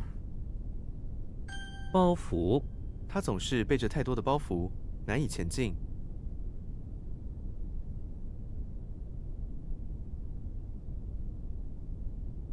Or like a wrapped gift or burden. Yeah, that's fine. Bundle wrapped and gone. Yeah. Okay. What's a figure of speech? Oh. Which scare is this? I can only see a lot. Let's see. It's not you.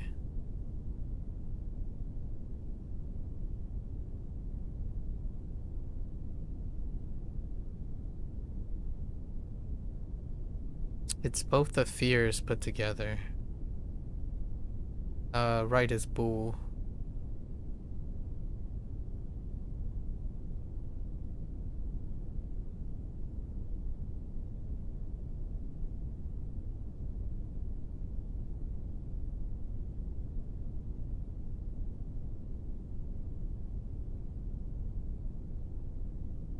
What?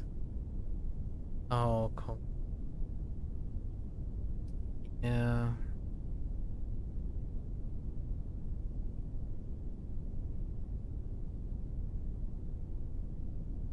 I don't actually know how this is broken down.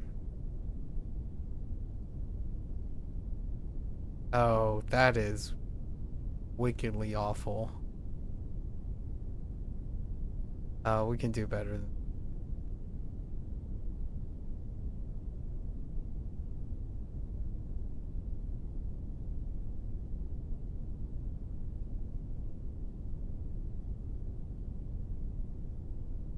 Okay, that is a pill.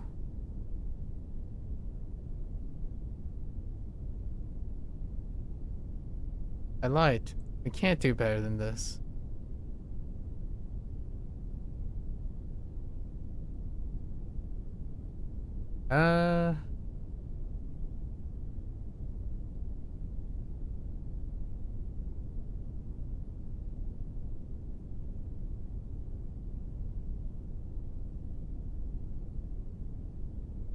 恐怖片，他喜欢看恐怖片。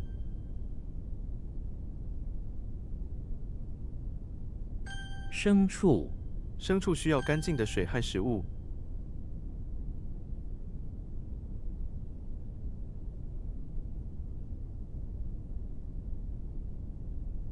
离谱，他的行为真离谱。 Oh no, wait, that's a recipe. Oh no, that's unreasonable. Leaving outside of reason. Off the charts. 食谱，这是我最喜欢的食谱。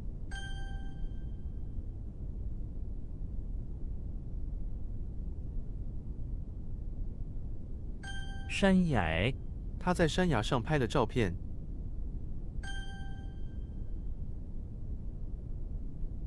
恐怖，他突然听到一个恐怖的声音。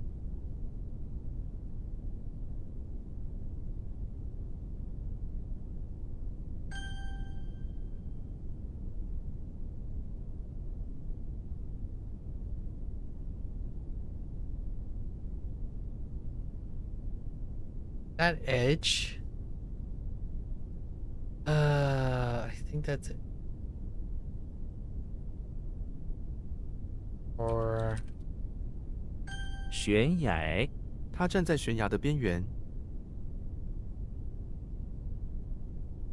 that's still like suspended precipice. Yeah, it's still a cliff. A suspend though. That's suspend. 淘汰，他们在第一轮就被淘汰了。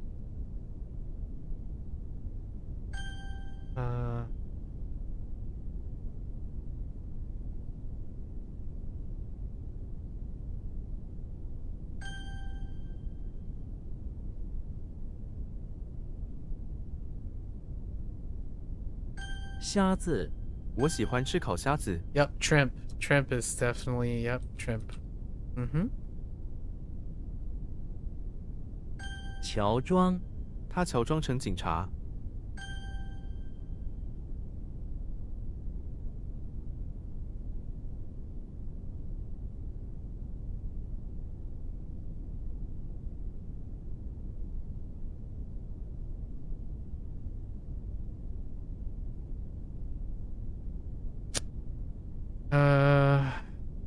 Waiting for happy. Cashing all the bundle of. And that's just happy. Or gladly, sure.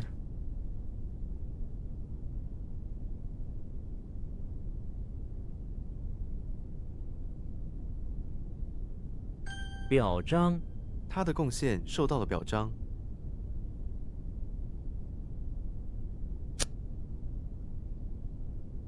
That's fine.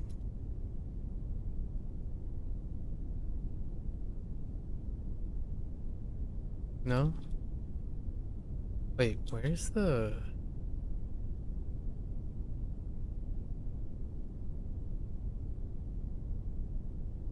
It's not... Yeah, it's not that.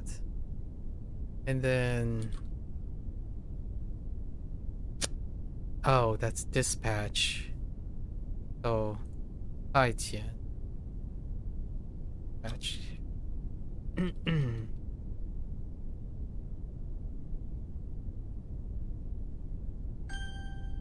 I don't went with the Japanese.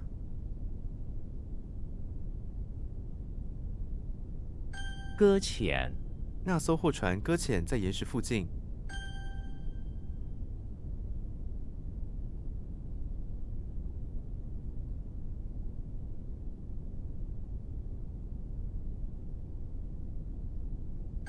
侵蚀，海浪侵蚀了海滩。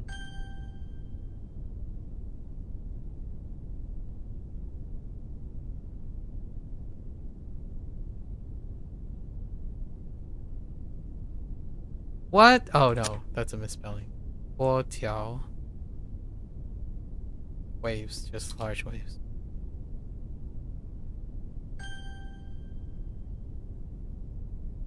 波涛，波涛 not 条，波涛。How do I do this again?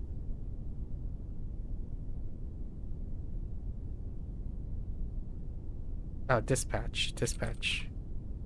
Pretty weak.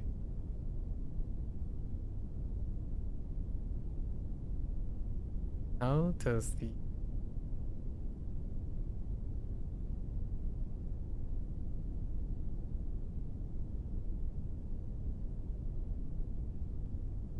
遣返，这些人员将在下周被遣返。 or exchange or repatriate or return? Return is fine.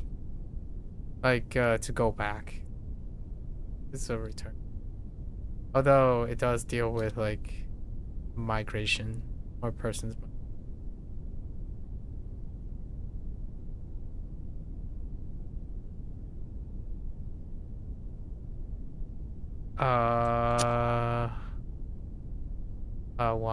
One fun.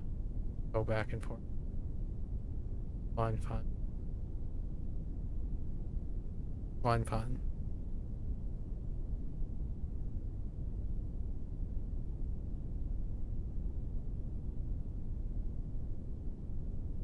欣然，他欣然加入了我们的队伍。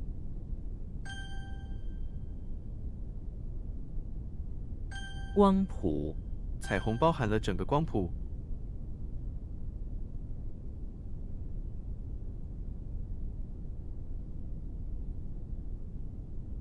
Yo, what?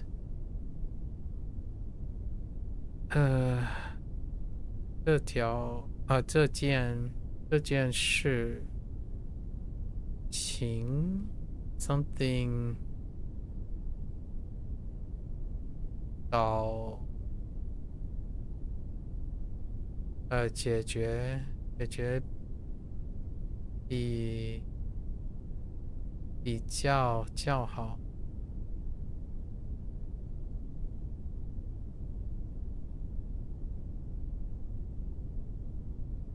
What are you?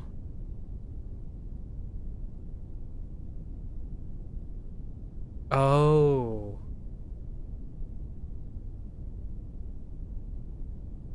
趁早，这件事情趁早解决比较好。 Like as soon as possible. Okay.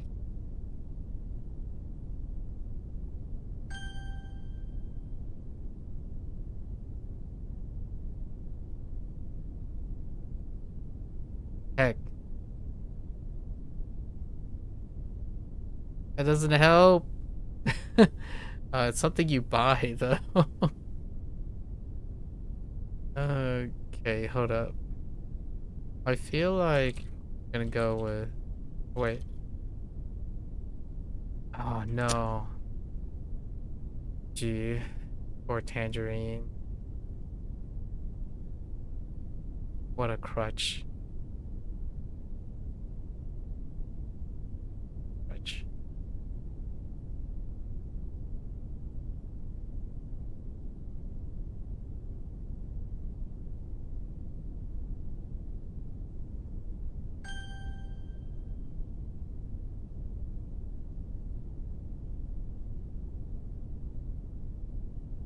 "往返，这趟火车往返2个城市。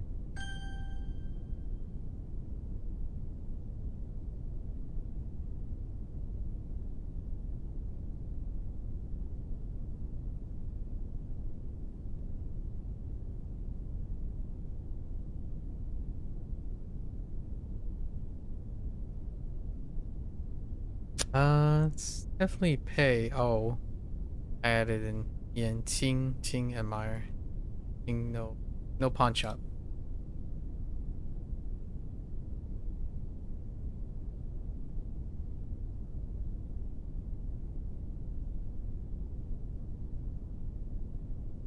Zhang.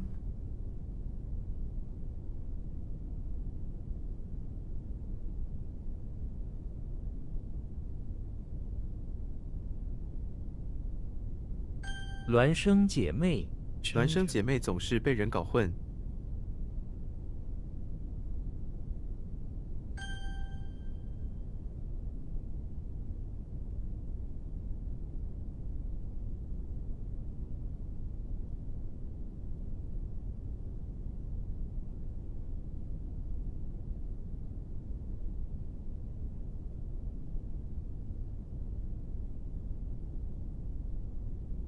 叙述，他用温柔的声音叙述着故事。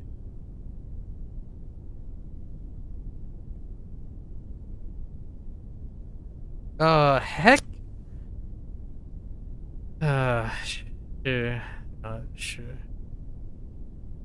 This is Zen Master or just someone decent. 钦佩，我非常钦佩他的勇气。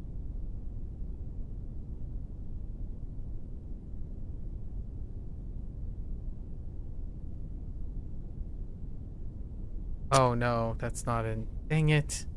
Zhang, that's not an anchor. I was thinking of an anchor. Split open. We worked on that. Heckin worked on that too.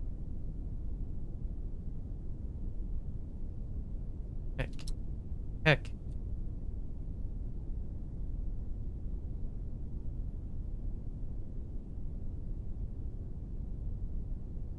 龙虾，我喜欢吃蒸龙虾。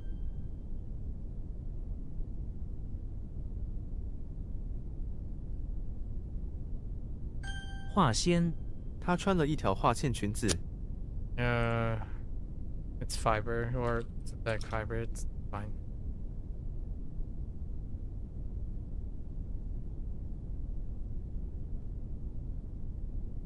峡谷，他们在峡谷中露营。Or like a gorge or a ravine.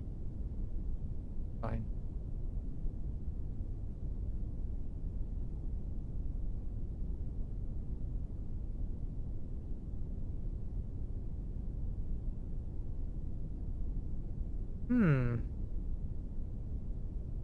That seems suspicious.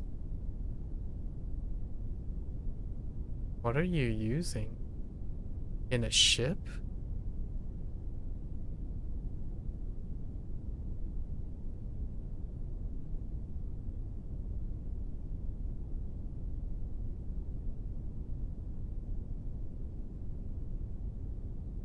“螺旋桨”，这条船用螺旋桨推动。推动螺旋桨。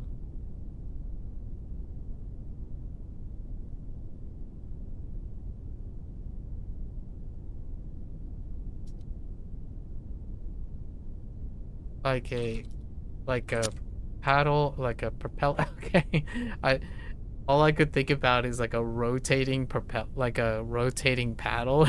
Like, what do you call it? It's a propeller. Okay, yeah, this is okay. It's fine. I had a English moment there. That's a bad English moment. Like, what the heck is a rotating oar? Propeller. Okay.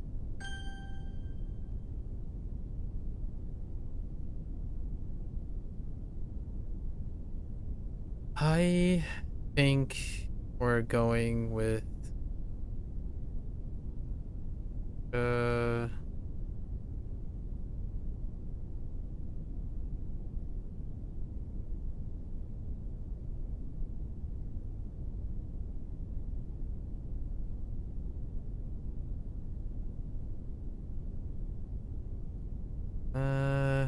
it's Wei for the right, and then Tan, ashamed, you know. Chi is Tan is weak. And this is as efficient as it gets. Two shames put together. That's Quay plus a soul for ashamed. And then Tan is a bit weak because Tan doesn't share the read.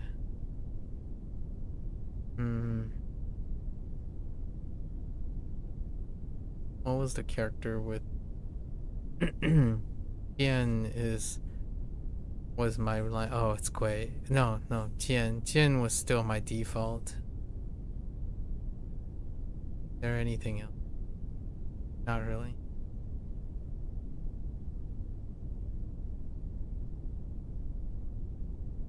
That's a tough one.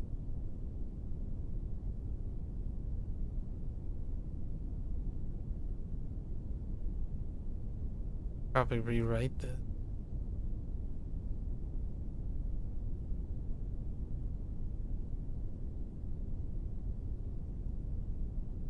I don't know what I would rewrite it to.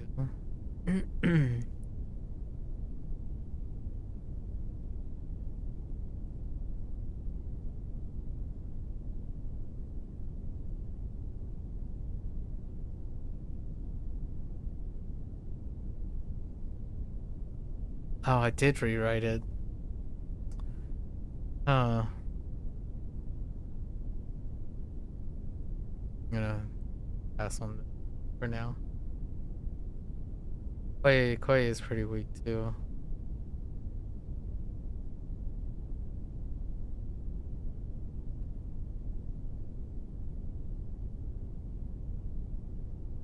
Bit stronger than An. 橘子，我买了一些橘子， Either you know it or you don't.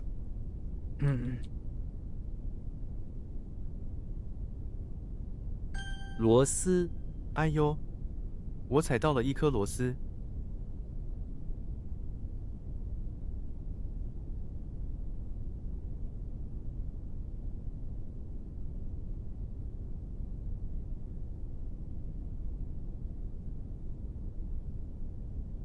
That is so tough.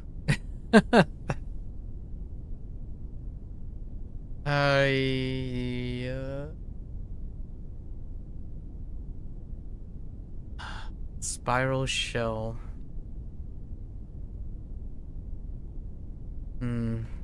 Alright. I don't. We'll just.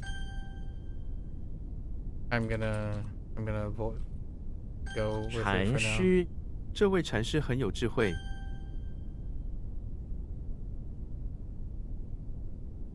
开辟，他们开辟了一片新的农田。 Or split open. Or open up. Fine. I guess tearing is not the... I guess tearing is... "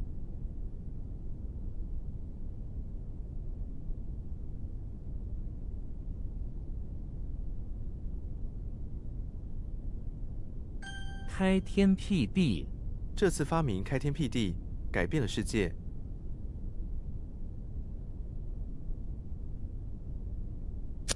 Or like splitting the heavens, groundbreaking. Okay.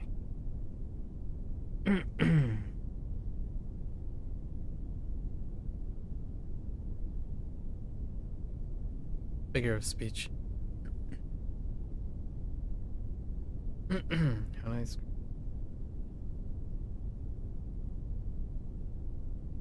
破绽， 你的裤子有破绽了。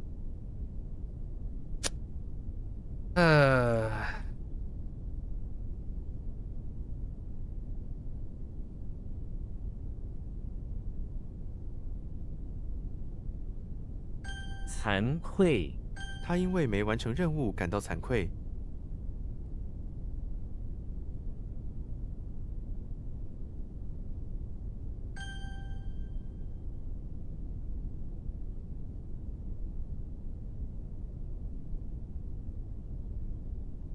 叛徒， 叛徒不受人欢迎。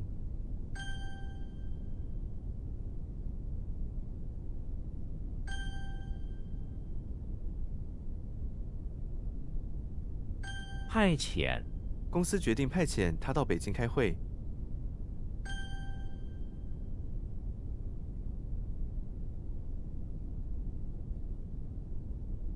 What is that? Oops.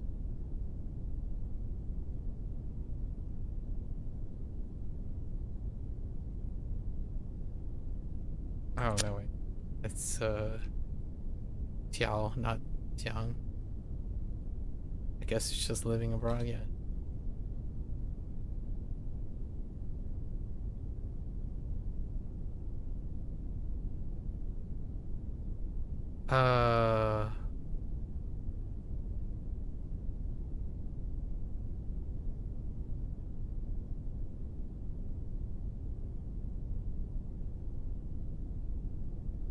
哆嗦， Oh, 动物 Dosuo. 在角落里哆嗦了。 Silence. Okay, and then tremble. Okay. Need to silence.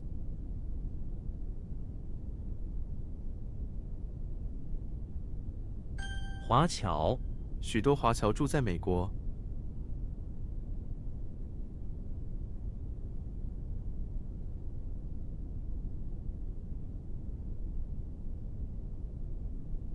It's in China, living abroad in China, or overseas Chinese, like overseas Chinese.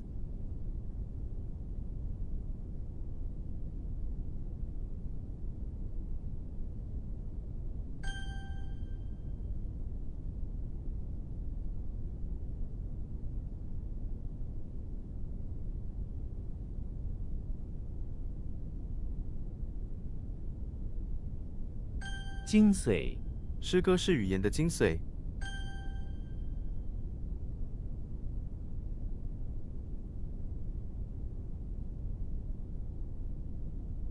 I don't know how to phrase this, okay?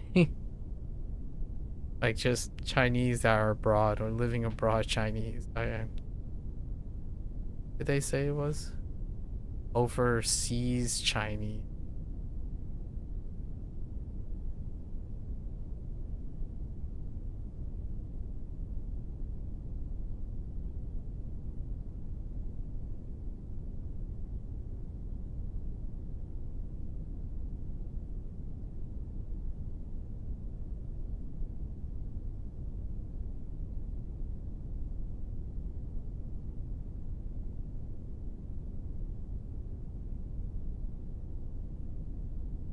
Oh no, sorry. 会, not sorry. Filthy and dirty. It kind of looks like shui. The right hand is shui. The difference, the grain. Oh, grain. Disappointment.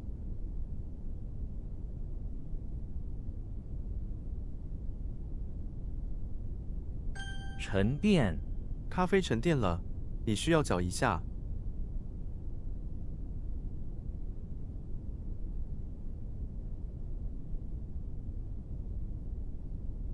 电了, like settle. Okay.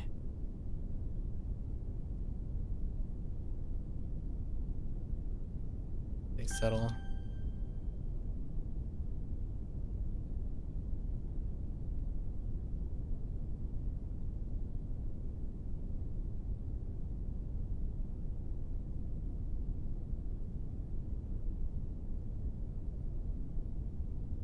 “谴责”，记者谴责了政府的决定。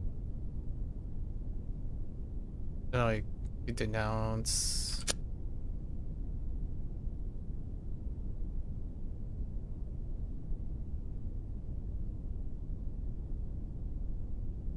What the metal beard?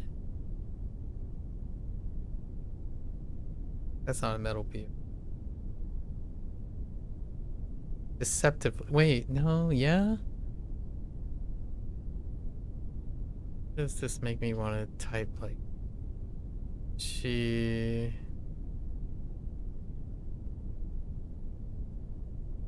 Okay. Probably Ju. To cast metal.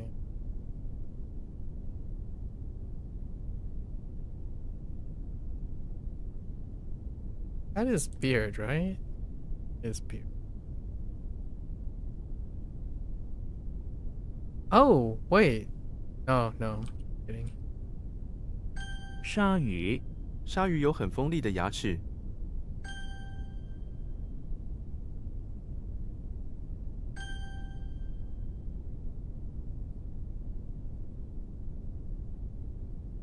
淋浴，这间浴室里有淋浴。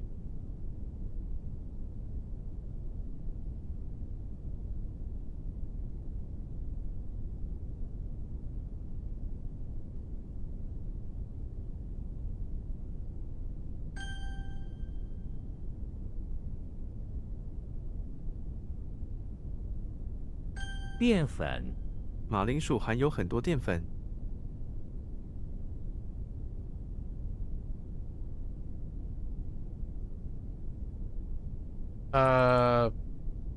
What the sediment and starch is what they do powder and either I know it or I don't. Fortunately for that one. Then we have another starch. I don't think that has a vocabulary word though.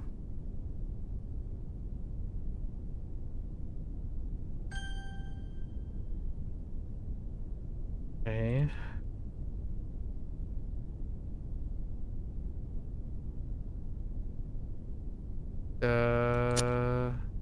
That's Shang. And then a bolt.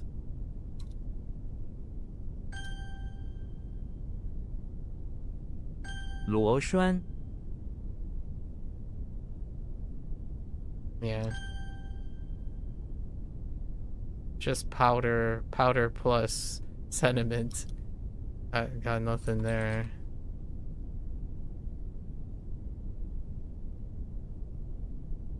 Nianhuai. 他常常缅怀逝去的朋友。Like cherish. Okay. Oh, cherish the memory of? That's fair.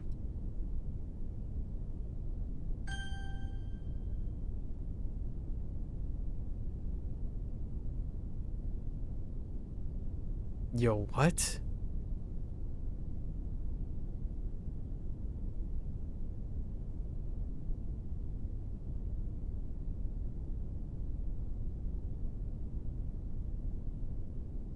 My inclination is like, cool.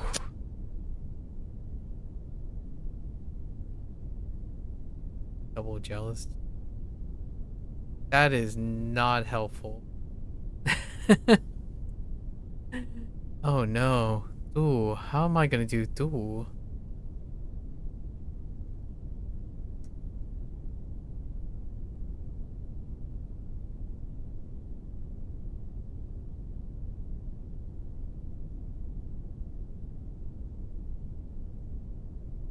I mean, I don't. How did I get G? G? What in the world is G? Oh, sickness. Dang it. It's sickness, G. Alright. That's probably how I got by the first time. G, and then you just have to hang on with it. There's no dual, and that's why I went with who.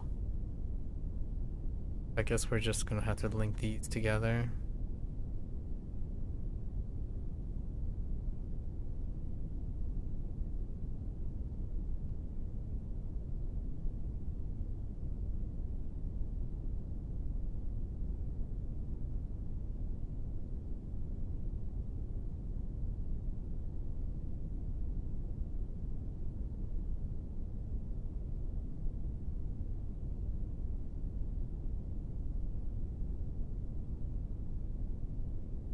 I don't see how they can be together.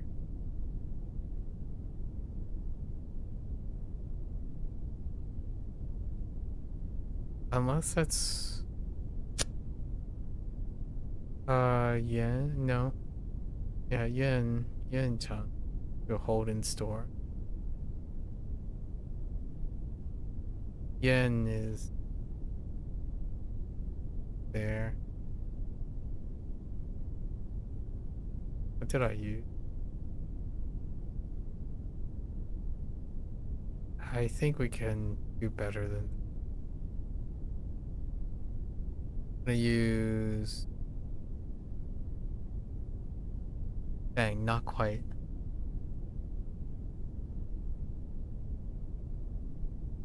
Not quite temperature.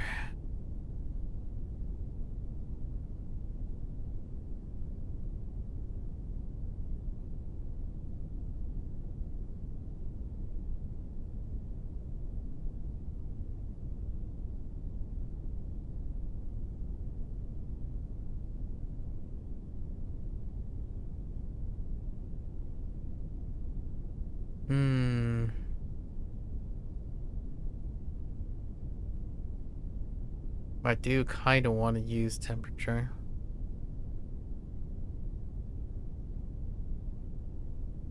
And silk.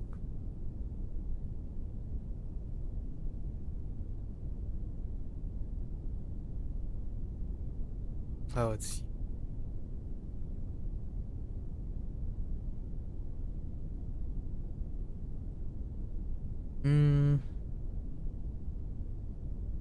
Oh, I do have temperature. Kind of a... Okay.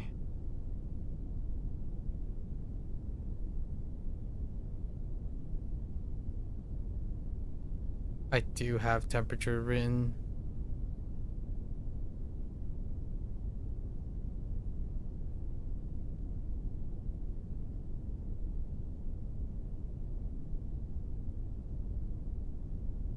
窒息，没有空气，他开始窒息。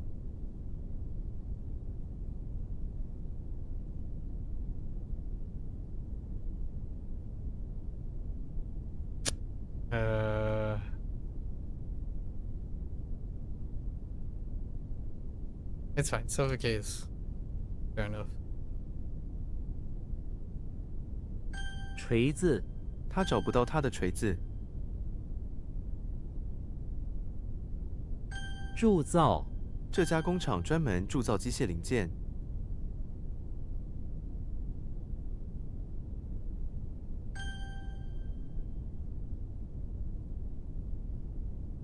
And then obstruct.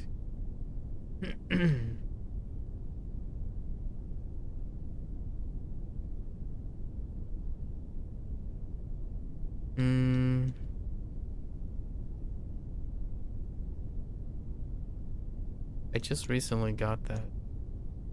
The Japanese read on that.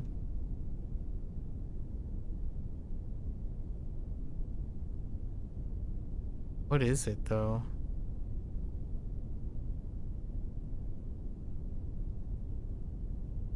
Oh, 七次 It's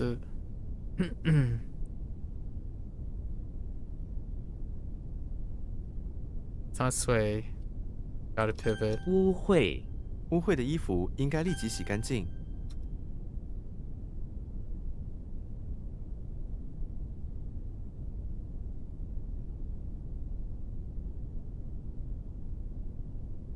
开垦，农民正在开垦新的土地。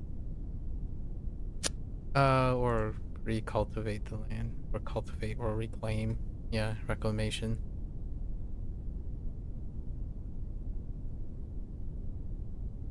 Okay. That's 蕴藏，这座古城蕴藏了丰富的历史文化。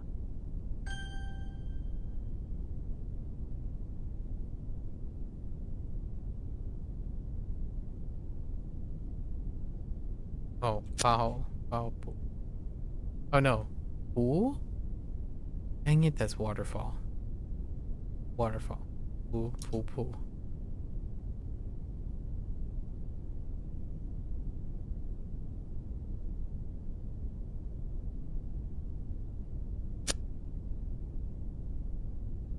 Oh, wrong tone. Dang it.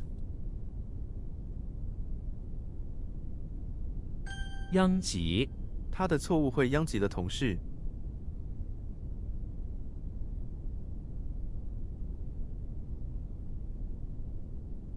wrong, jeopardize, wrong, like damage, or like bring disaster. Yeah, that's fine.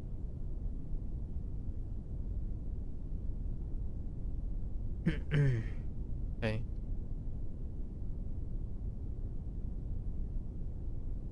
栽植他们在公园里栽植了很多树， So we have to go off the G and then the 嫉妒他嫉妒你的成就，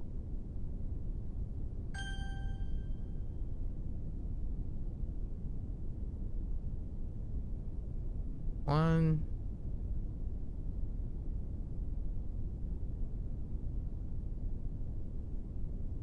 That's an off official. Oh no, it's just Squad and Leo. Or an official or a bureaucrat.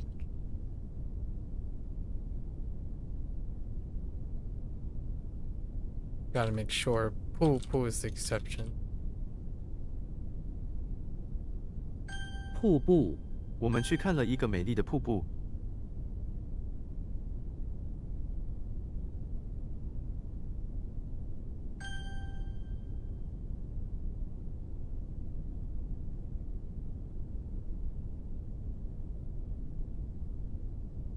垦荒他们的垦荒工作进展顺利。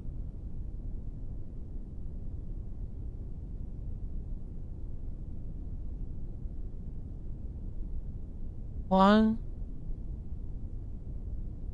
Okay, so it's just straight up reclaim wasteland. Okay.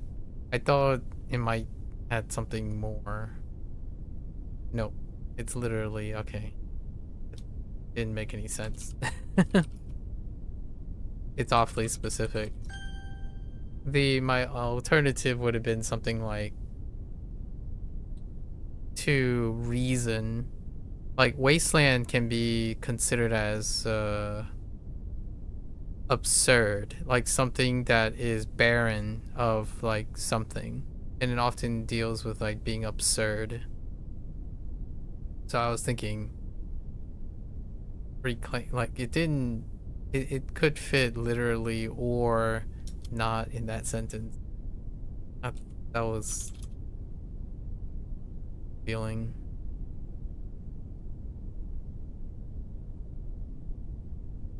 Nope. That's the 下降 gravel and thick liquid. What is that? Lava? Mortar. You don't.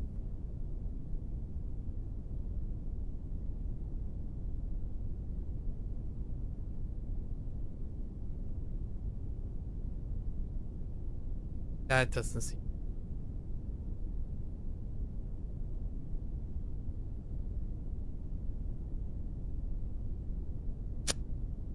Probably Jing. Careful. And then Fang to be guard against.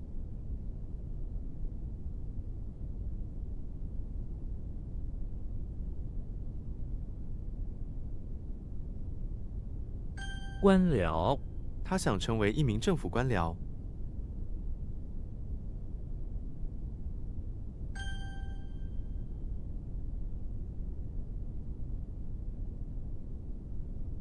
All right, and that's where we're gonna stop. Okay. Wait, what's happening? Oh. Hold up. Wait.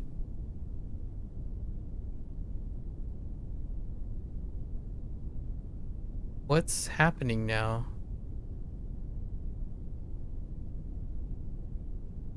How are the lessons not up?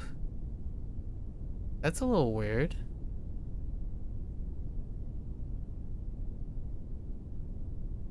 Oh, I'll have to look at the settings.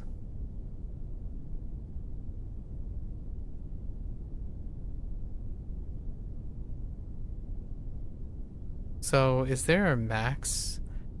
I think I have to change something. Hold up.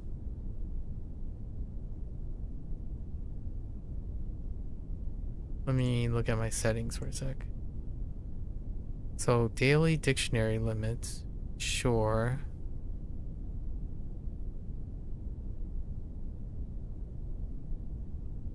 The daily review limit, no.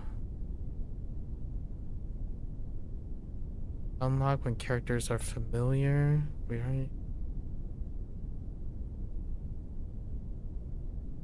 I don't understand why the dictionary is limited now.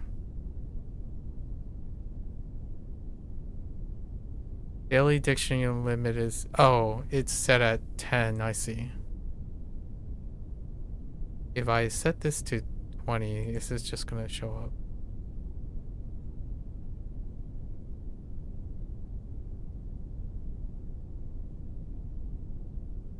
Alright. I think it's just gonna show up tomorrow. Because we did 10 today. That's why it's not showing up as a lesson. So we have yet to do the 10. So I just set the limit to 20 in case it displays, but they'll probably show up tomorrow. It's a rough going, man. Rough going. Okay. Yeah, let's cover these. Do cover a weak character here. So gonna write the reads and then think about the weak character and translate.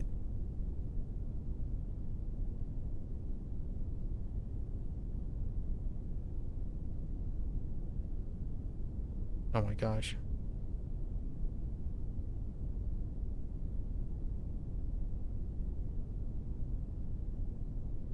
We have Hung Mei. Hung Mei. Or Lentil.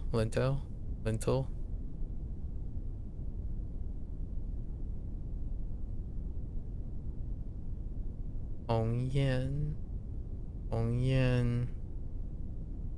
Swan Goose. Bird.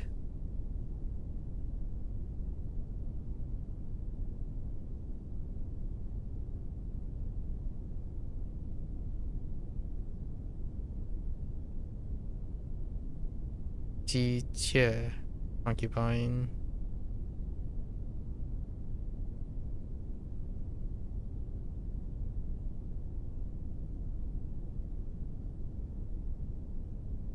Oh no.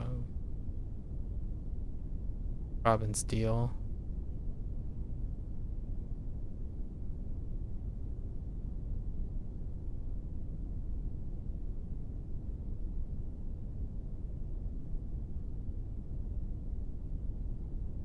Zhu Qi. Big Trotter.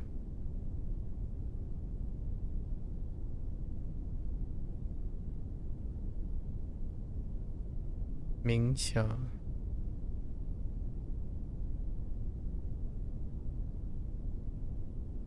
What word did they use? To muse?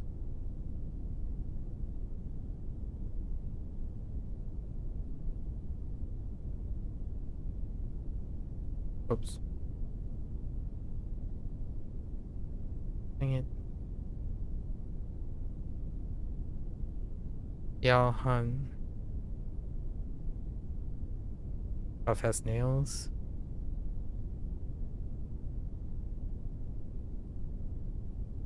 Daju. Creek. Onomatopoeia.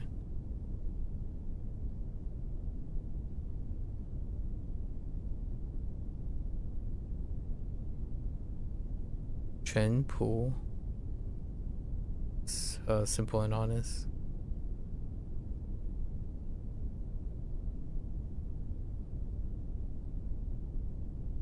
Che Ling. Amnesty.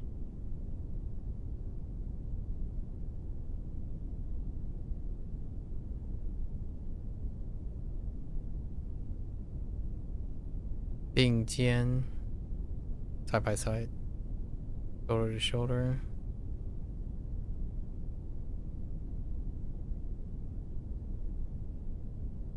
Mian Dian. Shy.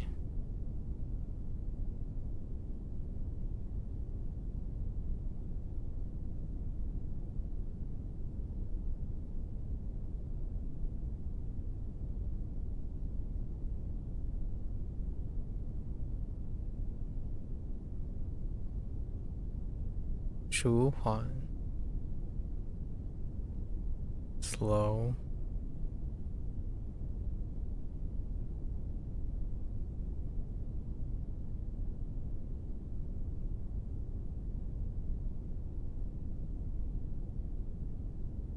渺小 渺小 minute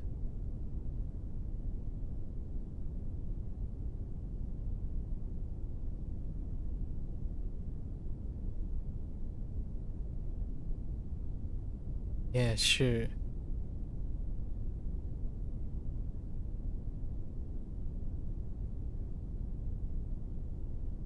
loathe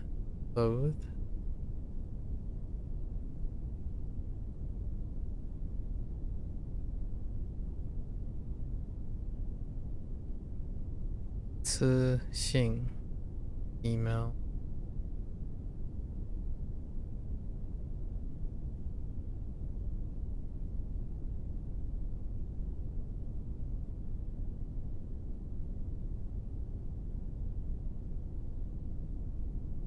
全服 curl up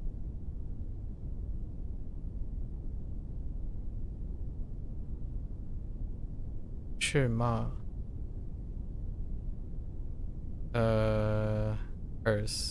curse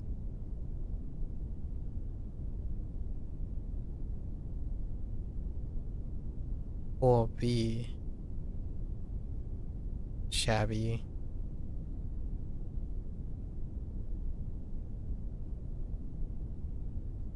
激素